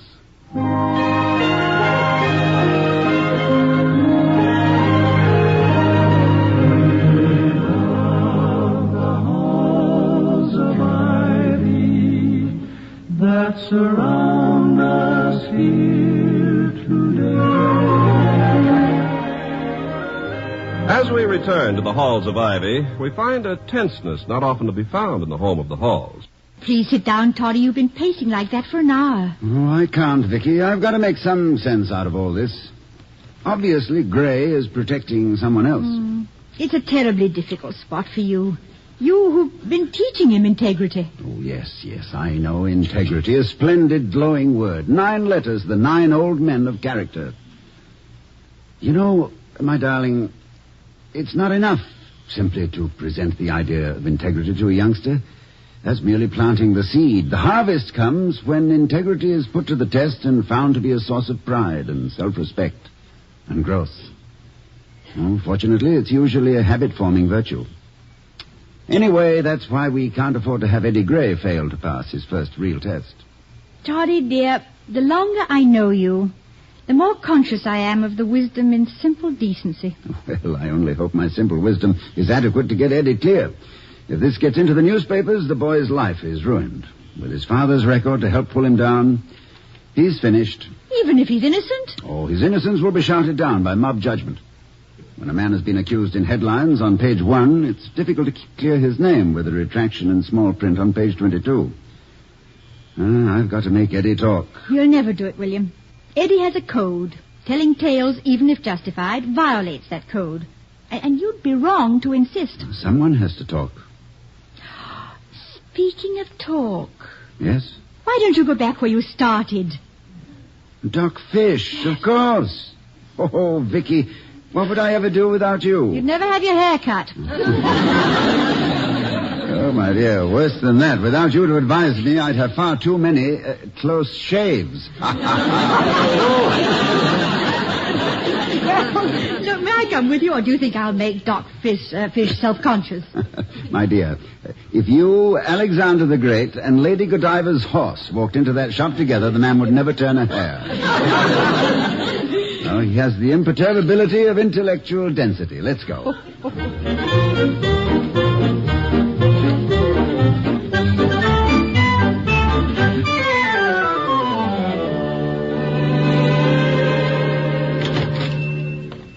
Again, Mr. President? Didn't Mrs. President like your haircut? It was a fine haircut, Doc. But I think you gave Eddie Gray a crooked part. Huh? Doc, I'm very disturbed about your accusation of the Gray boy. Been thinking about him myself. I talk too much, always blabbing. Why did you do it? Can't stand his father. Saw him at the bookshop, put 2 and 2 together. And they added up to a number on Eddie's back. How did you know who his father was? Friend of mine in Chicago. Racketeer wrote me. Your bookmaker? No, my bookie's a local I mean, no, ma'am. Have you told anyone else about this? No, and I'm not going to. Going to shut up from now on. Splendid idea, if it's not too late. We've got to find out who is doing the stealing. Can any of your Chicago friends tell you that? Probably could if they was here. I'll help all I can. Sorry I started it. And you don't know anything more than you've told us? No. I just suspected this kid right off. Shouldn't have, I suppose, but I did. When I think something, I speak my mind. Loud, too. Beg your pardon, ma'am? Never mind. I was just speaking my mind. It's contagious, I guess. Doc, You've started something that I, as president of this college, must see through to a conclusion. The campus bookshop can be restocked, but the honor of our student body is something else. You know the kid's innocent, Prexy? You know he's guilty. We have an absolute conviction that Eddie Gray is on the level. Look, Mr. President, I'd like to make you one suggestion. But very unlike you if you didn't. Well, what is it, Doc? Give me a little time on this. If I'd given this Gray kid a bad deal on account of I got no use for his old man, and he turns out to be innocent, I figure I owe him a little help. You owe him a great deal more than that, my friend. But I prefer not to have this matter talked about. You understand? Leave it to me. Just give me the time I need, and if I don't keep shut from then on, I'll guarantee you can shave me next time. And if he doesn't, I will.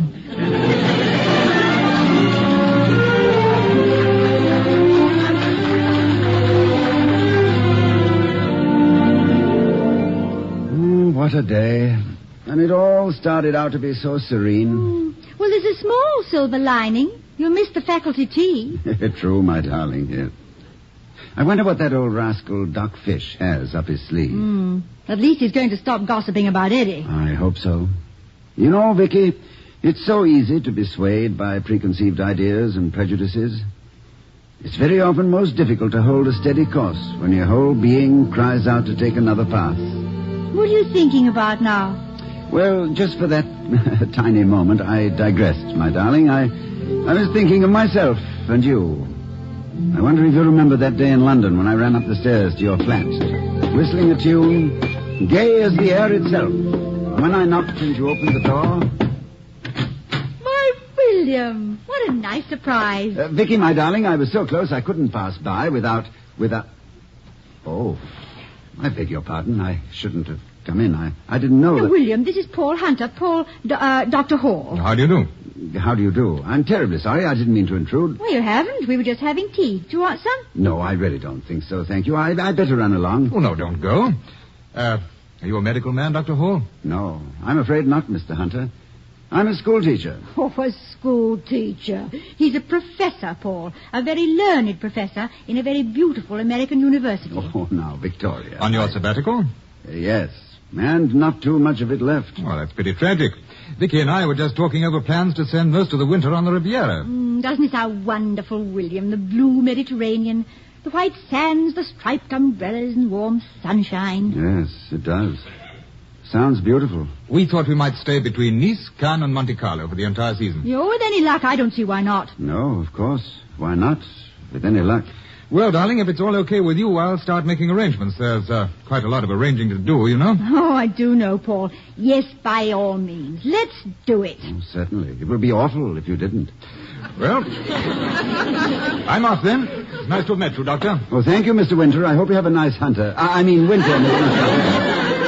Paul. I'll see you tomorrow. Bye. He's an absolute pet, that boy. That boy? Oh, yes. Yes, he is. A real... pet. Doesn't it all sound heavenly? Heavenly. William, what is it, dear? You're so down. I wish I were an actor, my darling. I wouldn't let you so easily see my feelings. Your feelings about what, dear? What is it? Oh, the Riviera, under winter skies, with me in America, and you with that Hunter fellow on the white sands. Oh, William, my dear. You thought... Well, you said that... Oh, you couldn't have. Yes, I know, but You did. Yeah, well, I didn't mean that You could... thought I was going away with Paul? Well, of course. Well, aren't you? Well, yes. Well, that's what I thought. What did you think I thought? I thought you thought... I thought you must have thought that... Yes, I still think that what you thought I thought was... Well, I just hate to think of it. William, listen. Paul is the company manager of Give Them Tears. Oh. And we're taking the whole company on tour. Oh. And Paul, by the way, is very happily married. Oh, Vicky, what an idiot I am. No, I'm not. No, I'm not. It took considerable intelligence to find and fall in love with a girl like you. Oh, darling, I am a happy man. Oh, not too happy. I want you to be a little jealous of me. So go ahead. Worry a bit. Worry a bit. I shall worry winter, spring, summer, and fall. For all the Easters and Christmases and New Year's. We shall help each other ring the old ones out and ring the new ones in. I can hear the bells now, Vicky. Happy New Year to Victoria and William. Happy. Toddy, dear, it's not New Year's Day. It's the 24th of February. And the telephone's ringing. The telephone? Well, it's probably that Hunter fellow to ask it. Yes, the telephone. Here, you mean. That's what I mean. And you don't have to run it down, dear. It's right here, for once. Thank you. Dr. Hall's residence. Who? Oh, yes, Doc. Well, that's extremely interesting. Yes, do, by all means. Come anytime. Thank you for calling. The Doc's coming over right away. Doc Fish, the barber? Yes. I mean, there's so many doctors of one kind or another around a college, one has to get used to it. By degrees, as you might say. Now, why is Doc Fish called Doc? He holds the degree of Doctor of Inanity. Yes, it was conferred upon him in 1938 by a group of fun-loving and quite perceptive seniors. Not having looked up inanity in the dictionary, he's quite proud of it. By the way, Toddy, were you daydreaming again when the phone rang? Or were you just worrying? No, I plead guilty to the first accusation. I was daydreaming. And where did you go this time? Oh, down a wrong road for a bit, and then I found you and came back on the right one. Fine trip. Well, I wish I could go with you on some of these meanderings. You always have such a happy expression on your face. Of course. That's what a daydream is for comparison with life itself. And usually life looks a little sorry by contrast. But not mine. No. My life with you, Vicky, is so like a daydream. Beg pardon, sir. A Dr. Fish is calling. Oh, Doc Fish. Oh, yes, ask him in, Penny, please. Yes, sir. Right this way, please, Doctor.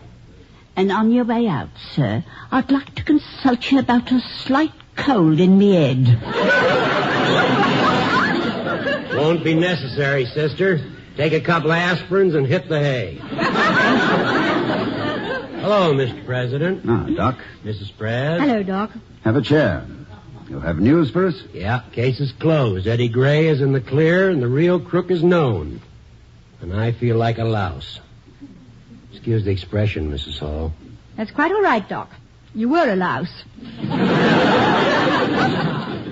Yeah, I know. How did you get Eddie Gray, Off the hook? Yes. Same way I got him on. I talked. In this case, I talked to a friend of mine, sort of a tough guy. Tough and nosy. Kind of a guy that knows how to find things out.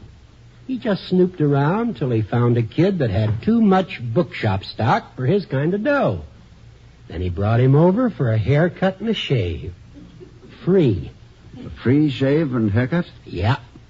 We put him in the chair, locked the door, and I started to hone my razor while this friend of mine asked questions.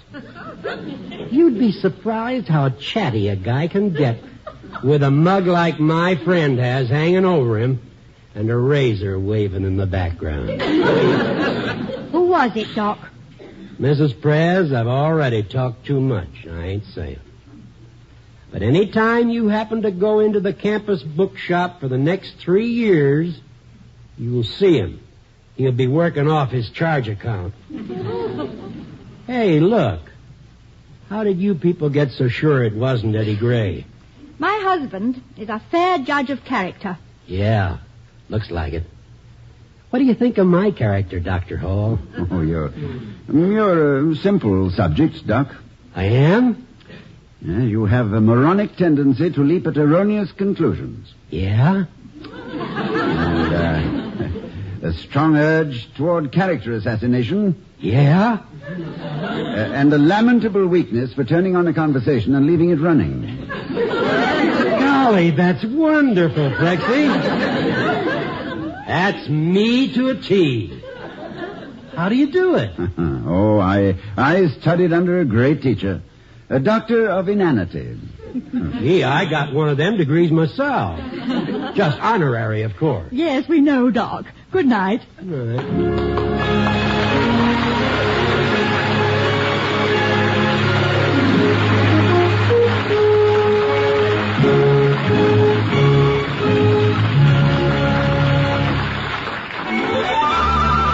I was curious. I tasted it. Now I know why Schlitz is the beer that made Milwaukee famous. And here again are Mr. and Mrs. Ronald Colman. Good night, everyone. Good night.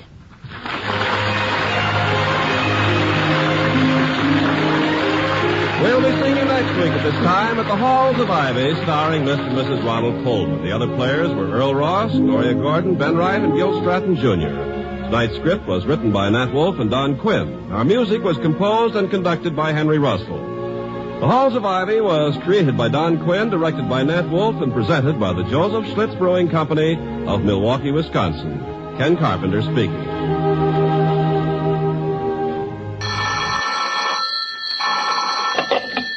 You will find Autolite battery dealers listed in your classified telephone directory under batteries. Stay tuned to Hojo Radio. The Romance of the Ranchos. Beverly Hills, 1852. Indians besiege widow at Rancho. Beverly Hills, 1919. Douglas Fairbanks buys hilltop land for home. Beverly Hills, 1941. Beverly Hills, one of the world's wealthiest cities.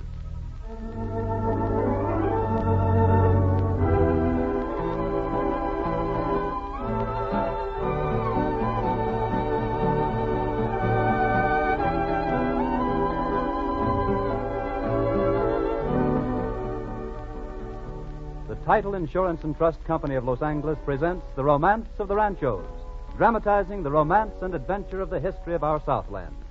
Each week, our wandering vaquero, Frank Graham, uncovers another fascinating story of events and people that make up the romance of the Ranchos.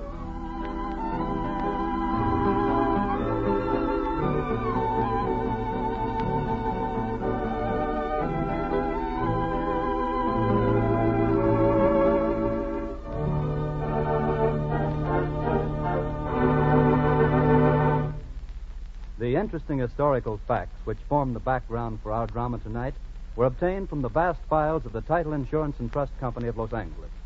And those files are growing at the rate of approximately 1,500 documents every business day.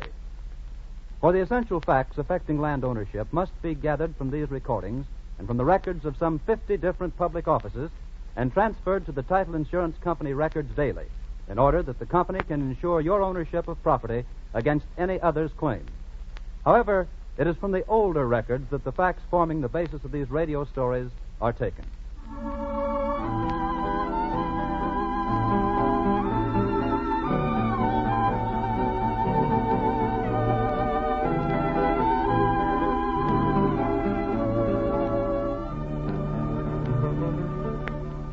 And here is our wandering vaquero, Frank Graham. Buenas noches, señoras y señores. Our story tonight deals with a part of the Southland we know as Beverly Hills, but which was once the Rancho Rodeo de las Aguas, or the gathering place of the waters. Let's relive the romance of this rancho.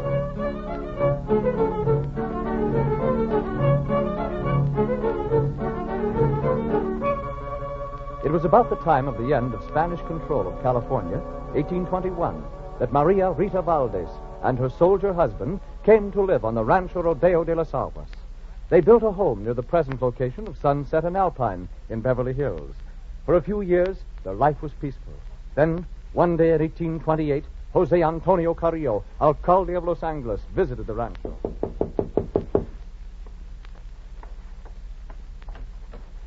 Doña Maria Rita, buenos dias. Don Jose Antonio Carrillo, welcome to my home. Gracias, gracias. Oh, this is an honor. The alcalde of the pueblo calling on me. What brings you so far? I had to journey this way on a boundary dispute, so I thought I would pay my respects to you. Express my sorrow at the loss of your late esteemed husband, Sargento Villa. Thank you, senor. I would have been here before, but my duties kept me so busy. I know, senor. It is quite all right. Is there anything I can do to assist you? No, I do not think so, senor. Unless you could help me to get a grant for this land. You see, I have no real title to it, although we have made it our home for these 20 years. See, of course. I shall be glad to do whatever I can. Oh, gracias, Don Jose. I should feel safer.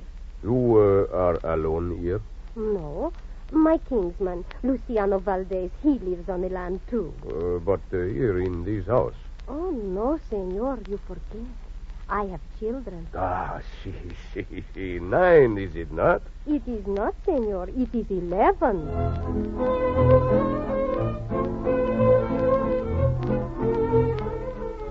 The widow finally received her first title to the land of Rodeo de las Aguas in 1831, when citizen Vicente Sanchez, who was the alcalde of Los Angeles, granted the land jointly to Maria and her kinsman Luciano. But this arrangement could not last very long, for Luciano was a hard neighbor to get along with. And over there, Mariano, we shall plant a long line of vines. Oh, this cañada will be our vineyard, and you shall help me care for it. Oh, see, Mama, it will be very fine. Here, Maria. What is going on here? Buenos dias, Luciano. What do you mean, what is going on here? Are you planning to plant vines in my cañada? Your cañada? I don't know what you mean. This is my land as much as yours.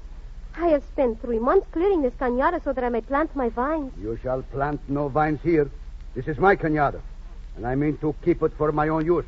Luciano, oh, how can you do these things to me? I say nothing when you move your house near mine, obstructing the front of mine. I even let it go when you run my cattle off the only watering place on the land, and they wander off onto my neighbor's ranchos. But this is too much. Too much? See, it is too much. When I find you trying to use up my land... It is not your land.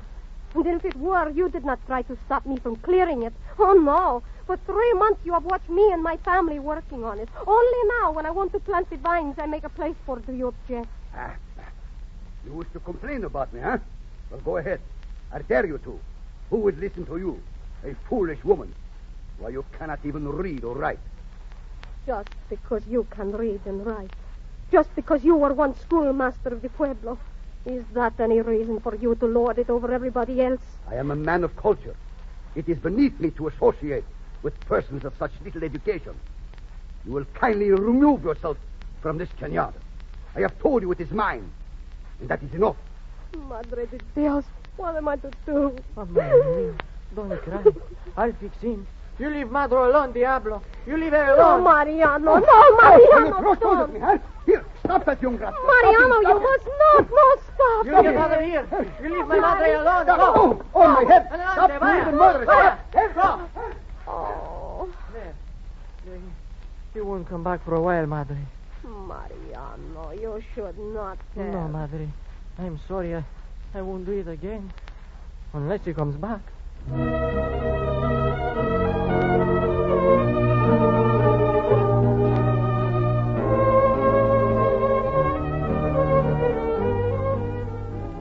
Doña Maria Rita Valdez de Villa finally took up Luciano's dare and registered a complaint with the governor. It was subsequently turned over to the Los Angeles Ayuntamiento. And one day, Maria heard their verdict.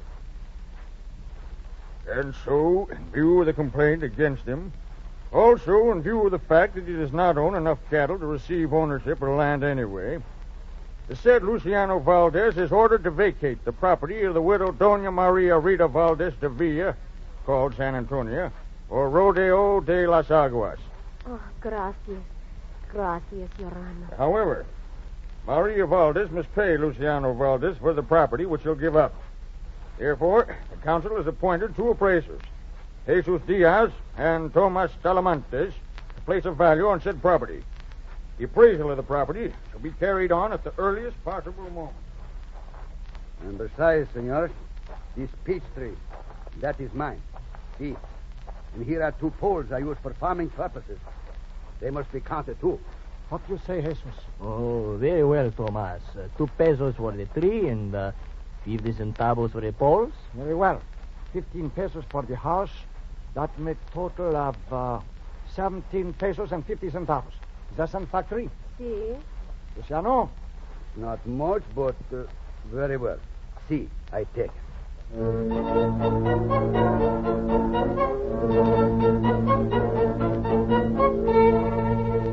For $17.50, the dispute was settled. And now, Doña Maria Rita Valdez was sole possessor of Rancho Rodeo de las Aguas. But her only title was from the Los Angeles City Council, and she wished the legal protection of a grant from the governor. And so it was that she talked with Francisco Villa, major domo of the Mission San Gabriel. But, senor, the governor, he will not make a grant to me unless there are 150 head of cattle grazing on the rancho. And there are not, senora? No. I have little over 100, and I have no money to buy more. Do you think the governor might overlook the cattle? I hardly think so, senora. It is the law. However, there may be another way to arrange it. But how? Suppose I arrange for you to borrow enough cattle to make up the difference. Oh, senor, is it possible? I think so, senora. I shall take up the matter immediately. And, too, I have another idea. We shall send your kinsman, Captain Villa, straight to Governor Alvarado to present your petition, and that should help your case. Ah, senor, I do not know how to thank you. You needn't, senora. I am happy to help you. You have spent many years on this land. You have put much work and toil into it. It is only right that it should be yours. And I shall see that it is.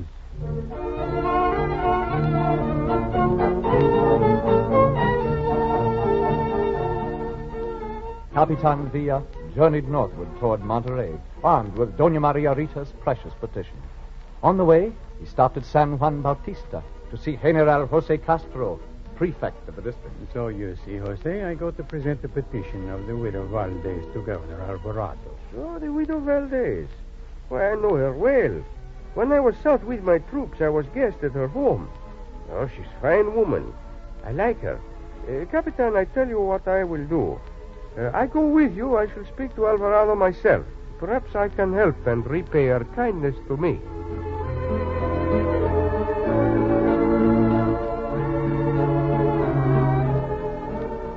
With such powerful friends helping her, the grant for Maria Valdez was assured. Soon, Capitan Villa brought the precious title papers back to Los Angeles. The future looked brighter for Maria Valdez, but more misfortune came quickly. In 1846, news came that the American armies were closing in on Los Angeles. At the time, Maria Valdez was staying in a house she owned on Main Street in Los Angeles. Late one evening, her son rushed to her. Mama, we must fly. The Americanos, they're coming. We must flee as fast as we can. Oh, but Mariano, they will not hurt us. There may be a battle, Mama. Guns, cannon, the city may be destroyed. Oh. We must flee for our lives, Mama. Hurry, there is no time to lose. I have an ox cart waiting. Oh, but Mariano, my clothes, my belongings... No, Mama. There is no time for that. Leave everything. Take only what you will need to keep you warm. Hurry, Mama.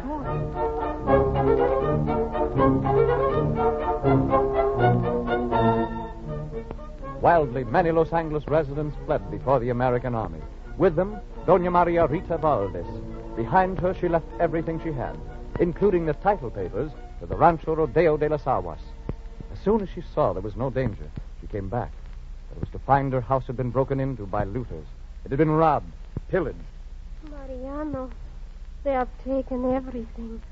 Oh, but no, they have not taken my papers. The papers for the rancho. Where do you give them, Madre? In the trunk, the big trunk, in the corner. Oh, here is the trunk. Oh, see, are the papers? No. I'm sorry, Mama. The trunk is empty.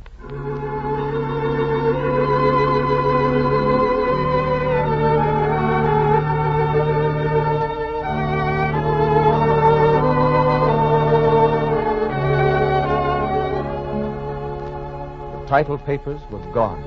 Victim of wartime looters. California, Indian, or American, no one knew which. Their loss was felt deeply. When after California became a state in the Union, the Board of Land Commissioners met to pass on all land titles in California. Maria Valdez had no proof of ownership. But once again, loyal friends came to the support of the aging widow. One by one, they testified on her behalf. Jose Antonio Carrillo. See? The Rancho Rodeo de las Aguas has belonged to Doña Maria Rita for many years, at least since 1828, for it was in that year that I visited her. Her soldier husband had just died, and there she was with her 11 children. Francisco Villa.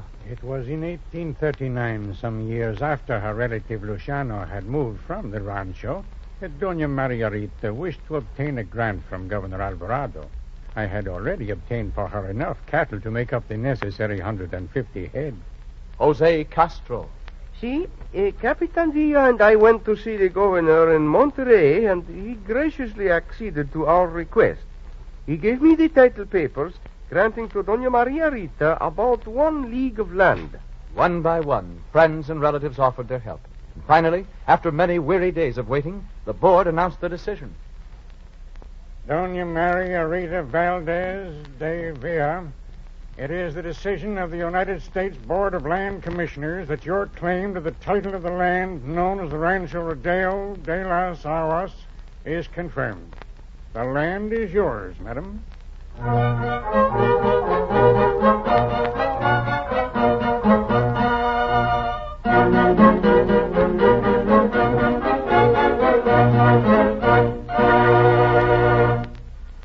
Yes, Dona Maria's loss of her title papers almost cost her her rancho.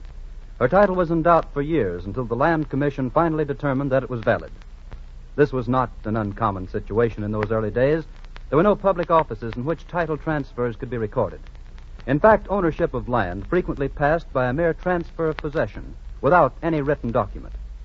When California was admitted to the Union in 1850, one of the first acts of the state legislature was to set up public offices in which records of title transfers might be kept, and to require that all transfers must be by deed or other written instruments. The theory was that an intending purchaser of property could then examine the public records and determine that the seller actually owned clear title to the land. Unfortunately, it is often impossible to establish true ownership of property from these public records. Deeds and other title documents are sometimes lost or destroyed, sometimes never placed on record, sometimes defectively acknowledged or executed, sometimes forged or executed by minors or incompetents, so that even though they have the appearance of valid legal documents, actually they are not. For these reasons, some further assurance of ownership is required by persons dealing in land today. The policy of title insurance meets that need. It stabilizes land titles, makes them marketable, enables you to know that you really own the title you pay for.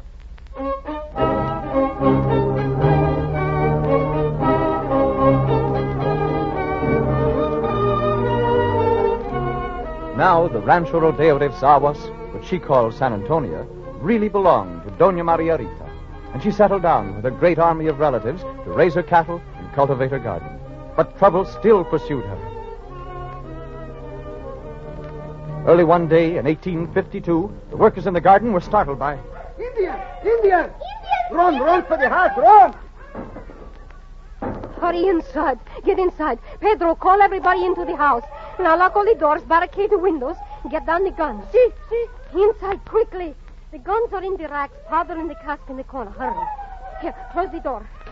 Now there, put that table across the window. Leave enough room to sight the rifle. Hurry. There they are, behind the sycamore. Oh, be careful. So, you want to fight, do you, you heathen? All right, our bullets are as good as yours. Duck, will you? I get you next time. Pedro, a rifle for me, and keep bringing up the ammunition. Si, senor. Look out, here they come out in the open. They've dropped. Ah, we have driven them back to cover, but they will try again. Hurry, Pedro, more ammunition.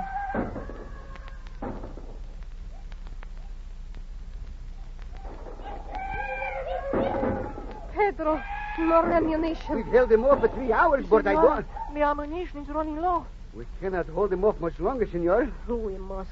You know what it will mean if we do not. But that ammunition won't last much longer. Then save it. Don't waste a shot.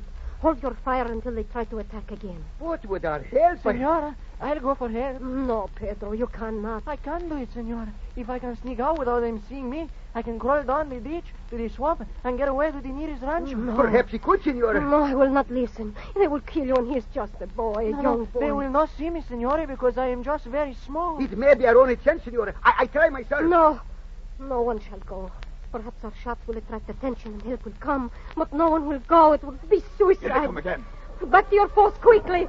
Pedro, more ammunition.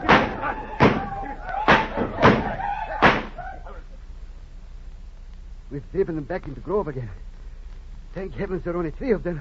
We must be prepared for their next assault. Pedro, bring more powder. Pedro. Pedro. Oh, where is he? Pedro. Oh, senor. He is gone. He has slipped out the door while we were busy fighting.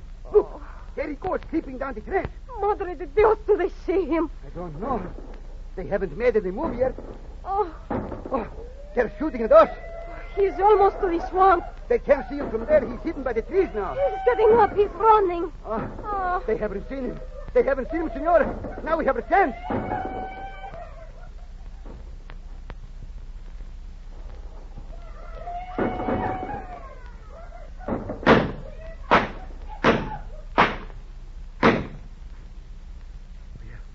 We have driven him back again. Senor, have you any ammunition left? Yours one shot. Here, somebody bring up more ammunition. There is no more, senor. What? No more? Then when they attacked again... See. Oh, what has happened to Pedro? He has only been gone an hour. It might take him that long to get to the nearest rancho. No, he is a fast runner. He should be back by now. But he is not. Senora, this one shot. If you wish, I can spare you any... I am not afraid, senor. I have not lived here all these years without being used to facing death. You are a brave woman, senor. I salute you. They're creeping up again, senor. We cannot fight them now. This is the end, senor. No, listen. What is that? The Indians have stopped. They're running the other way. They're making for the hills. Look at horses. It's help coming. Pedro got through. Pedro got through. Look at them. The rancheros charging at full speed. We're saved. We're saved.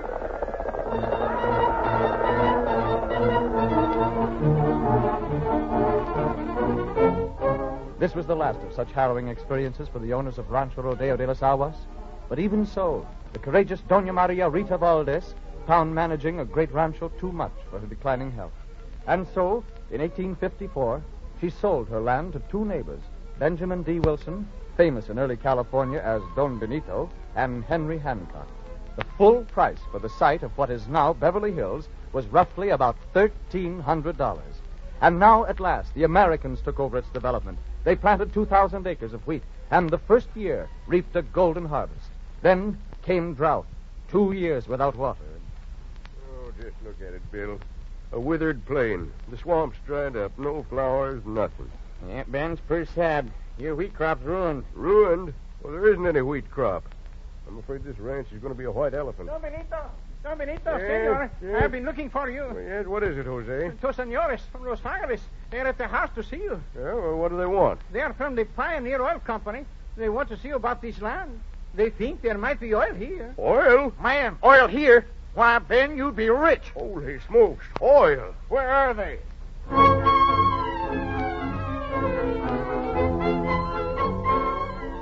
But the oil bubble burst quickly. Wells were drilled, but nothing of any consequence was found. And then, slowly, newcomers came to live on the ranch. New names appeared to be associated with Rodeo de las Aguas. Workman, Whitworth, Edison A. Benedict, who acquired Benedict Canyon, Edward A. Pruce, Ruland, Bune, Eberly, Francis Temple. Finally, in 1869, Pruce and Temple sold their land to the De las Aguas Land Association. Ambitious plans for a town called Santa Maria were never realized. The association gasped for life for a short time and then peacefully expired. The rancho went to Hamel and Denker, two Los Angeles businessmen who prospered for a while by raising lima beans on their land. With the coming of the railroad, the Rancho Rodeo de las Aguas was flooded with eager lot buyers. Little towns mushroomed around the railroad stations. Morocco, Cahuenga, Sunset. More ambitious plans were made. The boom of the 80s, however, collapsed, and the towns faded back into obscurity. It was not until 1906 that the heirs and successors of Henry Hamel and Andrew Denker handed over their rancho to another group whose plans were to prove successful. Here, the Rodeo Land Water Company, Mr. Clark. There's a map of the town laid out. Beverly Hills. Well, looks well laid out, Mr. Green. Thanks. Ought to be. Got the best man we could for the job. Wilbur Cook, landscape architect from New York, planned it. Dan Halliday, engineer, did the actual laying out. Pretty name, too, Beverly Hills. Yeah, I had something to do with that myself.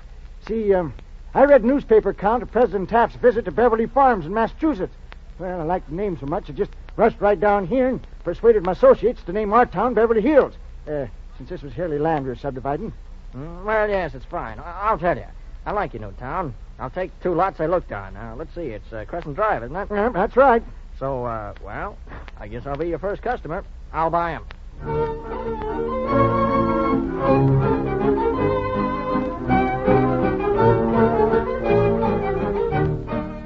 Henry C. Clark became the first homeowner of the new town of Beverly Hills in 1907. Rapidly, the subdivision grew. Then, one day, a real estate man and his potential customer walked up a hill overlooking Doña Maria Rita Valdez's old land. Let's just climb up there a little further to the crest. Must be a wonderful view. Okay. I don't see how you do it. You take these hills like they're nothing. Who says in your condition? I must be getting old. You should be in the moving picture business. That's strenuous enough to keep you in trim. Well, it must be. The kind of pictures you do. Here, let me lend you a hand. Thanks. There. We're up. Yep, thank goodness.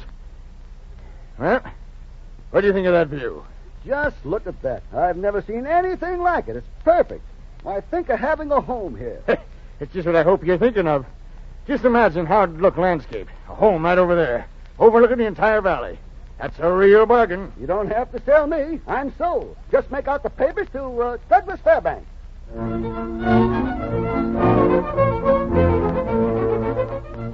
When Douglas Fairbanks bought the site for Pickfair on April 22nd, 1919, he started the great movie star invasion, which has made Beverly Hills one of the most celebrated residential communities in the world.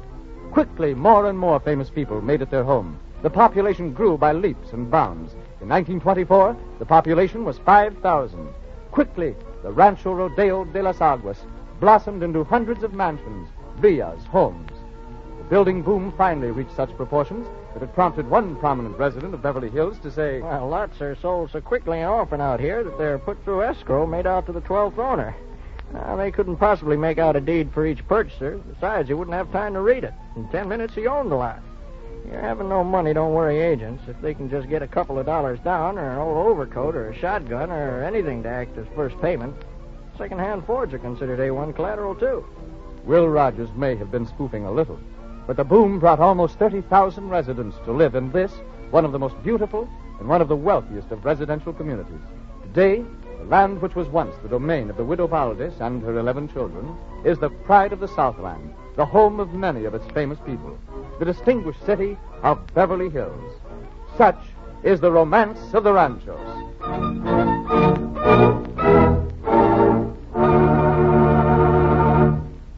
Frank Graham will be heard in just a moment, but first here's something to think about.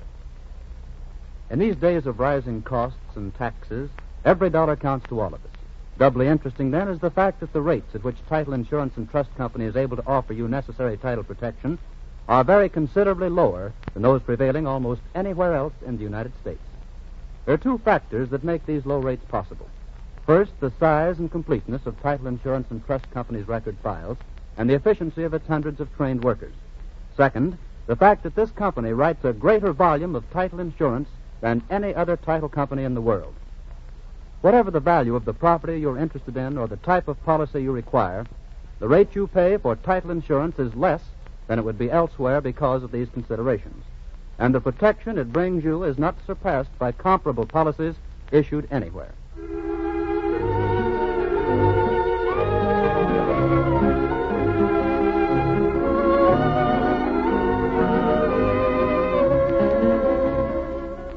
And what's the story for next week, Frank? Next week, we're going to take you for a visit to the ranchos San Pedro and Palos Verdes, where a dispute between 2 of the great families of early California blazed for many years. It's a story I know you'll want to hear. So be with us again next Wednesday night. Until then, this is your wandering vaquero, Frank Graham, saying, Hasta la vista, señoras y señores.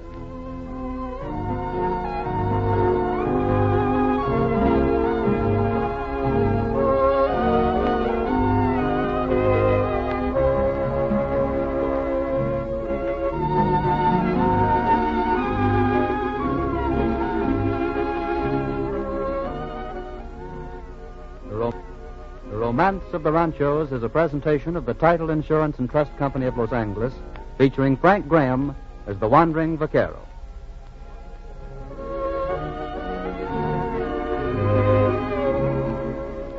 Bob Lamont speaking. This is the Columbia Broadcasting System. Buy wisely. Buy for flavor. Buy Del Monte. Del Monte, the brand you trust for flavor in so many good foods. Hojo Radio, we're your old-time radio headquarters. Stay tuned. Palmolive Soap, your beauty hope, and Luster Cream Shampoo for soft, glamorous dream girl hair bring you Our Miss Brooks, starring Eve Arden.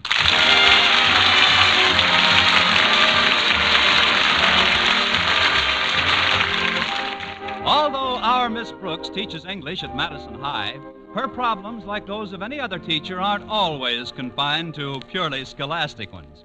There's Mr. Philip Boynton, for instance, a biology teacher of whom Miss Brooks is extremely fond. And who, in return, lavishes his affection upon his frogs and guinea pigs. There have been other problems, too. A perfect example of what I'm talking about occurred last Sunday. A grand illustration of what can happen when you let a little softness of the heart spread to your head. The day started off innocently enough when my landlady, Mrs. Davis, knocked on my door around 9:30 in the morning. Connie! Oh, Connie! Get up, Connie. It's 9:30. Oh, come on in, Mrs. Davis. Oh, I don't like to disturb you like this on Sunday. Oh, that's all right, Mrs. Davis. I've been up. Since when? Since you said, Connie, oh, Connie, get up, Connie, it's 9:30. Well, I got your note to wake you, dear, and... I'm glad you did, Mrs. Davis. I've got to do a little checking today on one of my pupils who's been absent all week, Eddie Garson. But, Connie, today's Sunday. I know, Mrs. Davis, but Eddie's always had such a good record of attendance. I just can't understand it. His mother hasn't answered any of my notes, and by tomorrow, Mr. Conklin will send a truant officer after him. I'm going over to his house today and investigate. Oh, it's very nice of you to take such an interest in the boy, Connie. Well, I feel it's my duty to go to Eddie's home, Mrs. Davis. He's always been a good student, well-behaved, with a fine character, and he lives 4 doors from Mr. Boynton. Oh, I see. Connie, did Mr. Boynton ask you for a date? Well, how could he, Mrs. Davis? I haven't asked him to yet. But if I can straighten out Eddie Garson in a hurry, I might accidentally run into Mr. Boynton. I'm perfectly willing to meet him halfway. Of course, if his door opens outward, I'm liable to get a broken nose. But I understand that Mr. Boynton likes to take his Sunday morning constitutional by himself. Well, that's what's nice about a constitutional. You can always amend it.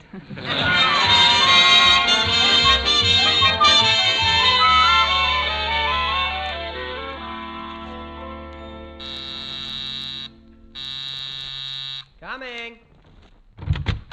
Miss Brooks. May I come in, Eddie? Oh, yeah, sure. Sit down, Miss Brooks. Thank you, Eddie. I'm glad to see you're not sick. I came over to find out why you haven't been in school all week. Well, frankly, Miss Brooks, I've been pretty busy. Oh, well, I guess I can go home now. You know, it's no joke trying to raise kids. Kids? But you're only 14 years old yourself. Well, that's what makes it so tough.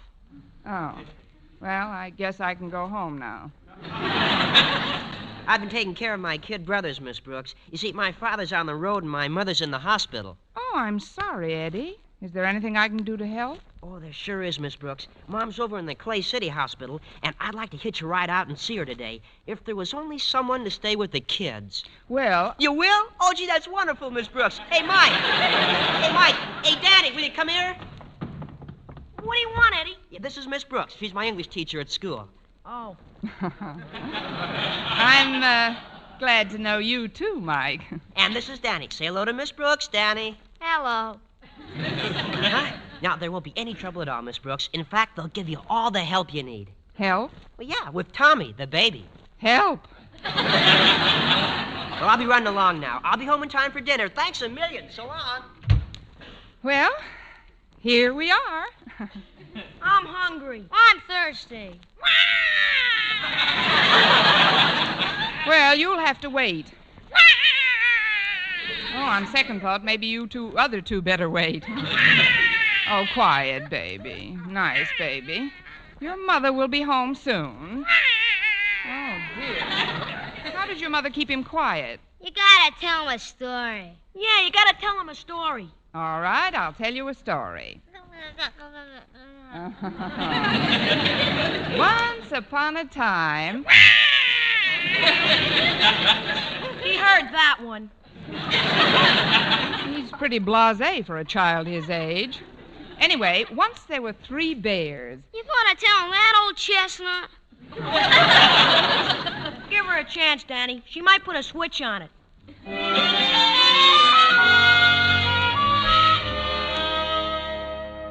And so Snow White and the Prince lived happily ever after. I'm glad for him. I wonder why Eddie ain't home. You wonder why Eddie ain't home? Some English teacher.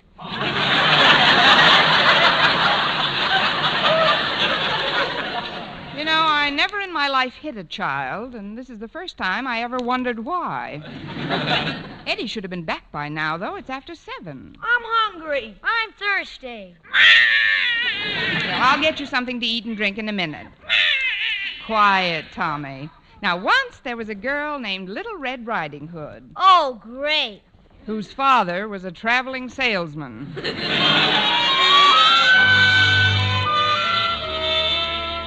And the glass slipper fit right over Cinderella's foot. Oh, well, thank goodness they're all asleep.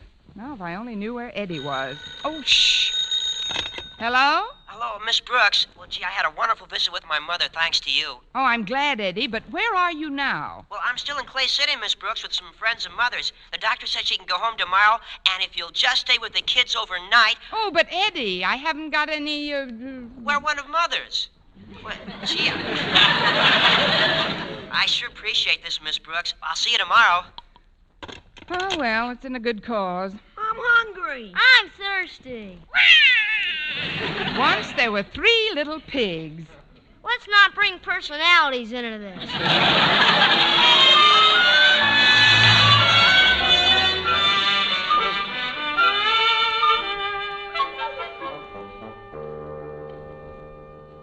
I'm hungry. I'm thirsty.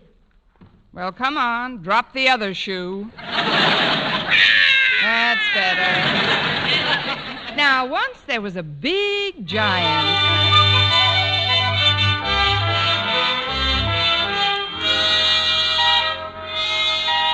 Oh, what a horrible night. Let's see now. I better see what's in the kitchen before Hungry, Thirsty, and Screamy wake up.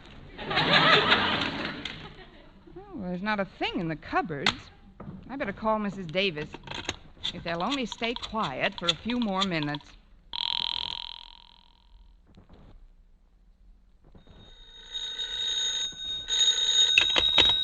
Hello? Hello, Mrs. Davis. This is Connie. Connie, I've been worried sick. Where in the world have you been? I have no time to explain now, but I want you to do me a favor. When Walter Denton comes by to take me to school, send him over to 225 Park Street. 225 Park Street? Yes, Mrs. Davis, I can't make it to school today. But, Connie... I'll tell you all about it when I see you. This is mysterious. Not going to school on Monday morning. I'd better call Mr. Conklin. I'll just tell him that Connie is sick and... Hello? Hello. Is that you, Osgood? This is Mr. Conklin speaking. This is Margaret Davis Osgood, and I just want to tell you that Miss Brooks won't be in school today. She doesn't feel well. Doesn't feel well? What's the matter with her? I really don't know, Osgood. I just know she's quite indisposed. Oh, I'm sorry to hear that, Mrs. Davis.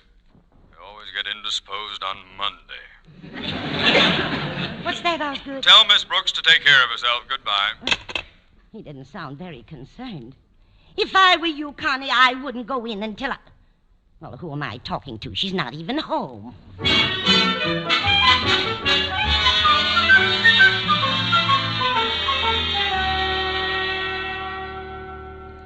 are we going to eat, Miss Brooks? As soon as I send one of my students to the store, Mike. You playing hooky today, Miss Brooks? I guess I'll have to until your brother Eddie comes home.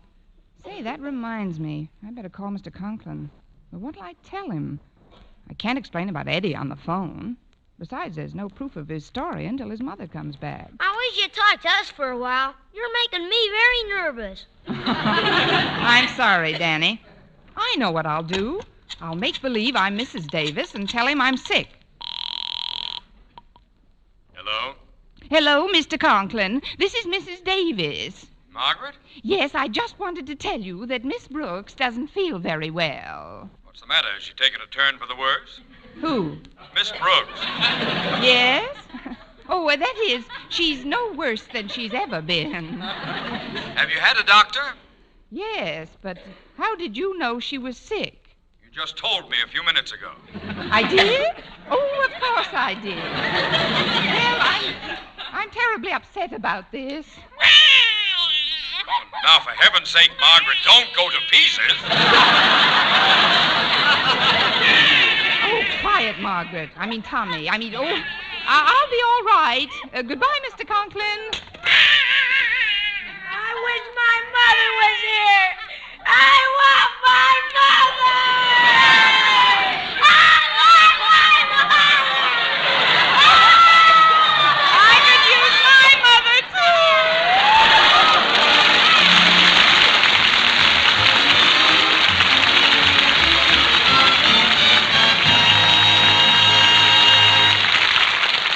Our Miss Brooks, starring Eve Arden, will continue in just a moment. But first, here is Vern Smith with an important announcement. Palmolive Soap is giving away prizes worth $67,000. A grand prize of $25,000 in one lump sum, or $100 a month for life. And that's not all. There are over 2,000 prizes in Palmolive's big treasure chest contest. Ford sedans, Westinghouse laundromats, From Silver Fox scarves, Toastmaster toasters. And it's easy to enter. Complete the last line of this jingle. A fresher, brighter-looking skin is something I would like to win. I'll get Palmolive soap today. Da-da-da-da-da-da-da-da. Write your last line on a plain sheet of paper or use an official entry blank giving complete rules obtainable at your dealers. Include your own and dealer's name and address and mail with the big word Palmolive from the front of the wrapper of one regular and one bath-size cake of Palmolive soap to Palmolive, Box 92, New York 8, New York. Now, here's the jingle once more. A fresher, brighter-looking skin is something I would like to win. I'll get Palmolive soap today. Da-da-da-da-da-da-da-da. Mail your entry to Palmolive, Box 92, New York 8, New York. But hurry, your last chance. Contest closes next Saturday. Get Palmolive soap for a lovelier complexion. Remember, doctors prove Palmolive's beauty results.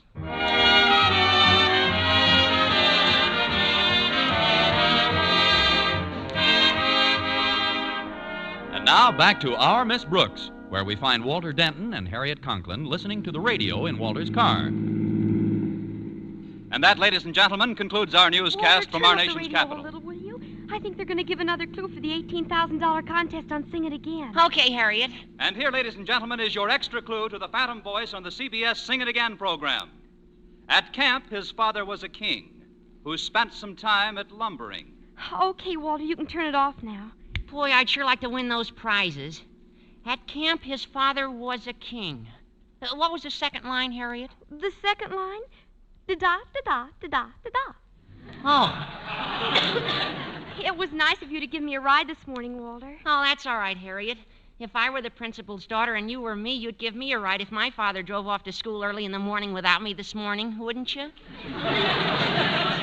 You mean the only reason you stopped for me is because of my father? Oh, of course that's not what I mean. I thought you might want to ride over and pick up Miss Brooks with me. Mrs. Davis was pretty mysterious about her. Said she hadn't been home all night. Well, where did Mrs. Davis say Miss Brooks was, Walter? 225 Park Street. Park Street. Doesn't Mr. Boynton live on Park Street? Yeah, come to think of it, he does. Walter, remember that picture we saw last week? The one called Her Other Life? Yeah, Harriet. Maybe Miss Brooks has another life. Who knows? She might even be secretly married. Miss Brooks? Married? To who? Why, to Mr. Boynton, of course. Oh, don't be silly, Harriet. Mr. Boynton doesn't like girls. He likes frogs. Why, it's a wonder I didn't think of it before.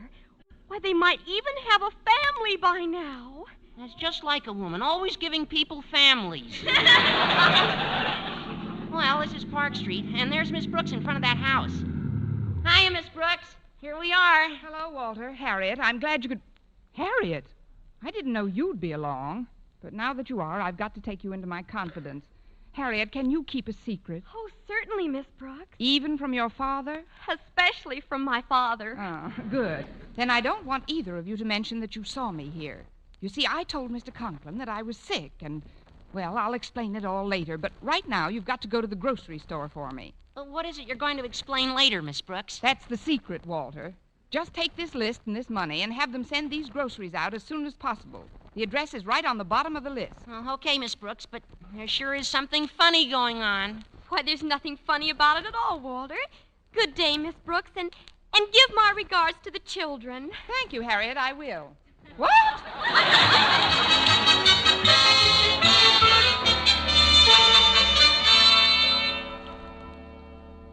Now, do you believe me, Walter? Look at this order we've just given. 4 bottles of milk, 1 dozen cans of strained vegetables, 2 chocolate milkshake bars, a large box of pablum, and some Swyback. That sure is suspicious, all right. Nobody eats Swyback if they're not married. Look who just came into the store, Walter. Oh, it's Mr. Boynton. Hiya, Mr. Boynton. Oh, it's Walter Denton and Harriet. How are you today? We're fine, Mr. Boynton. How are you all? Oh, well, as could be expected, we're anticipating a blessed event at any time now. Another one? Well, yes. Of course, Patricia has quite a big family now. She's even changing her name. Oh, yes, Patricia's one of my favorite frogs. Oh. Those bundles look pretty heavy, Walter. Can I give you a hand with one of them? Oh, yeah, thanks, Mr. Boynton. We just bought them for Miss Brooks. Miss Brooks? Well, why didn't she come down herself? Oh, she looked pretty upset when we saw her last, Mr. Boynton. Here, you better take both of these bundles and get right over there. Me? But get right over where? I guess you never heard of 225 Park Street? Park Street? I live on Park Street. Harriet, he says he lives on Park Street. Oh, come along, Walter. We'll be late for school. Don't worry, Mr. Boynton. Your secret is safe with us. Yeah, I think it's wonderful.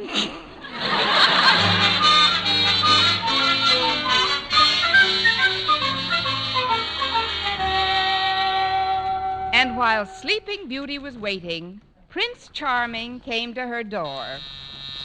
Come in, Prince. It's the doorbell. I guess you got carried away by the story. It should happen to me. At last, the groceries. Hello, Miss Brooks. And Mr. Boynton right behind them. Come in, won't you? He's a big one, ain't he? Ain't he? There she goes again. Miss Brooks, who are these... Children will do, High Pockets. Oh, they're terribly bright. Now, boys, run to the kitchen and play with the meat cleaver until lunch is ready. All right. But please make it snappy, because I'm hungry. And I'm thirsty. Oh, did you have to turn that on? Oh, excuse me, Mr. Boynton. There, little baby. There. Shh. Oh, I guess I'll have to pick him up. No. Miss Brooks, I don't want to pry, but where did all these children come from? Why, any biology teacher knows that. The stork.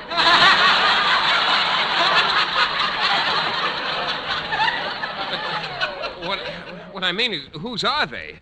Well, they're the children of Eddie Garson, who's a student of mine's mother. What? Which their father is a traveling salesman. Miss Brooks, I'm afraid you're upset. Oh, well, of course I am. You'd be upset, too, if you had breakfast crying and 3 children cooking on the stove. Well, isn't there anything I can do to help? Yes, there certainly is, Mr. Boynton. You can help me get this house tidied up before Eddie brings his mother home from the hospital. Oh, but, Miss Brooks, I've got to go to school. You're smart enough now. In some ways. Call Mr. Conklin and tell him you're ill. But I'm not ill. Well, stick around a while. Your chances will improve. Well, I don't know what this is all about, Miss Brooks, but if you're in trouble, the least I can do is stand by and lend a hand. Give that boy a box of merit badges and 2 tickets to the next Olympic Games. Thank you.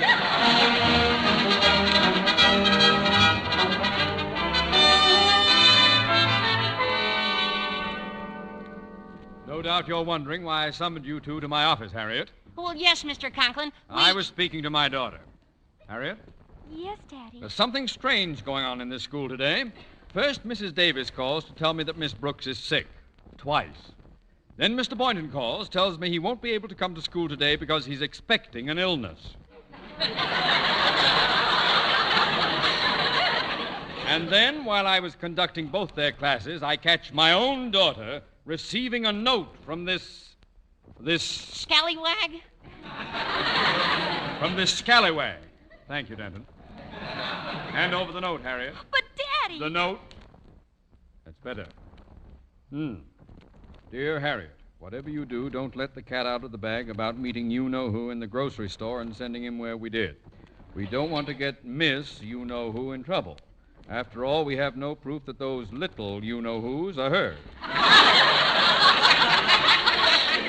Nor are we positive that 225 Park Street is a love nest. You-know-whos? Love nest?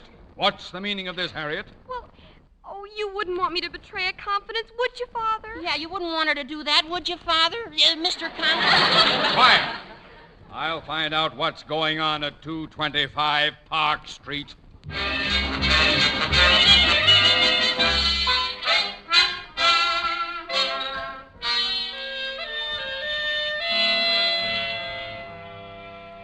Well, Mr. Boynton, did you enjoy your lunch? Oh, yes, indeed, Miss Brooks. And you know something? Seeing you taking care of those children and then tucking them in for their nap after lunch made me feel that this is where you belong. Miss Brooks, did you ever think of giving up your career as a teacher? Why, Mr. Boynton. I mean it. I've been thinking it over all morning, and, well, I've got another sort of career in mind for you. You have? Yes, Miss Brooks, I have. Why don't you become a governess? Oh. Well, I'll tell you what, Mr. Boynton. I'll become a governess when you become a governor. Oh, it's been fun trying to help you out this morning, Miss Brooks. I hope I have been of some assistance with the children. Oh, you've been a tremendous help, Mr. Boynton. They would never have gone to bed so quickly if you hadn't told them that fascinating story about the African tsetse fly. Oh, it was nothing, really. Nothing, he said. It had everything. Humor, pathos, sleeping sickness.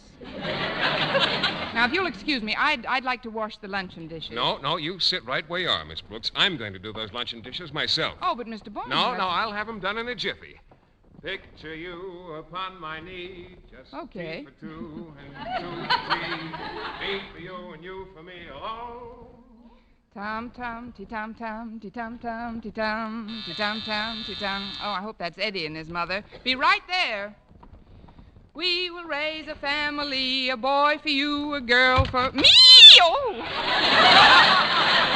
Mr. Conklin. What's going on here, Miss Brooks? I was under the impression that you were sick. I was. I am. What a coincidence you're meeting me here at the doctor's. Did you say the doctor's? He's an obstetrician. What? I don't think I helped my case any. Well, everything's all set, Miss Brooks. Mr. Conklin! Good afternoon, Mr. Boynton. I suppose you're here visiting the doctor, too? Oh, of course. He's expecting tadpoles. It's my sinuses, Mr. Conklin. Oh, well, you've certainly come to the right place for treatment. An obstetrician should do them a world of good. Now, see here, you two. I know this is no doctor's office. You know what I think? I think you two are secretly married, and this is your love nest. Love nest? Love nest? Love nest? Love nest? Who are these? Where did they come from? Now, please, Mr. Conklin, remember your blood pressure. He turns an interesting color, doesn't he? Now, see here, you little... I don't know what you are, or who you are, or... Oh, please. You're type when I was silent pictures. Now, get back in your room, you two. Sit down, Mr. Conklin, and take it easy. But, Miss Brooks, you promised us another story. Get back in your room, or I will kill you. Come on, Mike. She's turned on us. Oh, now, please let me explain, Mr. Conklin. Very well, Miss Brooks. Everyone's entitled to a hearing before he's hanged. That's what I like, an open mind. Now, you see, sir, Mr. Boynton and I were just taking care of these children until their mother comes back from the hospital. That's right, Mr. Conklin. It was an emergency. Yes. It's all well and good, but why did you lie to me? Well, it would have been hard to explain on the phone, Mr. Conklin. And besides, I didn't want Eddie Garson to get in trouble. He's been absent all week taking care of his little brothers. A very touching story, Miss Brooks. I don't doubt that your motives were of the highest, but I can't run a school that way. Miss Brooks, unless you're in your classroom for the afternoon session, you had better look elsewhere for employment. Oh, that must be Eddie now. I'll get it. Eddie, I thought you'd never get... Where's your mother? Well, she's paying the cab, Miss Brooks. She'll be right in. The doctor says she's fine. Oh, good. Then she'll be able to take care of her family again, and I can get back to school. Oh, no, you can't, Miss Brooks. We need you more than ever now. Look, in this blanket here, a brand new baby brother. Once upon a time, there was a governess named Connie Brooks.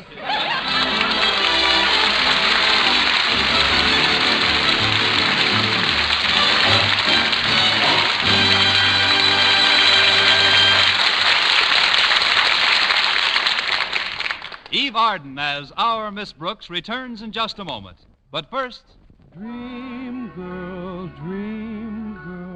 beautiful luster cream girl. Tonight, show him how much lovelier your hair can look after a Luster Cream shampoo. Only Luster Cream brings you Kay Daumit's magic formula blend of secret ingredients plus gentle lanolin. Gives loveliness lather even in hardest water. Glamorizes your hair as you wash it. Luster Cream. Not a soap, not a liquid, but a dainty cream shampoo. Leaves hair fragrantly clean, free of loose dandruff, glistening with sheen. Soft, manageable. Gives new beauty to all hairdos or permanents. 4-ounce jar, $1. Smaller sizes, either tubes or jars. Tonight, try Luster Cream shampoo and be a dream girl, beautiful luster cream girl. You owe your crowning glory to a luster cream shampoo. And now, once again, here is our Miss Brooks. Well, I couldn't afford to lose my job at school, and yet I hated to leave Mrs. Garson in the lurch. So I did the only thing possible under the circumstances. I got somebody to help out in my place. Before I left for the afternoon sessions, I gave a few last-minute instructions. Now, be sure the formula isn't too hot, and don't be stingy with the talcum powder. Any other questions? What should I do with the safety pins when they're not in use?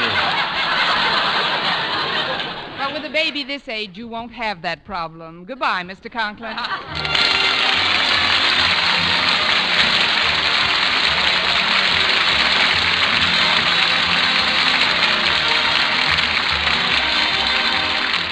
Next week, tune in to another Our Miss Brooks show, brought to you by Palmolive Soap, your beauty hope, and Luster Cream Shampoo for soft, glamorous dream girl hair. Our Miss Brooks, starring Eve Arden, is produced by Larry Burns, written and directed by Al Lewis, with music by Wilbur Hatch.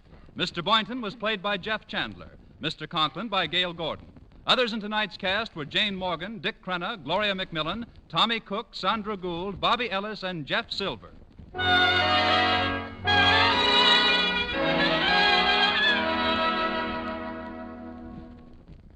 Dentists know what cleans teeth best, and over 4,000 dentists say Colgate tooth powder with a 2-minute routine gets teeth sparkling and super clean. So to remove dull film and get your teeth shining clean, just brush teeth 2 minutes morning and night with Colgate tooth powder. Brush inside, outside, and biting surfaces. Always brush away from the gums. See how quickly this gets teeth naturally bright. It removes dull film that improper brushing misses. And Colgate tooth powder also sweetens your breath. Try it. Buy Colgate tooth powder today.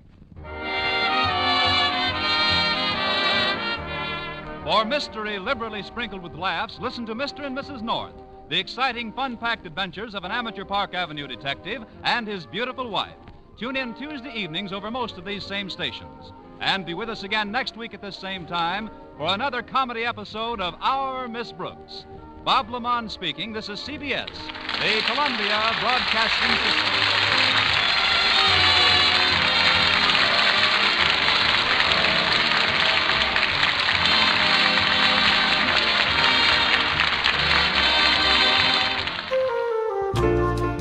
this is Hojo. Do you have a small business or a YouTube channel you'd like to promote? Well, if you do, you can promote it right here on our Retro Radio channel. That's right.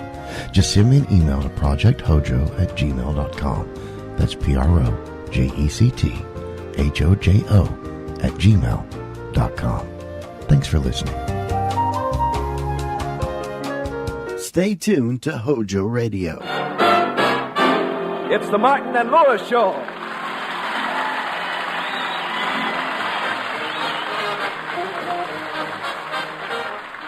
From New York, the Martin and Lewis Show. Our guest tonight, Henry Fonda, and featuring Flo McMichael, Dick Stabile and his orchestra, and starring Dean Martin. You came to me from out of nowhere. You took my heart and set it free. And Jerry Lewis. You came to me from out of nowhere, Ethel Hockenhaven, and I loved you madly. Your hair so black, and eyes so blue, and lips so soft, and neck. Yes, you did, with anyone who came along.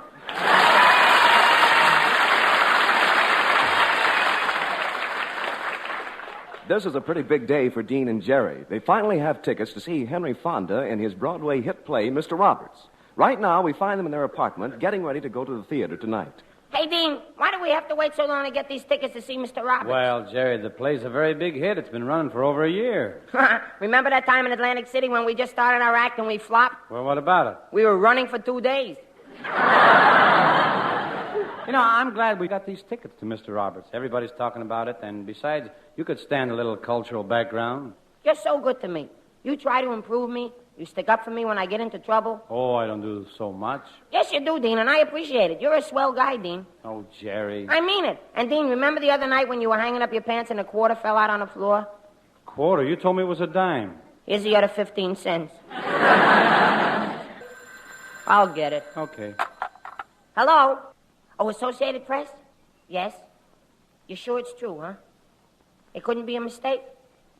And I've been hoping against hope that it was all a rumor. I see. Goodbye. Jerry, what's wrong? I'll just have to face it, Dean.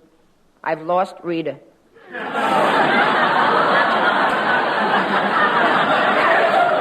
Well, buck up, little man. Maybe you'll meet another beautiful princess on the way to the theater tonight. I'm dressed and waiting. How do I look? Well, let's see, Jerry. Ooh, you look divine. I know. I'm lovely. I'm engaged. I use Chiron. Oh, come on, let's hurry. I can't wait to get to the theater and see Mr. Fonda do that dramatic acting stuff. Okay, but first take off that shirt and put on a clean one. What for? Never mind. I'll bet Mr. Fonda would put on a clean shirt if he were coming over to see you. All right, Dean, I'll change. But it seems a shame to send a shirt to the laundry with 4 days' mileage left in it. Oh, now hurry, Jerry. We've only got 15 minutes to get to the theater.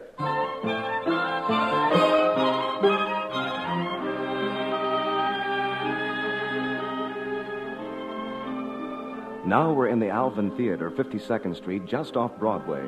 For the last 2 hours, Dean and Jerry have been engrossed in the famous play, Mr. Roberts, the story of a Navy cargo ship in the South Pacific theater of war. Look, while Mr. Roberts is packing his things, Jerry leans over to whisper to Dean. Gee, it's so wonderful, Dean. I think I'm going to bawl. Yeah. Now that the Navy's finally going to give Mr. Roberts a transfer he wanted, he doesn't want to leave the guys on his boat, huh? Shh. I wish you hadn't told me, Doc. Makes me look kind of silly after what I said just now. But I didn't mean it, Doc. I was afraid to say what I really feel. I love those jerks, Doc. I think they're the greatest guys in the world. And all of a sudden I feel there's something wrong. Something terribly wrong about leaving them. Gosh, Doc, what am I going to say to them? Gee, Henry Fonda's really terrific, huh, Dean? That's what I want to be. A great actor.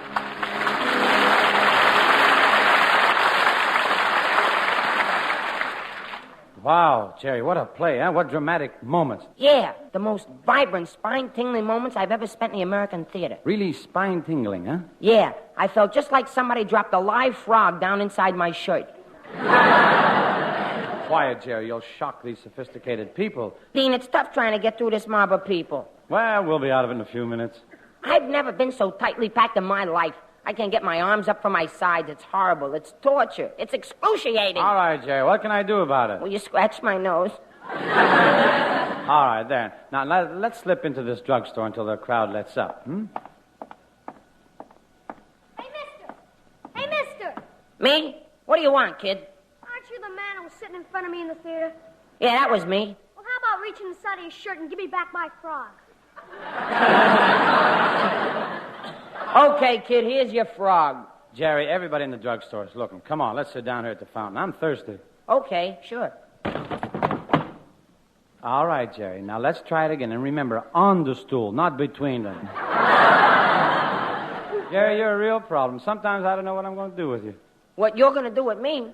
Don't do anything with me. I'll get along by myself. I don't need you or the nightclub act or anything. I'll get a big dramatic job like Henry Fonda. Yeah, I'll open in a new play and right here on Broadway. And the reviews will come out and they'll say Jerry Lewis opened on Broadway last night without Dean Martin. And he... Dean? Yeah? Can I have my old job back?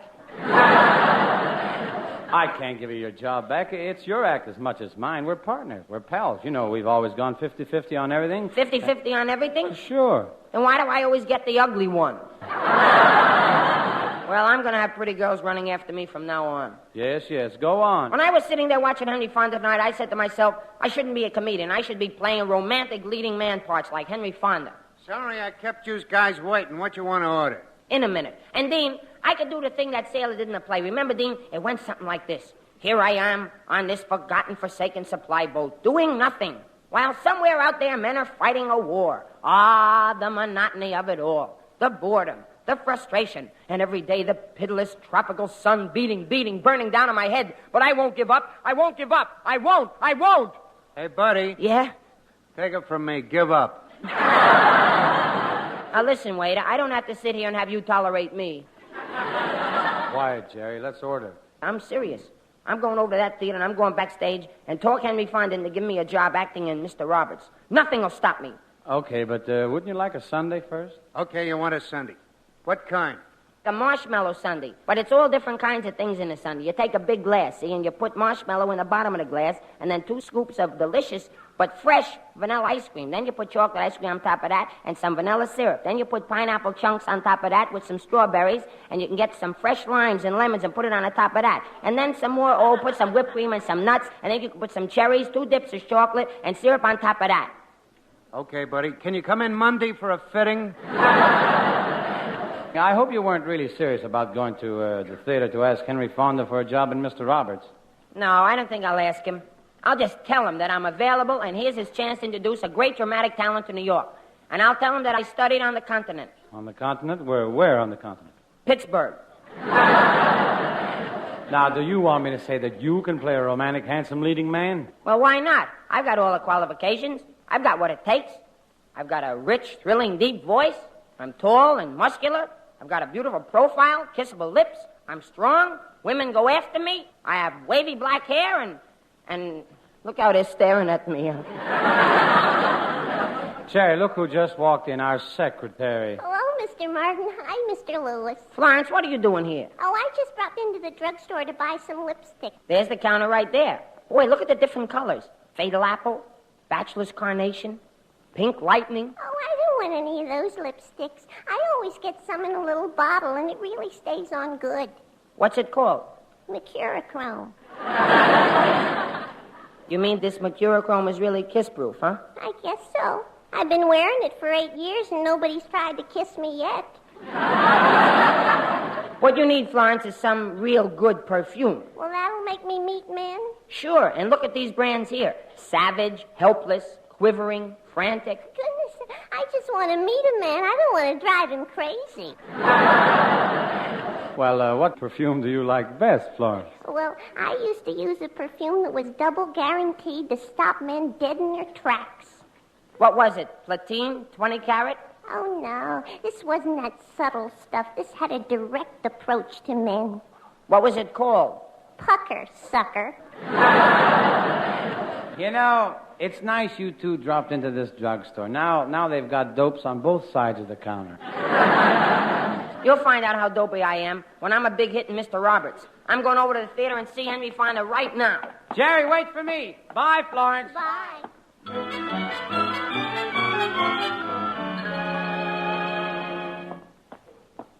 Hey, Dean, that must be Mr. Fonda's dressing room down the hall here. It's got a star on it. Yeah. How are you going to introduce yourself to Mr. Fonda? Introduce myself? Why, he'll remember me from the last time he saw me on Broadway 4 years ago. Maybe so, but 4 years is a long time to remember a shoe shine. Oh, besides that, Mr. Fonda was over at the Copacabana the other night when we were working. Don't you worry. Come in. Mr. Fonda? Yes?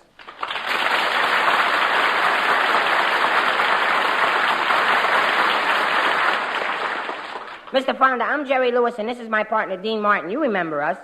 I do?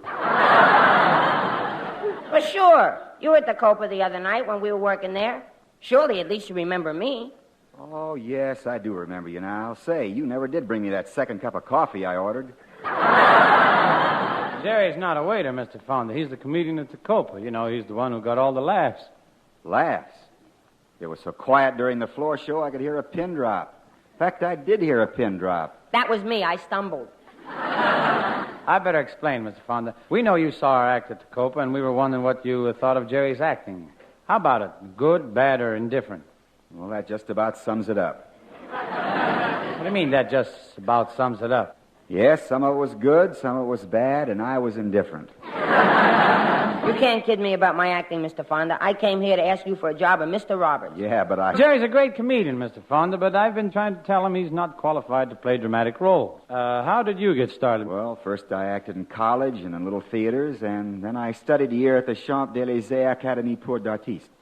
Well, where's that? In Pittsburgh. I don't get it. Why would they have a school for actors in Pittsburgh? Oh, I don't know. I guess everybody likes smoked ham. Everybody likes smoked ham. I'll do the jokes, Henry. Have you had any experience in the theater at all, Jerry? Have I had any experience in the theater? Why, once I was sitting next to a girl in the balcony of Low State. Jerry! What? That isn't exactly the kind of experience I meant, but I think I'd like to hear the rest of this one anyway. Well, it was a balcony of Low State Theater, see? And this girl was a real woman of the world type. Yeah? The kind who preys on men. Yeah? And she rode me for my bag of popcorn. Now, Jerry, that's idiotic, moronic, stupid, and impossible. Pardon me, Mr. Fonda. What were you going to say? Well, only that I wonder if it could be the same girl who got me for a box of Cracker Jack last week in the Paramount balcony. Well, I'd appreciate it if you'd help me convince Jerry he's not ready for dramatic parts, Mr. Fonda. I don't see why he should bother. I heard you fellas did a good job in that picture, my friend Irma. Why don't you stick to comedy? Oh, I don't care much about going back to Hollywood now that Rita Hayworth has married that comic strip character. Jerry, I keep telling you, the alley she married isn't alley-oop. You're just telling me that, and I won't go back to Hollywood. I want a job of Mr. Roberts. See, Mr. Fonda, if you could just give him any kind of a small part. The cast is filled. There isn't a thing I could say. I've got an idea. You see, the play's Yeah, it's about a Navy supply ship, and the fellas in the crew have a goat for a mascot, and there's only one girl in the cast. Got a part in mind that you could play, Jerry. Something special. Oh, no, Jerry Lewis plays no girls. It's not the role of the girl. Oh, good, good. Which part is it? The goat. Me play a goat? That's right. Mr. Fonda? Yes? Are you for real? You wouldn't play the goat on stage. Our goat's supposed to bleed off stage a couple of times, and it's hard to get it to bleed at the right time. Well, I'll tell you one thing, Mr. Fonda. I wouldn't play a goat for anything in the whole world. Not anything. Oh, it's an easy part, Jerry. You ought to consider it. Absolutely not a chance. You only have to bleed in one act. Absolutely no goat part. And it pays $100 a week. Absolutely. Say, that's not bad. Well, Jerry, while you're trying to decide whether you're going to be a leading man or a goat, I'd better sing my song right now, huh? What's the name of it, Dean? A, you're adorable. I know. And B, I'm beautiful. And C, I'm captivating. Gee, that was swell singing, Dean. Yeah, it was wonderful. Yeah, and I've been thinking it over. I'm not going to play the part of a goat for you or anybody else. I want to play romantic leads like you do in pictures. Jerry, you're mistaken about that. I never get the girl in pictures. You don't? No. It's been that way all my life. Why, when I was a kid, I was awful shy. The least little thing that reminded me of a girl embarrassed me. It did? I'll say. I used to blush every time I pick up a Coca-Cola bottle. I was pretty bashful, too, Mr. Fonda. I never asked a girl for a date until I was 18 years old. How did that happen? Oh, I don't know. We were sitting on the sofa one night necking, and it just occurred to me. Gee, Mr. Fonda, if you were bashful, you must have had trouble getting dates. I sure did, Jerry. I can remember my very first date. My rival was the freshest boy in town. Of course, I was pretty scared. The girl's name was Daisy Bell. She was the prettiest girl around. I'm afraid her mother didn't think very highly of me. Going to the barn dance, Daisy Bell. So, my Ma, this should be the best barn dance of the season. Yes, I hear they've hired Zeke Martin and his fiddling five. Daisy May, who's taking you to the dance? Well, I can't decide between Hank, Fonda, and Jerry Lewis. Hank is sweet and he's so reliable. The kind of man a girl can lean on. Well, what about Jerry Lewis? He keeps leaning back. Well, that Hank's a nice boy, but he's so bashful. Oh, someone's at the door. I'll go see who it is. Oh, gee, it's you, Hank. How'd you ever get up nerve enough to knock on the door? I didn't. I hid out in the bushes and poked it with a long pole. Well, come on in. Oh, Daisy Bell, I'm so awkward and clumsy. I better not. I better wait outside. Oh, nonsense. Come on into the parlor. All right.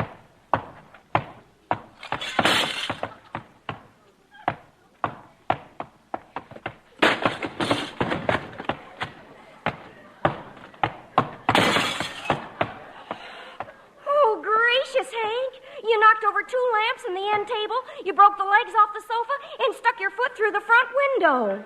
Oh, shucks, I was hoping you wouldn't notice. I'm surprised you came at all, Hank. You were supposed to take me to the barn dance last year, and you didn't show up. Well, last year the dance was on a Monday. What's Monday got to do with your not showing up? Well, I don't think it's decent for a fellow to call on a girl when her washing's hanging on the line. Gee, Hank, you mustn't be so bashful and shy around me. Pretend I'm an old friend. Forget I'm a girl and just pretend I'm a fellow. Okay. Care for a chew of tobacco? Hank, did you come over to ask me to go to the dance? Well, I was... It's me, Daisy Bell, Dynamite Lewis. Let me in. Okay, Jerry. Hiya, Daisy Bell. Say you're looking more gorgeous than ever. You're the cream of my coffee, and I'm ready to start stirring. Oh, Daisy Bell, open the icebox door. Of course, you'll have to cool me off tonight.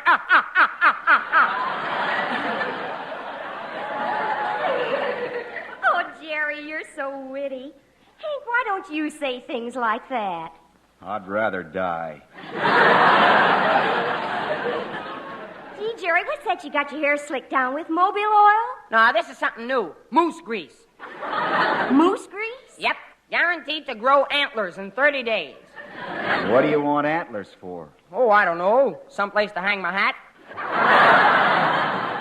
Oh, Jerry, you're a card. Come on, Daisy Bell. Let's go to the dance. Hey, that's Zeke Martin. I asked him to come by and take us to the dance in his car. Oh, wonderful. Hank, you come along, too. Okay, there's just one thing first. What? Can I take my foot out of the window now? Come on, Hank. Zeke's got to get there and start the music. Come on in, pile in the car. Goodness, Zeke Martin in person. Well. Hello, baby. Well, we're all in, Zeke. Let's get going.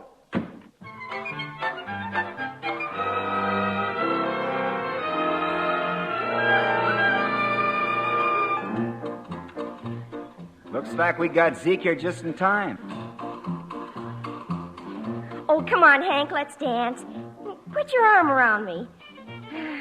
There. Isn't dancing fun? Yeah. Dancing's kind of like hopscotch, ain't it? Gee, seems like it's mighty crowded on this dance floor. Oh, there's one dancer that's causing the trouble, and Zeke Martin's talking to him right now. Now, look, I told you before, you're taking up the whole dance floor, and you're always bumping into everybody. I didn't mind you coming to the dance, but there are other people trying to dance, too. Now, I'm sorry, but I gotta ask you to go.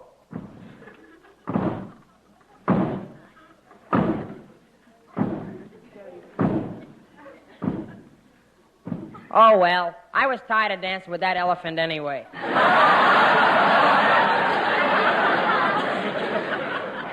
Gee, this is a real barn dance, all right. Look, up above is the hayloft. Maybe you'd take me up to see that hayloft after a while, huh, Hank? Not me.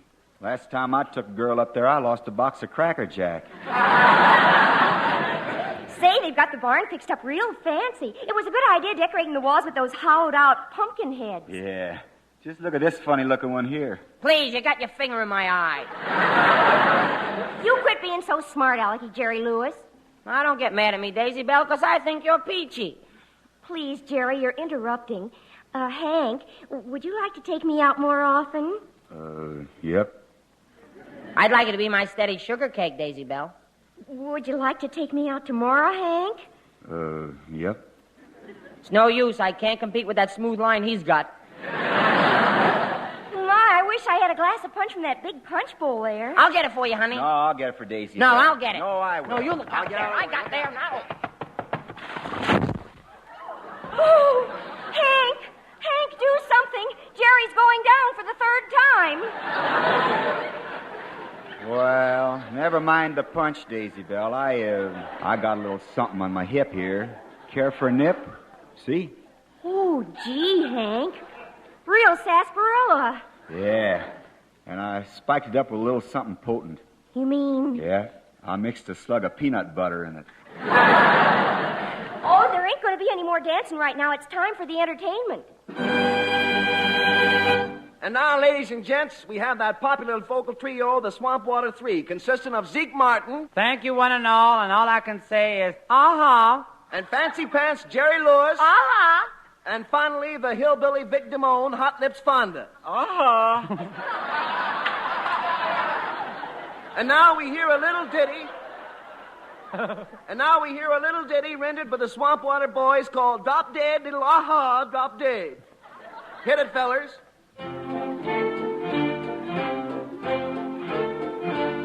Drop dead, little darling, drop dead. I need you like a hole in the head. Get lost and get you gone. I'm no longer your Don Juan.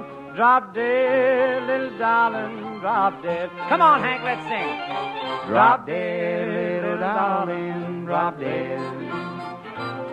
I need you like a hole in the head. Drank my liquor, spent my dough, but you still said no, no, no. Drop dead, little darling, drop dead.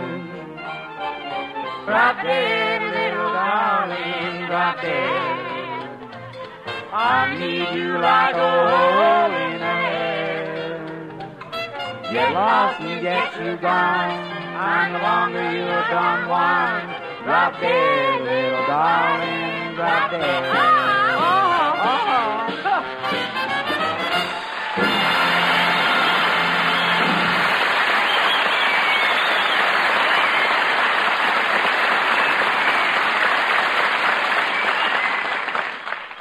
Well, that was fun, Mr. Fonda. Well, Jerry, that little sketch we just did should sure convince you that I've never been the romantic type. Yeah. Were you really that bashful, Mr. Fonda? Sure. If I were Artie Shaw, I'd still be going steady with my clarinet. Now, how about changing your mind again, taking the goat part in Mr. Roberts? No, I guess not. I take the part too seriously. I'd even try to grow whiskers. Well, couldn't you do that? No, Jerry couldn't grow whiskers. He's too young. Why, it takes him until 10 o'clock to get a 5 o'clock shadow. Thanks for trying to help us anyway, Henry. Always glad to help a couple of fellow thespians. Good night, boys. Good night, Hank. Good night, folks. See you next week. Bye.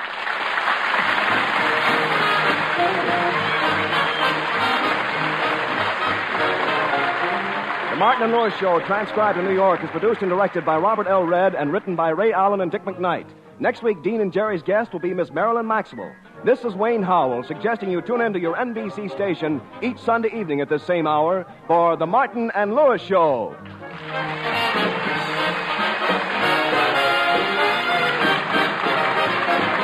This is NBC, the national broadcasting Tomorrow morning, the all-star lineup of new 1952 Buicks goes on display at your Buick dealers.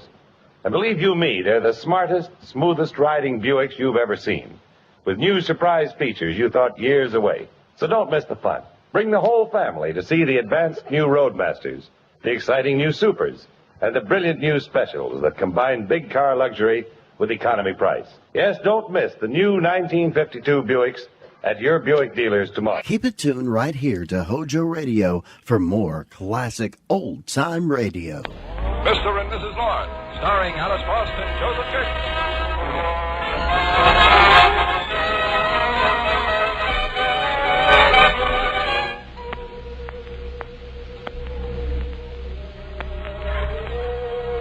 To most New Yorkers, ice is a frozen liquid, usually found in the form of cubes.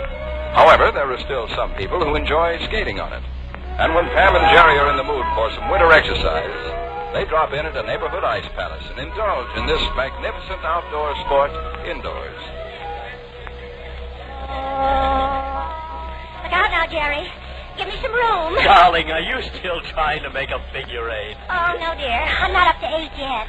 I've just reached 4. No wonder you keep falling down. A 4 is impossible. Well, I don't see why it should be. Just make a straight line like this, and then you cross the other foot over, and it... Oh. Maybe I should have made 2 2s instead. Oh, well. Everybody takes a fall once in a while. Not that girl over there. She really knows how to figure skate. Well, I wish you'd stop looking at her figure. Huh? Besides, she's a professional. You mean she gives lessons? Now, Jerry, if you're thinking of taking lessons from that... Well, I really ought to brush up on my skating, Pam. I'm getting off... Hey, watch it. She's coming this way. Well, I wish you wouldn't try those stunts around us. The first thing you know... Slow down! See? She fell down. That was a bad spill, Pam. She's all shaken up. Jerry, where are you going? Don't get excited, dear. I just want to see if she's all right. Can I help you, miss? Oh, thank you. I'm not sure I can get up. Oh, what happened? Are you hurt? All right, there we are. No, I don't think so. It's just my ankle. It seemed to go out from under me. It wasn't your ankle, miss. It was your skate. Look, you've broken the blade. Well, it's a good thing I wasn't trying a jumper. I might have had a nasty... That's funny. What? The blade of my skate, it doesn't seem to be broken. It looks as if it's been filed. Say, you're right. It has been filed. Why do you suppose anybody would do a thing like that? Unless somebody wanted you to have an accident. Somebody did. What do you mean? Well, this isn't the first time something like this has happened. I've had these so-called accidents ever since I came to work here. Accidents? Yes. Almost every night something new happens. First it was the short circuit in my dressing room. And then a little board on the back stairs. And the gas stove that was left on the equipment room without any flame. And Saturday, the chandelier fell. Well, you ought to complain to the management. What good would that do? The manager's the one who's responsible for all this. Well, if I were you, I'd go to the police and have the manager arrested. Oh, no. I couldn't do that. Why not? Because the manager is my father.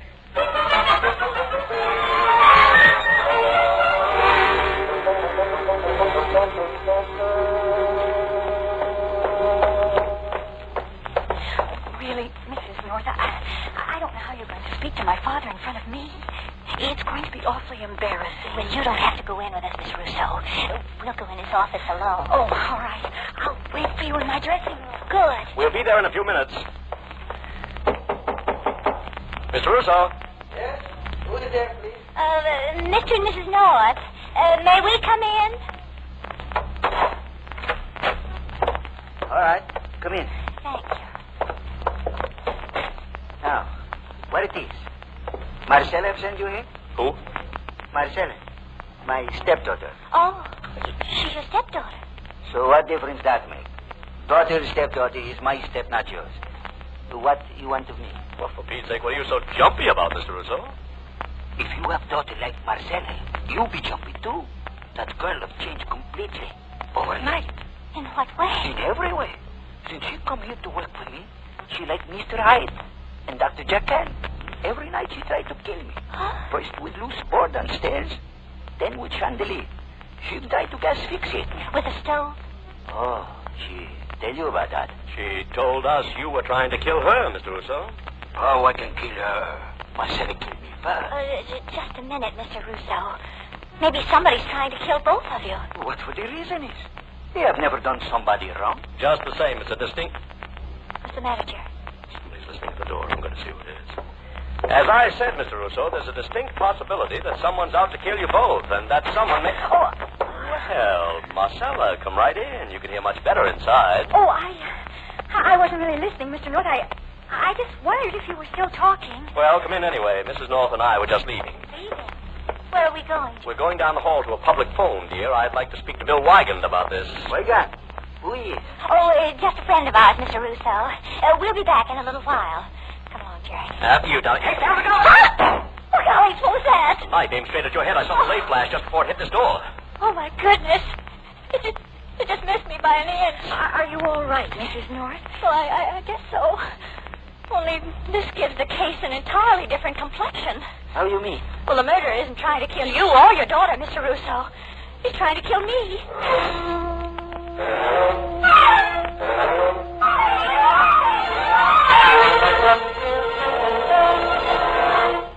Yes, Bill, I'm calling from a public phone booth at the rink.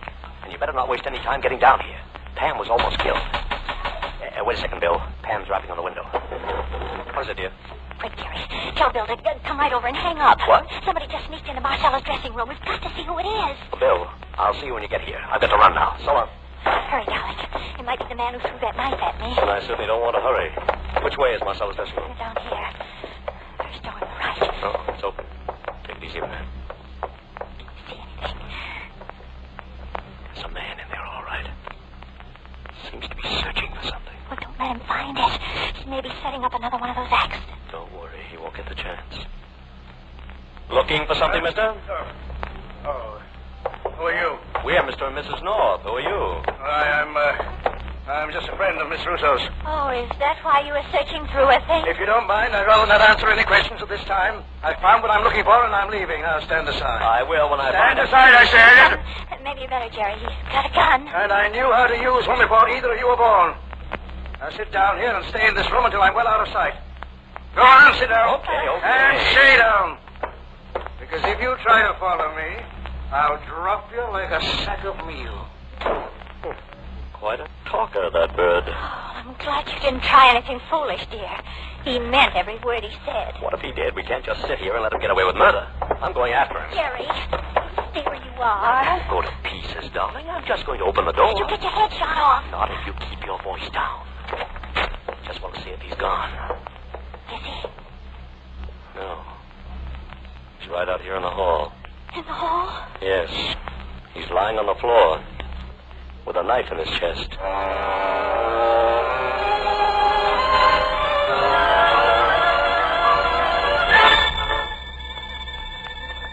Don't touch him, Jerry.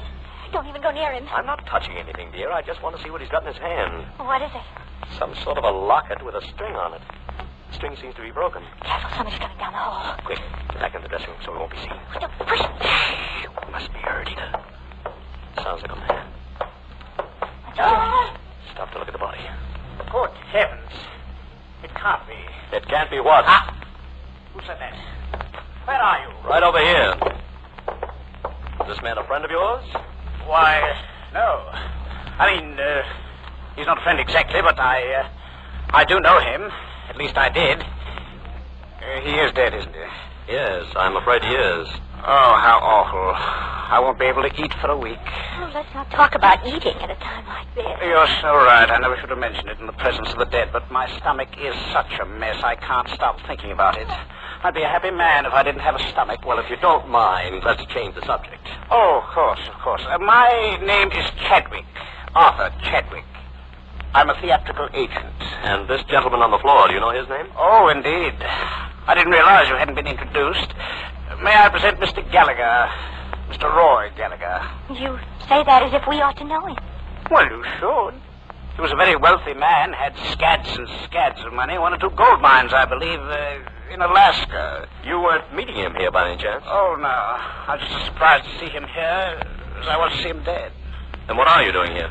Why, I came to see Miss Rousseau about an engagement in an ice show. I believe I have a job for her out of town. And you haven't any idea who killed Mr. Gallagher? Oh, heavens, no. Well, you don't think I did it, do you? Well, the sight of blood makes me curdle. Oh, dear, I'm going to have to do something about my stomach. It's beginning to twitter again. Well, I don't think you're going to. Jerry, what was that? That was a scream, and if I'm not mistaken, it came from down there, Mr. Rousseau's office. Oh, no, I couldn't bear another murder tonight. Not now. You won't have to bear it. Just wait here till we get back, Mr. Chadwick. Come on, Van. Do you think it's safe to leave him there with Mr. Gallagher's body, Sheriff? If I'm not, we've got to find out what happened. We'll find out, dear. Go ahead, open the door. Chance, will you? Marcella, what's wrong? Oh, Mr. Mark, I'm so glad you're here. Something's happened to my father. Oh, gollies. Is he dead? No. Somebody struck him on the head. He's unconscious. Yeah, that's a mean bruise. Oh, the lights. The lights. What's it he's coming to? Another lights. They keep going on and up in my head. Easy now, Mr. Rousseau. Who hit you? The floor. I was sitting back in chair. And you know what I am find? No back. She fall right through. And your head hit the floor. How could it miss? The floor is all over the ground. Uh-oh, looks like another one of those accidents. This chair's been tampered with. Oh, I wish we knew who was doing all this. If we don't find out pretty soon, one of us is going to be killed. One of us has been killed already. What you say? In the hall, Miss Rousseau. There's a man lying on the floor with a knife in his chest. And the murderer is still on the loose. What murderer? Oh, Bill, you frightened me. Oh, I'm sorry, Pam. I didn't realize a murder had been committed between now and the time you called. Where's the body? Down the hall, Bill. He was killed right in front of Marcella's dressing room. Oh, what's his name? Gallagher. Roy Gallagher.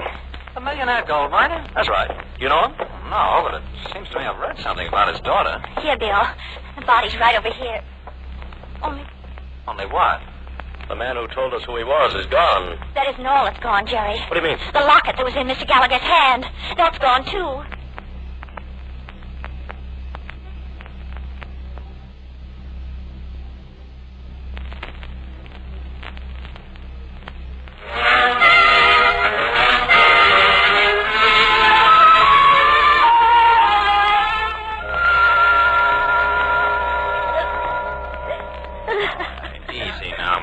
I know it's an ordeal for a girl to identify her father's body, but since your mother isn't alive, I had to call you. Well, what more do you want of me? How much longer do I have to stay in the office, Lieutenant Wygant? Well, she's right, Bill. The poor kid's in no condition to answer any questions now. We've got to find some clues, Jerry, and Miss Gallagher's the only one who can help us.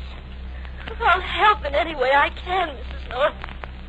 But I told you everything I know. I've even brought you my father's scrapbook. But I'm sure he didn't have an enemy in the world. Oh, but your father must have had some enemies, Miss Gallagher. His scrapbook is just filled with pictures of people he knew. Well, most of those pictures were taken when he was a young man. Up in Alaska, they're just sourdoughs and grub stakers and fur trappers. And you don't know any of them? No, I've never been in Alaska. My mother and I lived here until she died. And for a good many years, I thought my father was dead, too. Until he struck it rich and came back to New York. When was that? It's about 4 years ago. When I was trying to get a job on the stage. Oh, yes. There's a clipping about it in the scrapbook. Actress reunited with millionaire father after 20 years separation. Oh, please. Don't read that now. Oh, I'm sorry. I didn't realize. It's all right. It's just that I can't help thinking about losing him when it was only a few years ago that I found him. Miss Gallagher, I don't think there's any need to keep you here any longer tonight. Suppose you come with me and I'll put you in a cab. All right. I guess I haven't been much use to you, Lieutenant. On the contrary, Miss Gallagher, you've been a great help. Poor girl, I can just imagine how she feels. I know. The way she was dragged down here, and then having to identify... Jerry, look. What's it, dear? This picture in the scrapbook. Doesn't that man's face look familiar to you? Huh? Oh, without the beard, I mean. Oh. This man with his arm on Mr. Gallagher's shoulder. Cover up his beard, and what have you got? practically nothing. That beard's all over his face. Oh, for goodness sake, Jerry. Don't you know who this is? Mr. Russo. Marcella's father? Yes. He must have been in Alaska with Mr. Gallagher. Don't you see? He's dressed like a fur trapper. Oh, what are you getting so excited about? Because this puts a new light on the case. If Mr. Gallagher and Mr. Russo knew each other, Mr. Russo might have had a reason for killing him. What sort of reason? Come on, Jerry. That's what we'll have to find out.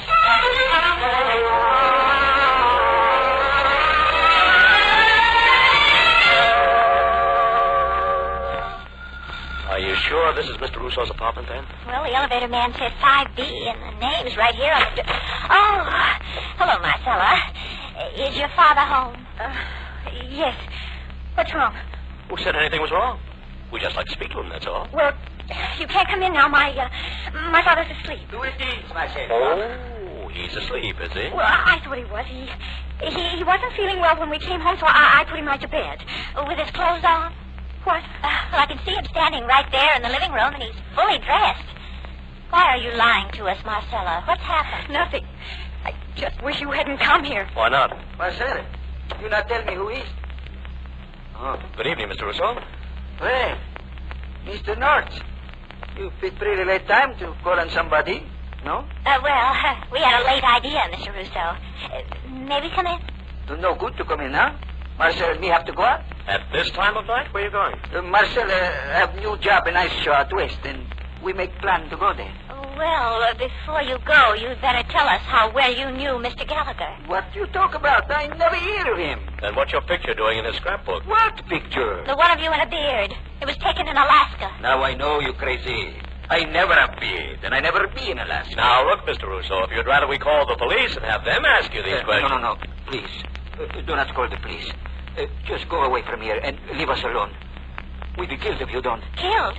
Not so loud, please. He may be watching us. He may hear us. Oh. Mr. Chadwick, the theatrical agent? Yes. He just left here a few minutes ago, and he threatened to kill us if we talked to anyone about the murder. He gave us 2 hours to get out of town. Let me get myself a job in California to make sure we leave tonight. Well, you better not leave. Chadwick's probably trying to frame you. No, please. Go away. Let us get ready. We're supposed to meet him in his office in 20 minutes. 20 minutes, huh? Quick, get on the telephone and call Lieutenant Wygant. Tell him to come right up here. Wait a minute. Where you be going? We're going to keep your appointment with Mr. Chadwick.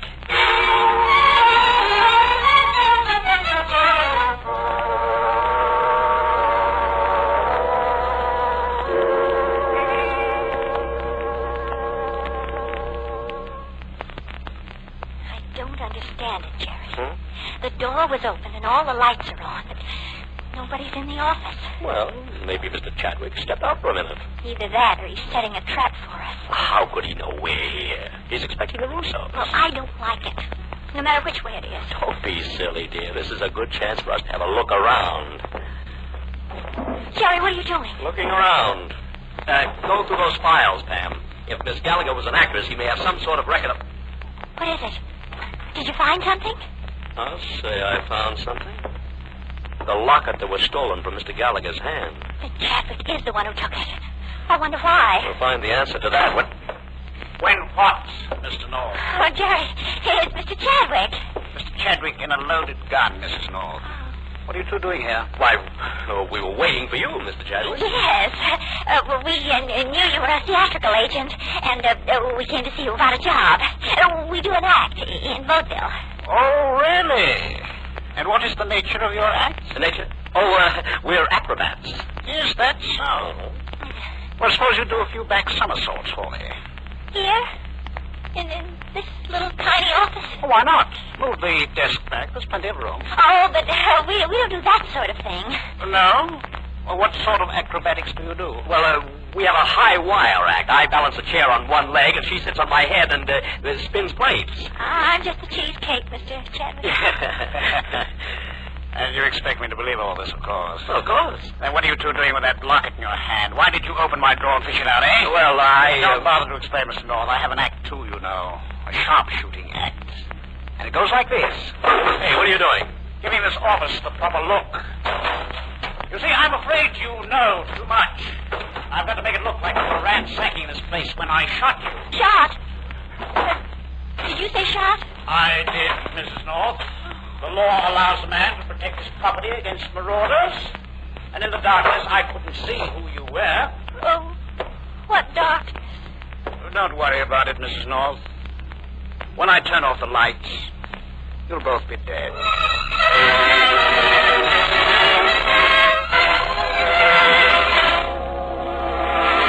Mr. Chadwick, you wouldn't dare go through with it. Wouldn't I? I have a great deal at stake, Mrs. North. But you don't seem to understand. Be quiet. There's no need to prolong this agony. The sooner we... Arthur! What are you doing? Oh, you fool, you. Why did you come here? Miss Gallagher. So you're the connection we've been looking for. I told you to be quiet. Now keep your mouth shut. For heaven's sakes, Arthur, put that gun down. Don't you know these people are working with the police? I know very well what they're doing. They found the locket that I stole from your father's hand. Your locket, Fay. What? You were in such a hurry to get away, you forgot the one piece of evidence that would send you to the chair. The locket that your father pulled off your neck when you stabbed him. Oh, no, I didn't stab him, Arthur, and I wasn't wearing a locket. You weren't wearing it? No. Well, then, you didn't kill him. And I thought... Oh, never mind what you thought. You've got to let these people go. That's quite right, Miss Gallagher. Bill. Drop that gun, Mr. Chadwick, and drop it fast. Yes, sir. All right, Mr. Russo, you can come in with your daughter now. There won't be any fireworks. For which I am much obliged. If there is one thing I hate about fire, it is the works. Father, please let someone else do the talking. No, Marcella, your father's the one who has to talk. He holds the key to all this. What's key? I am just simple fur trapper with big heart and little brain. I don't want anything from anybody. Well, then why did you deny that you knew Mr. Gallagher? Well, why did you deny being the bearded man in that picture we found in his scrapbook? Because I am simple fur trapper. And Mr. Chadwick told me to keep my trap shut. Go on. Well, I know Gallagher for a long time. We're very good friends. But when I come back from Alaska, I think him die. That is why I am adopting his daughter. Mr. Gallagher's daughter?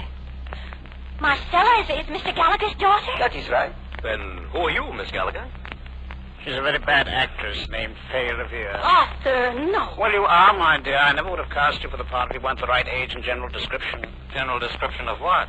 The daughter Mr. Gallagher was looking for. He advertised for her in the papers, and I sent Fay to answer the advertisement. Must you tell them everything, Well, Arthur? what difference does it make, dear? The cat's out of the bag. We can't collect the inheritance now. Oh, I see. You and Miss Revere had a deal to split Mr. Gallagher's fortune. And when you found out that Marcella and her father were in town, you tried to kill them both with those phony accidents. That was Arthur's idea. He thought Mr. Gallagher was on Marcella's trail. And he was. He went to a dressing room tonight. So you killed him? Oh, don't be absurd. I haven't the stomach to stab a man. Besides, it's obvious now who did stab him. Who? The man or woman who had the most to gain by Mr. Gallagher's death. Marcella or Mr. Russo. You lying snake. I never killed my friend. I don't even know he is alive. And you, Marcella, is this your locket? Yes, but I wasn't wearing it. Mr. Gallagher must have taken it from my dressing room. Then why was the string broken?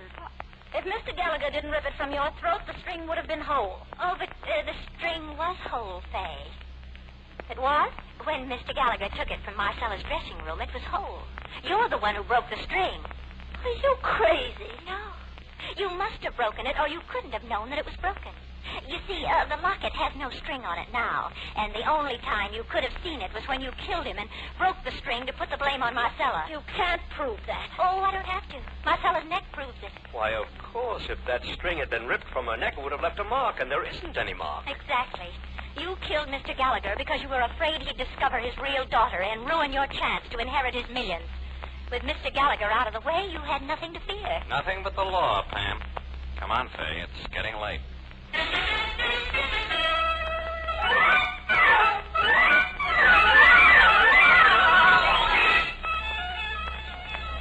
I did it, Jerry. I did it. What, dear? A figure 8.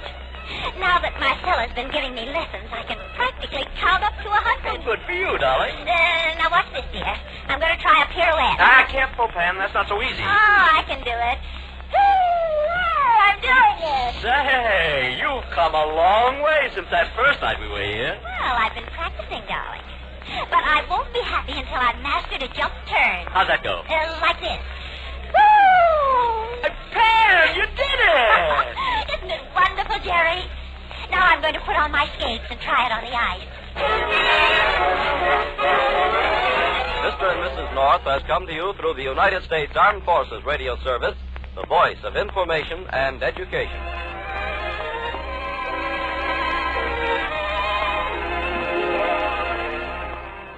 This just in. Are you looking for some classic gaming? What about new and old Nintendo products? Do you need to find some tutorials on how to make all that stuff work? Well, look no further than Rocket Blast Gaming for some of the best classic and new gaming around. Rocket Blast is an expert at all things Nintendo, and he has all the tutorials to prove it. So check him out right here on YouTube at Rocket Blast Gaming. That's ROCKET BLAST Gaming.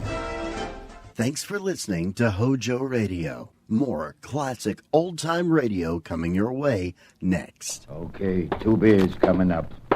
Thanks, Mike. Mud in your eye? That's 20 cents paid before you hoist in. Trusting guy, huh?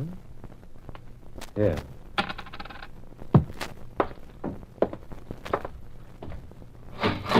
Oh, Mike. Yeah? Here's a tip for you. A little something extra.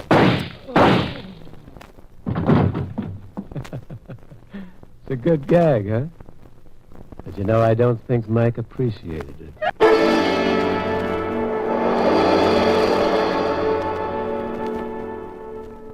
So Big Mike is dead. Murdered by 2 unfriendly strangers. It seems from the listening to be an open and shut case. You simply find the 2 men who went into the bar at that particular time. And finding them shouldn't be difficult, since they each had a drink and left their glasses on the bar.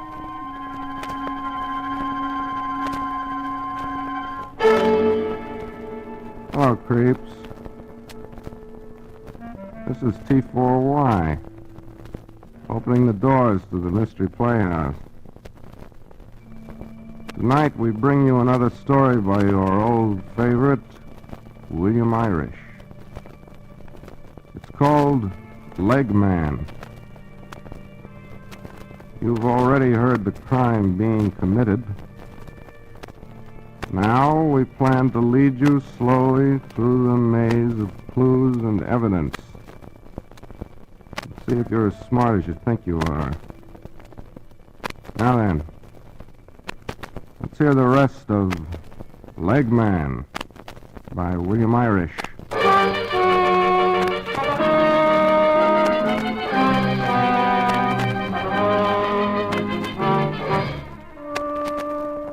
The scene. Mike's Tavern on the Lower West Side of Manhattan. The place is jammed with policemen, detectives, photographers. Sprawled behind the bar is the body of Mike. 2 bullets in him. All right, boys, put those 2 glasses on the bar and let these reporters get some pictures. Inspector, how's chances of some info? My name is Burgess from the Globe. Oh, yeah? How much they take the place for? It wasn't a cash killing. Not much dough in a bar at 9 in the morning. We got it figured for a grudge killing. Got yourself a suspect yet? Nope. We've got the culprit. Solid. He's cooked, washed, and bottled. You see those glasses we just put back there in the bar? Yeah, I see him. A whiskey jigger and a beer glass. Yeah. Well, the whiskey jigger was covered with fingerprints. Whose? A guy named Hastings. Chuck Hastings. Motive? Plain as the nose on your face. Had some kind of a row with Mike and threatened to get even with him in front of about 100 people. Any alibi? None at all. Says he was alone in his room all morning. Whose prints on the beer glass? None. Wiped clean. Well, that's funny, isn't it? If the beer glass was wiped clean, why not the whiskey jigger, too? Hmm? It sounds fishy to me. Hey, you looking for trouble? One of the 2 guys had more presence of mind than the other. One remembered to wipe the glass. One forgot. The one who forgot was too busy. He was firing the shot. That's all. The case is closed.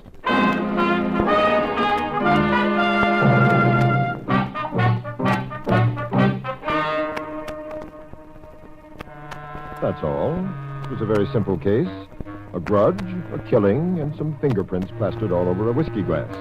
And the man who made them locked up. Everybody was satisfied, except Chuck Hastings, the man they locked up, and a pencil-happy leg man called Burgess, who was crazy enough to start messing around in an open and shut murder case.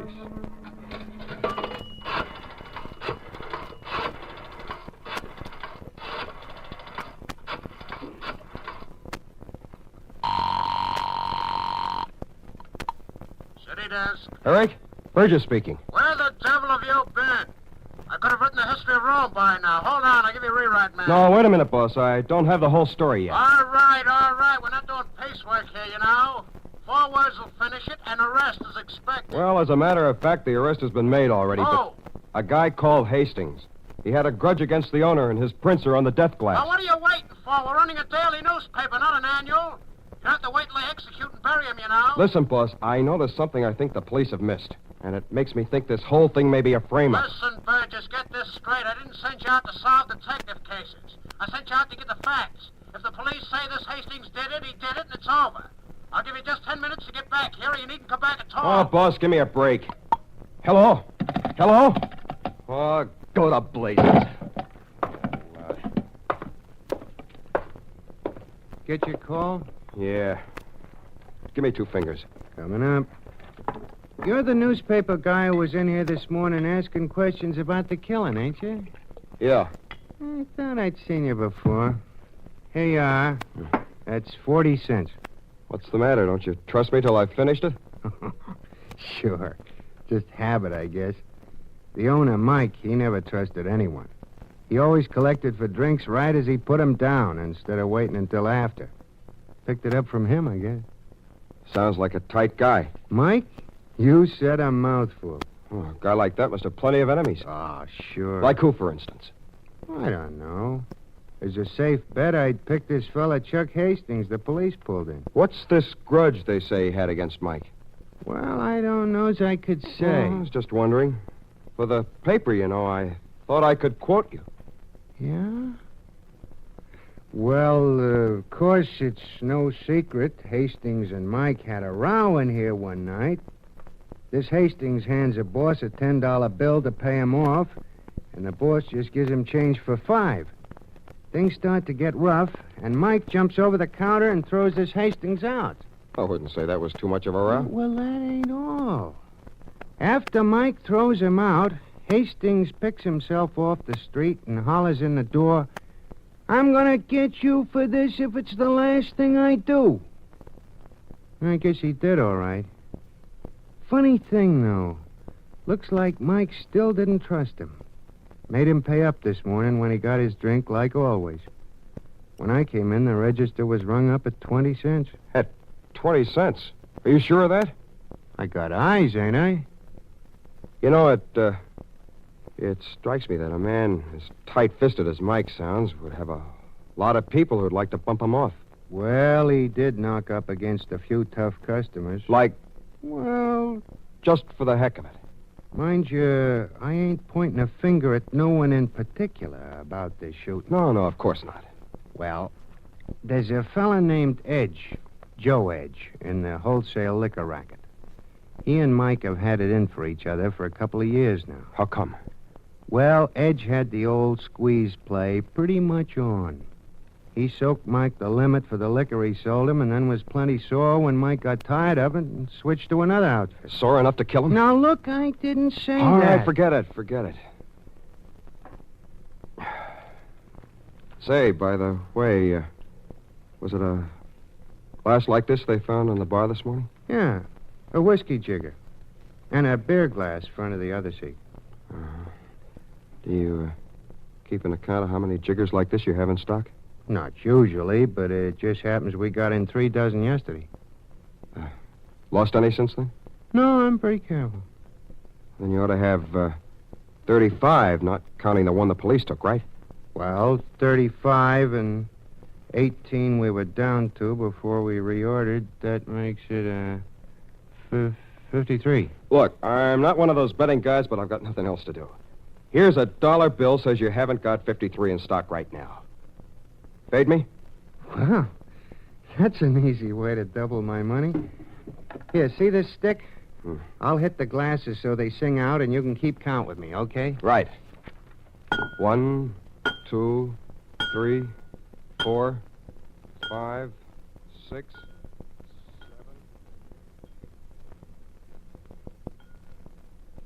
46, 47, 48, 49, 50, 51, 52, 53, 54. 54? Well, I'll be darned. I must have figured wrong. No, you didn't. Neither did I. Well, don't you see? You have one extra shot glass. Find out where it came from, and you've got the guy who killed Mike. Yeah, buddy. Listen, was a whiskey jigger like this taken from your bar within the last few nights? No, who'd take a thing like that? Don't bother me. Okay, thanks anyway. Did anyone take a shot glass like this from your bar? Are you kidding, mister? Okay, thanks. No jigger taken? Thanks. Nope. Thanks.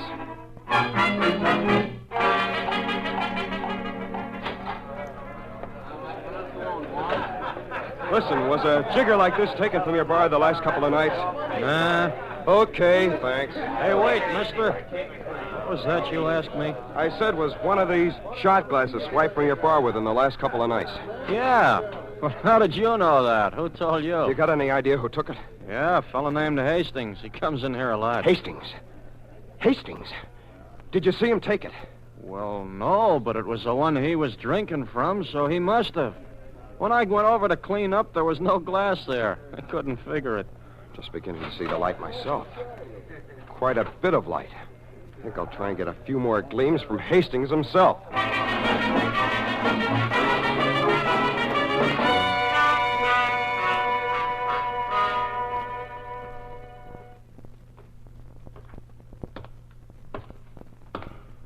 You'd think this was Old Home Week in the detention cells. Hastings is being held for murder, and you walk in to hold hands or something. How'd you swing it? The power of the press, officer. This is cell? Yeah. Hastings! Pencil Happy here wants to fan the air with you. 5 minutes. Speed it up.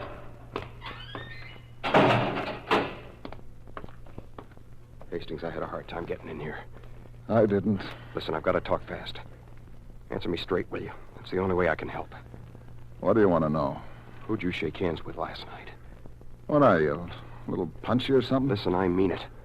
Who'd you shake hands with in a bar the night before you were arrested for the killing? I didn't meet anyone I knew. I was by myself the whole time. You were in a place called Sullivan's on Union Avenue. Sullivan's? Wait a minute. I didn't shake hands with anyone, but somebody did grab my map and pump it. I remember that now. There was one of those drunks next to me.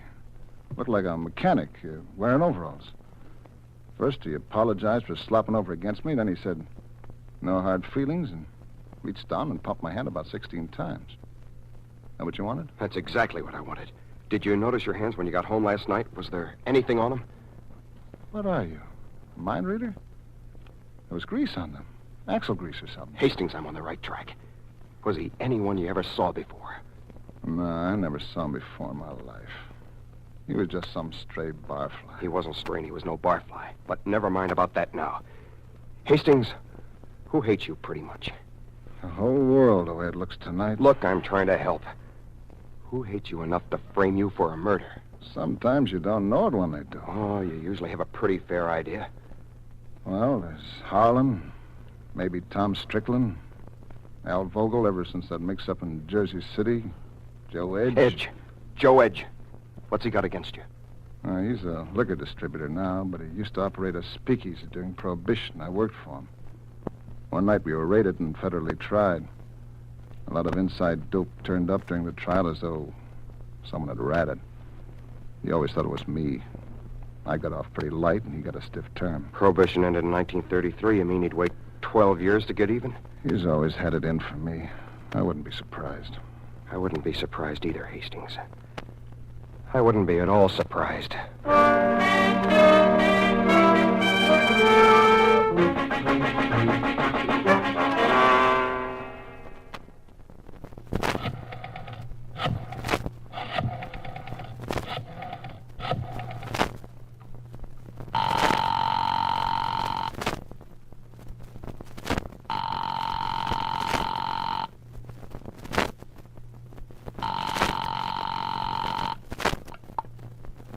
Hello?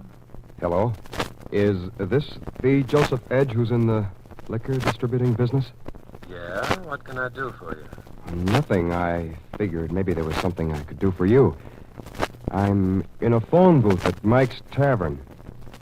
That's where you were this morning at about 9:15, weren't you? Mike's Tavern? Where's that? That's where they shot Mike. I'm afraid I don't get you. I'll explain. I was the first customer at Mike's Tavern this morning. I went in a minute or two after the place was opened up.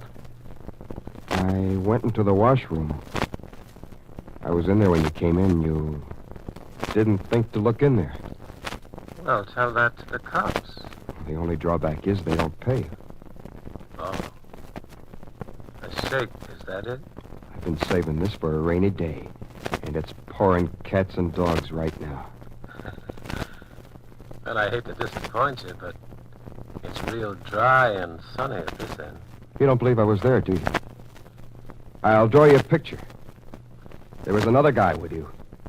You stood up against the bar on the right-hand side. He stood on the left. After the shooting, one glass was wiped clean and the other... Now, is it clouding up a little at your end? Look, your proposition interests me. About how large an umbrella would it take to keep you dry?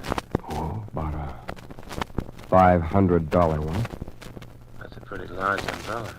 This is a pretty heavy rainstorm. All right. Look, there's no harm in getting together and talking this over. Meet me tomorrow morning at 9 o'clock in front of a barber shop called the Empire. You can't miss it. It's on Central Avenue. You got it? Got it. Okay. See you then. Goodbye. Goodbye. 9 o'clock tomorrow morning. Who are you kidding, bro?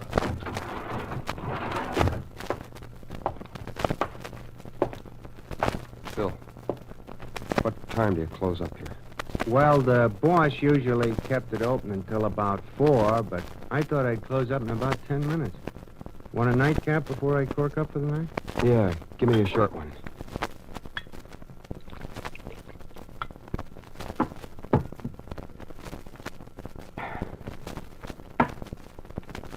Here. No change. Gee, thanks. Hey. Don't look at it. Just take it over to the register with you. Good night. Good night. Well, I'll be doggone. He said keep the change, and it's nothing but a piece of paper all scribbled up with some writing on it. Keep the change.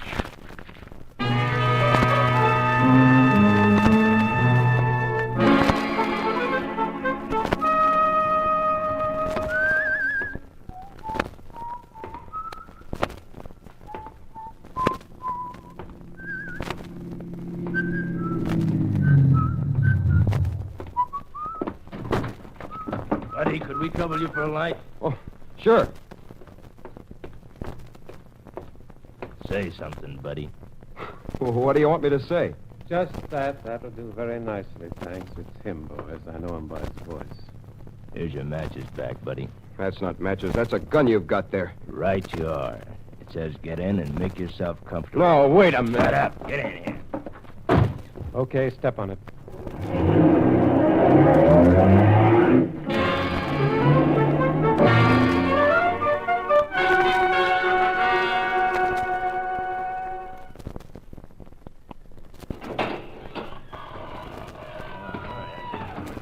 Where are we? In a warehouse where they store liquor. Ever been in a warehouse where they store liquor? It's very instructive. No, frighten the guy, boss. No, this guy doesn't frighten so quick. You don't have to be afraid, buddy. There's a nice umbrella in this for you. All we gotta do first is find out if you're a phony or on the up. I see. How are we gonna do that? Well, there's 4 of us here. You say you saw 2 guys come into Mike's Tavern and shoot him yesterday. All right. Pick out the 2 you say you saw. Give me a minute's time. I want to be sure of what I'm doing. Yeah. You want to be plenty sure? Well, there's you. Number 1, granite face there. And number 2, Eyes a little shifty. Come on, either you know or you don't. I do know. I want to figure out what it's best for me to say. Especially with that very efficient-looking gun pointing at my stomach. So you know who it was? I suppose you know why it was, too? I do. It was a case of two birds with one stone or with one whiskey jigger. A guy had a long-standing grudge against Hastings, and a hotter one against Mike Oliver for refusing to be hijacked by his liquor distributing ring. So he figured one murder should be enough to take care of both men. Right? Go on, we're listening. Oh, it's quite simple. Joe Edge had one of his men with grease in his hand put on a souse act and follow Hastings into a bar. He shook hands with him. Hastings printed his own tips all over the glass he was using without even knowing it. Then the would-be souse swiped it and brought it to Edge. Edge took it to Mike's with him. Shot Mike. Switched glasses, left it behind there to frame Hastings. Shall I go on? Sure, go on. There's not much more except that the two guys I saw come into Mike's tavern and shoot Mike Oliver were you, Joe Edge, in front of me with a gun. You over there. The fourth guy with the shifty eyes. That was the wrong answer. You two were the ones that were there, so what's wrong about it? Sure. We were there. That's why it's the wrong answer. If you'd picked the wrong two, you probably would have walked out of here alive. But you picked the right two.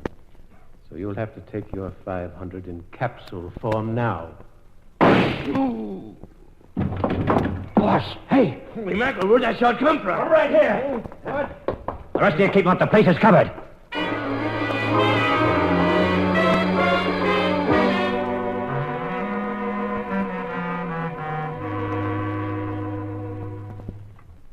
You all right, Burgess? Yeah, I guess I am, Inspector Lyons. Well, you sure got here just in time. It looked pretty close. We tagged the car and followed it. You gambled heavily on that bartender, son. I know. I was afraid to talk to him. For all I knew, someone of the gang was watching or listening. I scribbled a message for him to call you. He did better than that. He saw you get in the car and phoned the license in. But look, how did you ever figure out that whiskey jigger was a plant? Well, Edge got careless. He didn't think it mattered what he ordered at the bar from Mike. He was taking his glass out. No one would see it. So he ordered beer, and the character with him, acting on the suggestion, ordered beer, too. But Mike Oliver was a peculiar cuss. He insisted on being paid when the drinks were ordered, and he rang up the money before they shot him. When they found Mike's body, the cash register said 20 cents. What does that prove? Inspector, you can't break 20 cents down into a whiskey and a beer any day of the week. And there was a whiskey and a beer glass, side by side on the bar. Yes, but... Well, even if the beer glass was just a chaser for the whiskey, the price for the cheapest whiskey Mike carried was 25 cents. 20 cents will buy 2 beers. For the sake of simple arithmetic, the whiskey glass had to be planted. Well, I'll be... Son, if you ever want a job on the police force... No, thanks, sir. I'm plenty satisfied with the job I have now. Wait a minute. What's wrong? I just remembered. I haven't got a job. I was fired. Excuse me, I have to call my boss. Hey, wait.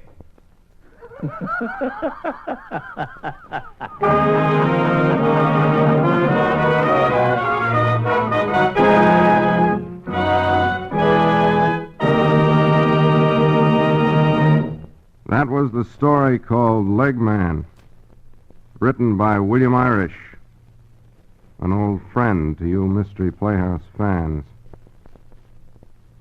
There's a moral to the story, too. The moral of the story is don't ever pay for your drinks till after you've drunk them. Wow. Getting early again.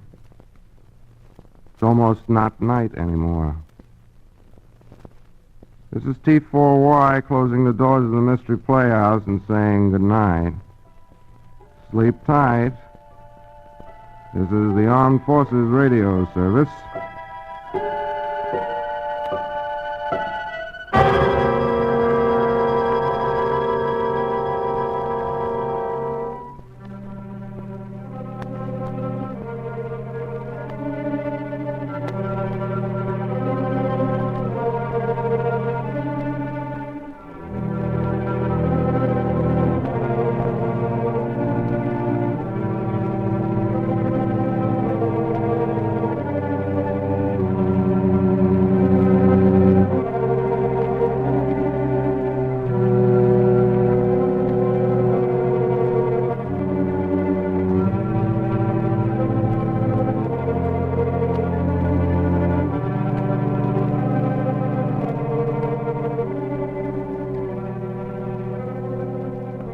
Improved K-Site tune-up. The tune-up in a can.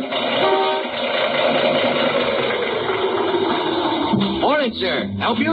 I hope so. Engine, huh? Hasn't got the pickup of a kitty car. Well, it's misfiring some. Some? Mister, half my plugs are on strike.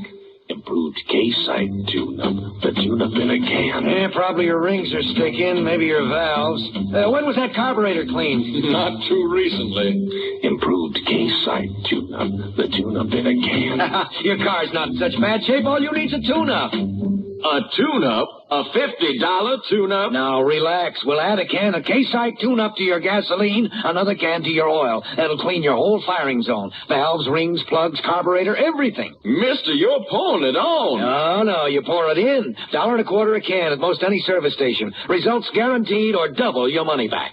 Improved K-Site tune-up. The tune-up in a can. Stay tuned to Hojo Radio. Ionized Yeast presents Lights Out, Everybody.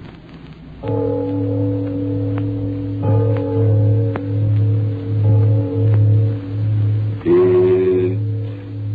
is later than you think.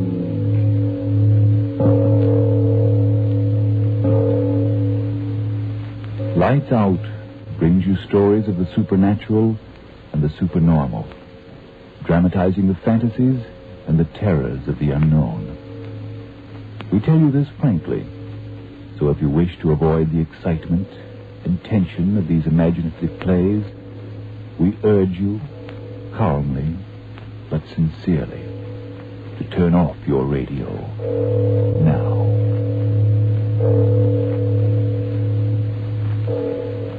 My name, Arch Oberlin.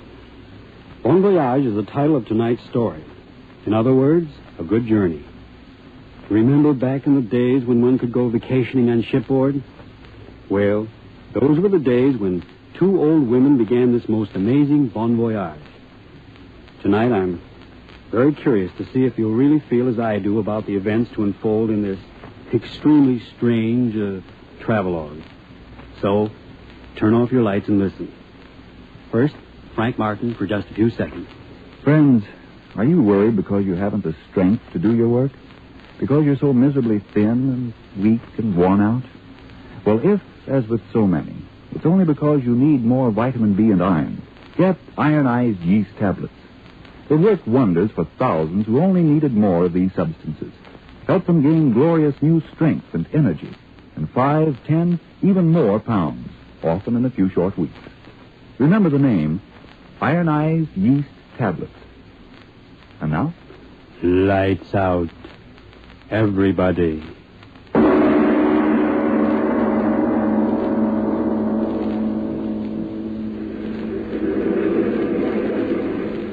Now, are you sure the trunk is tied on securely, Mr. Cab Driver? Yes, and good and tight.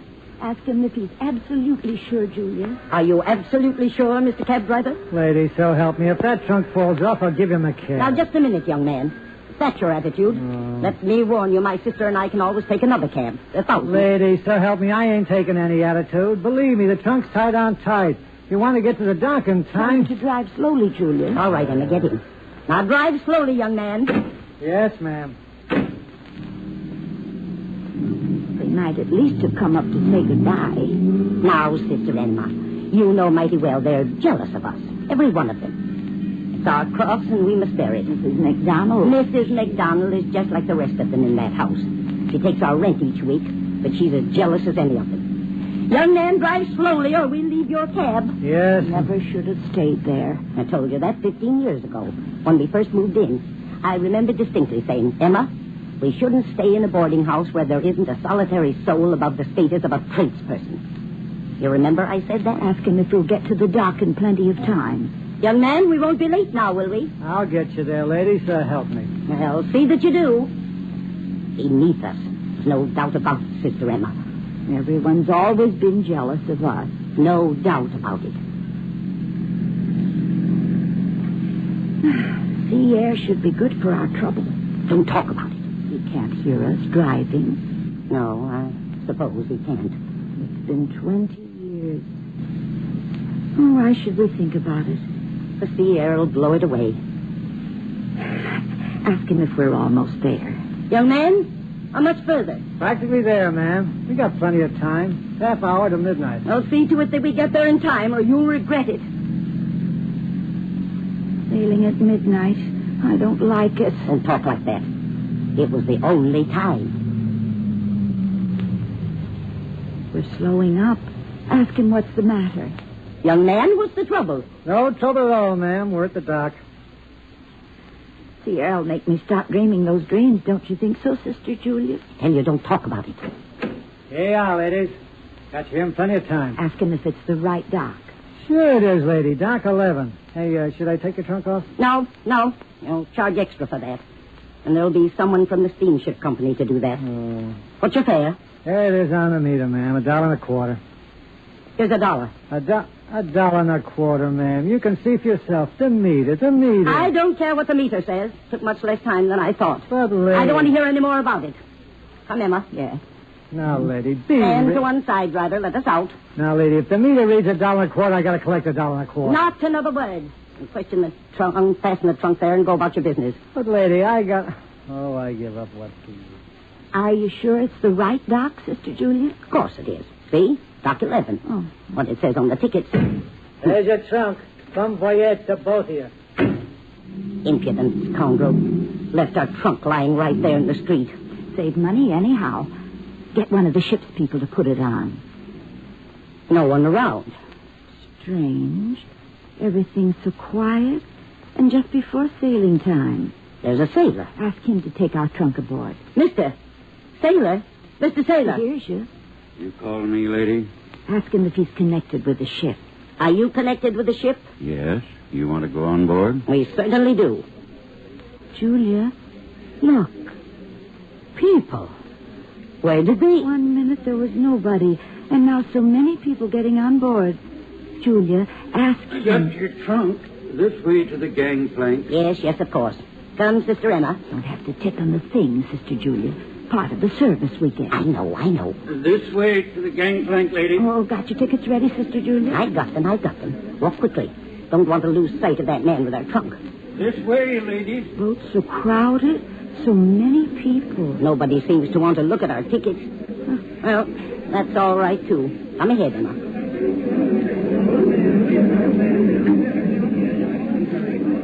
Your cabin, lady. Ask him if it's the right one, Julia. Now, are you sure it's the right one, sailor? Your trunk's inside, ladies. All shipshape. Very well. Come ahead, Emma. All right. Now, you don't have to tip him anything, Julia. It isn't necessary at all. Well, isn't much of a cabin. Much smaller than they told us. I'll speak to the captain. Oh, not now. After we sail. Don't leave me alone in this place. Now, Emma. Now, don't now, Emma, me. You got the same thoughts.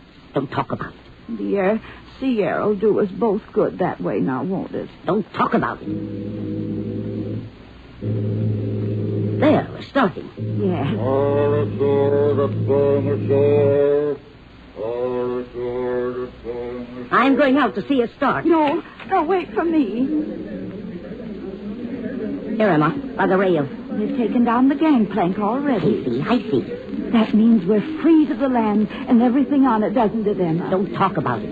Isn't it enough that for 20 years... We're starting. Ship's moving. How fast the dock and all the people on it are fading away. Yes, they're almost out of sight. Julia. What? Did you notice all those people on the shore? They were waving handkerchiefs, but they were crying.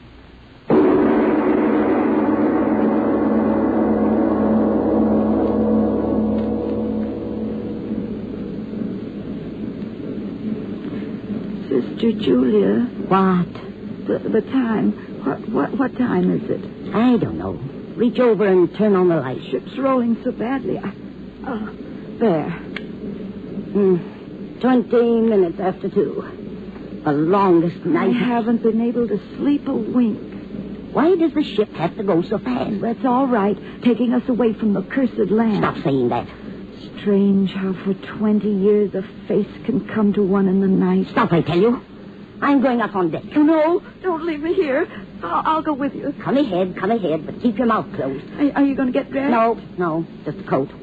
Find my slippers. Might be cold. Then stay here. No, I'll go with you. I got my coat already. Don't leave me. Come ahead.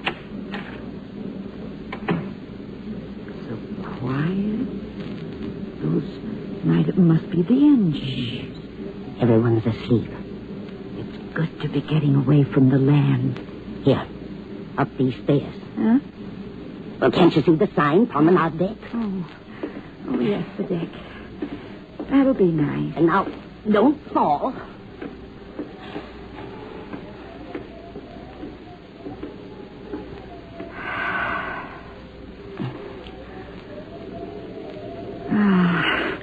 I think we should go out there this time of night, Sister Julia. Do you like the cabin any better? You were as much to blame as I.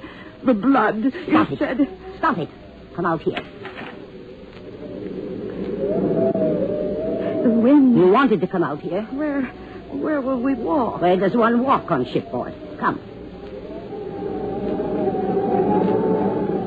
They drive the ship so fast. It's frightening. Then go below. No. Julia. Walk faster. I want to keep warm. Julia. What is it? We've been all around the deck. Well?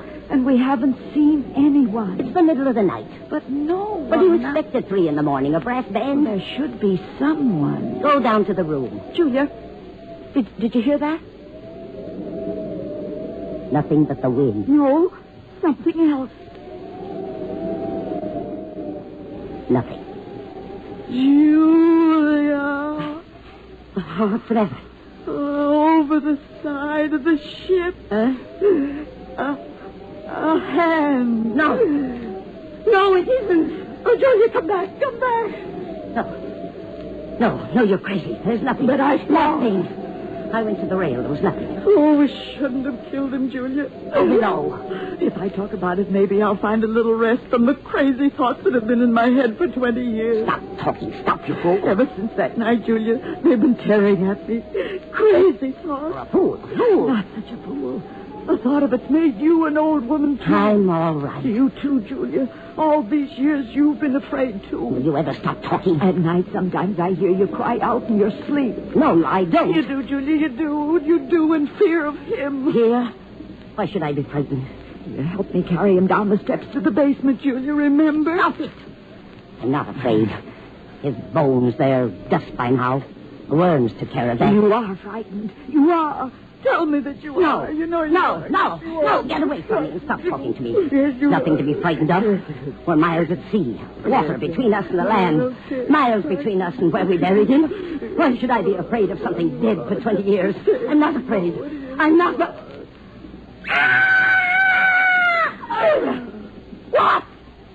What? Look! His face! His face in the sky!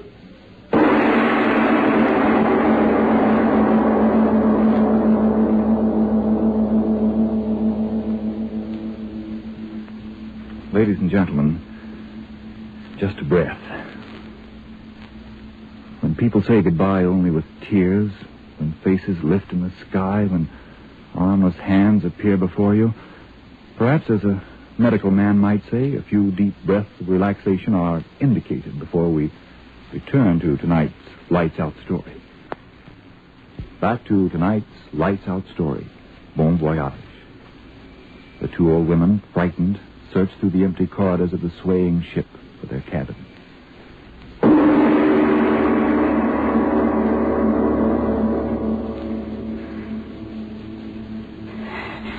Faster, Emma. Walk faster. Is this the right car? Oh, get out of my way. Cabin. Got to get to the cabin. Close the door and lock it. Yes, lock it. Can't hurt us if we're behind a locked door. It wasn't locked before. Oh, but that isn't our cabin, Julia. What are you talking about? Of course it is. No. I tell you it is. Julia, no. This cabin. Here. Oh, it's locked, too. Got to get in. Got to get inside. Stewart, let me in my cabin. Oh, no, you'll wake everyone up. Stewart, come here and let me in my cabin. Julia, no. Stewart! No one heard you. I'll make someone hear me. Let me in. I'll try another door. Let me in. Please let me in. Let me in. Wake up, somebody. Let me in. Oh, please open the door. Oh, open the door. Please open the door. Wake up, somebody, and let me in. Oh, let me in. Open the door, please. Wake up, somebody, and let me in. I say, open the door. Julia, be in, I said. It's no use. What do you mean? They'll never answer it. Huh? They What? found out about him. You're crazy. Come on, the next deck. Find someone to let us in our cabin. Stewart! No, don't leave me. Wait for me, Julia. Stewart, somebody wake up. I want to get in my cabin. Oh, Julia. Mr. Julia, wait. They've got to answer me. Look, that room.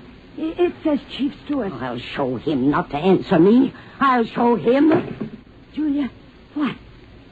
Empty. And this one empty. And this one's empty, too. Mr. Julia. What have you found? Mr. Julia. Stop waving your hands at me. Talk. The ship, tearing through the night. Oh, don't you understand? We're alone. We're alone.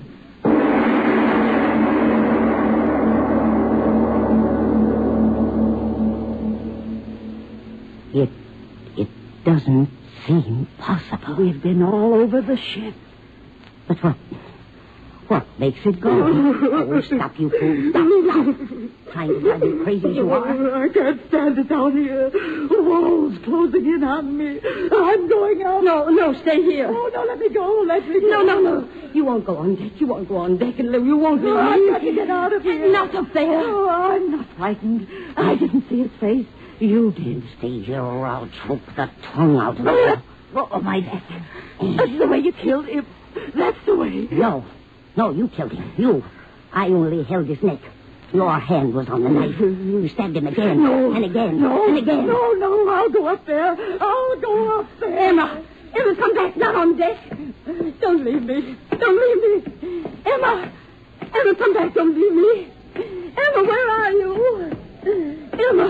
Emma, where are you? I admit it. I am afraid. Emma. Emma, where are you? It's so dark out here. All these years we've been together, you can't run off and leave me now when I tell you I'm afraid. Emma! Oh, Emma, you're here. Go away. Emma, we've got to be together. Don't lie there on the deck. Get up. We've got to stay together the way we always have. You talked me into killing him. You did. So I did. But you and I have got to stay together, I tell you, until we get off this horrible ship. Listen, Emma. A ship can't go without men making it go. But we've been on every deck, and there's no one, only him. Him, you insane fool. How many times must I tell you he's dead and dust? But you saw his face. Imagination, nothing more. The night's so black. I admit I'm frightened. Of course, I see the thing I didn't want to see. But how could the ship... Listen, and I'll tell you. A great ocean liner like this one, there are men in the engine room and men on the bridge. What if there aren't any passengers? It just means we got on the wrong boat. But no one... I tell you, there is someone. Someone up there on the bridge steering the ship. If there was no steering, we'd go in circles. Look, see how straight through the waves we're going? There's no one. Come up to the bridge and I'll show you. There's a man up there steering this boat. A man of flesh and blood. There must be. There must be.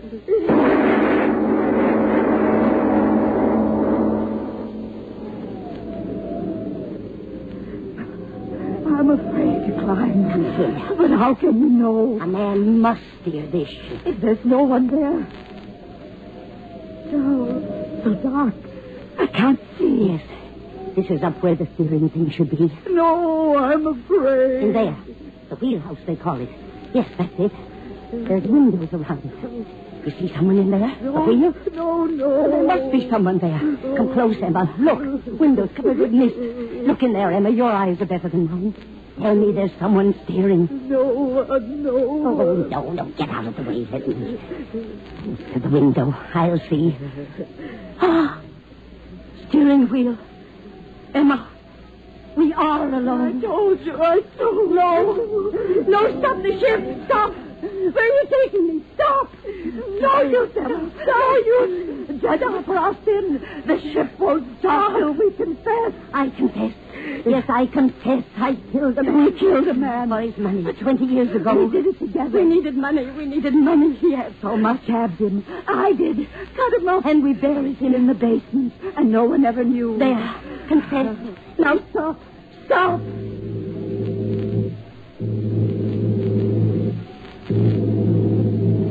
Emma, you heard Yes. the whistle. Someone is aboard. Yes. Who? I am Sailor. You. The man who took us on this ship. the same, madam. You. Who are you? The captain of the ship, madam. Captain. Captain? My unfortunate pleasure, madam. What?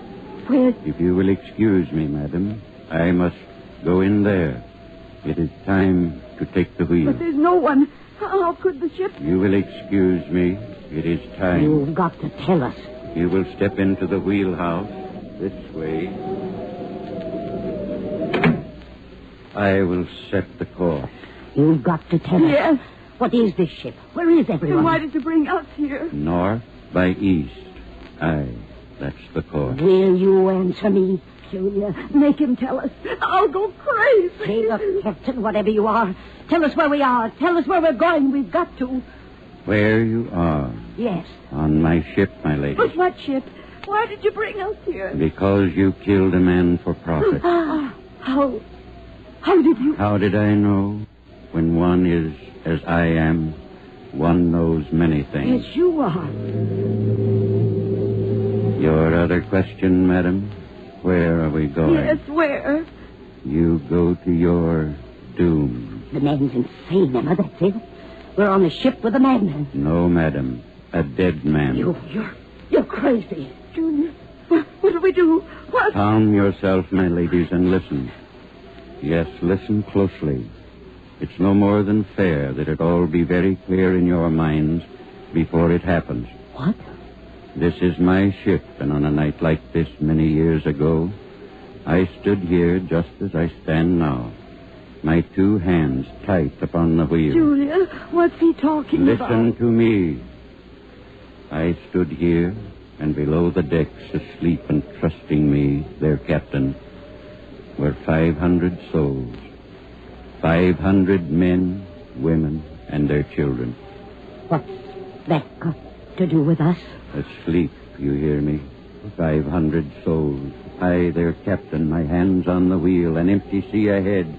Mine to make the course, mine to turn the wheel. I closed my eyes, I slept. I, the captain, slept. I didn't see, I didn't hear. A tower, a cliff of ice ahead. We crashed. I crashed and sank. 500 souls, and I, their captain. He is crazy. So the captain lost his ship and lost his life, and 500 lives with it. And so we sail again tonight. What's it all to do with us? With Emma and me? The captain who slept and died made a bargain with the devil. A good bargain to bring him peace and rest. What? On each year, my ship rises out of the sea again. Once each year, I sail it. Oh, Julia, why is he talking like that? I set the course the same as I set it on that very night. The wind, it blows the same, but with me now, not 500 souls, but two. Two of evil like yourself. Well? We sail. My hands are on the wheel. And on, the ship it tosses beneath our feet. I close my eyes again just as I did that night. Suddenly, straight ahead, an iceberg. Julia, look, it's true. Something is ahead. Iceberg. My eyes are closed tightly as they were that night. I cannot see it, I cannot. No, turn the wheel, open your eyes, we'll crash. Crash! Open your eyes, turn the wheel. No, my eyes stay closed. No. Don't you understand, you two? That's my bargain with the Black One. Each year on this very night, I bring someone evil to the death. And for each one that dies with me this way, they blot out one of those 500 who drowned beneath me, taken off my soul. One of them for each of you. Open your eyes! An iceberg! Please! We'll die! Turn the wheel! No! I want you to die. You must die. Black One, listen. I give you two more evil ones. 2 more.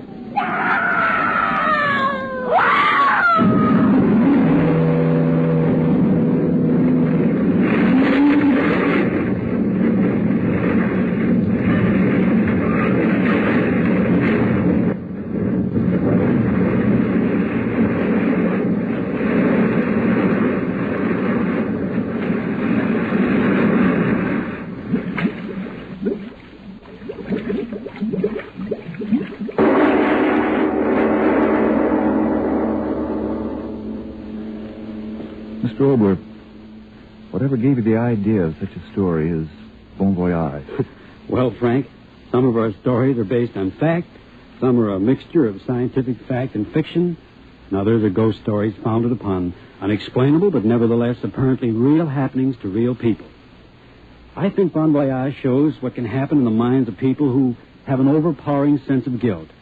Some say that there is an inevitable law of compensation. Who knows? Well, they're all certainly intriguing entertainment, but what about next week? Well, before I tell you about next week's story, and I hope you'll like it as much as I enjoyed dreaming it up, first, a minute for you. Friends, it's a rather difficult transition from the out-of-the-world story we've just listened to the cold realities of right now. And it's even more difficult after all the words you've heard about buying war bonds to say anything that hasn't been said. And yet, why look for originality in speaking about something that's as real and as close to us as this war? The second front is open. None of us know how long the road is to victory, but we do know that by putting every extra dollar, quarter, and dime that we have into war bonds, we're helping defeat Mr. Schickelgruber and Mr. Hirohito and company and help make a stable America when peace comes. To win the war and to hasten a fair peace, there is no better use for that paper and silver in your pockets.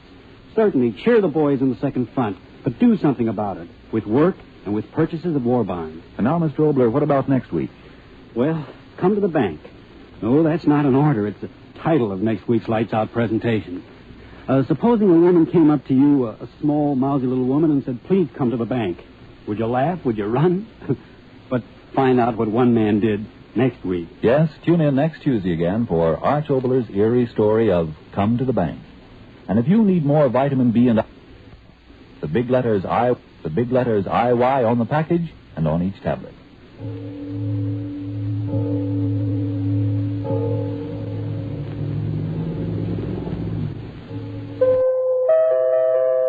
The Spry Treat of the Week. Spry croquettes, tempting golden brown croquettes so crisp and tender crusted they break at the touch of a fork. Delicious? For crispy, full-flavored fried foods, get pure, bland, all-vegetable shortening at its creamy best. That's Spry, S-P-R-Y. Thanks for listening to Hojo Radio. We'll be back again very soon.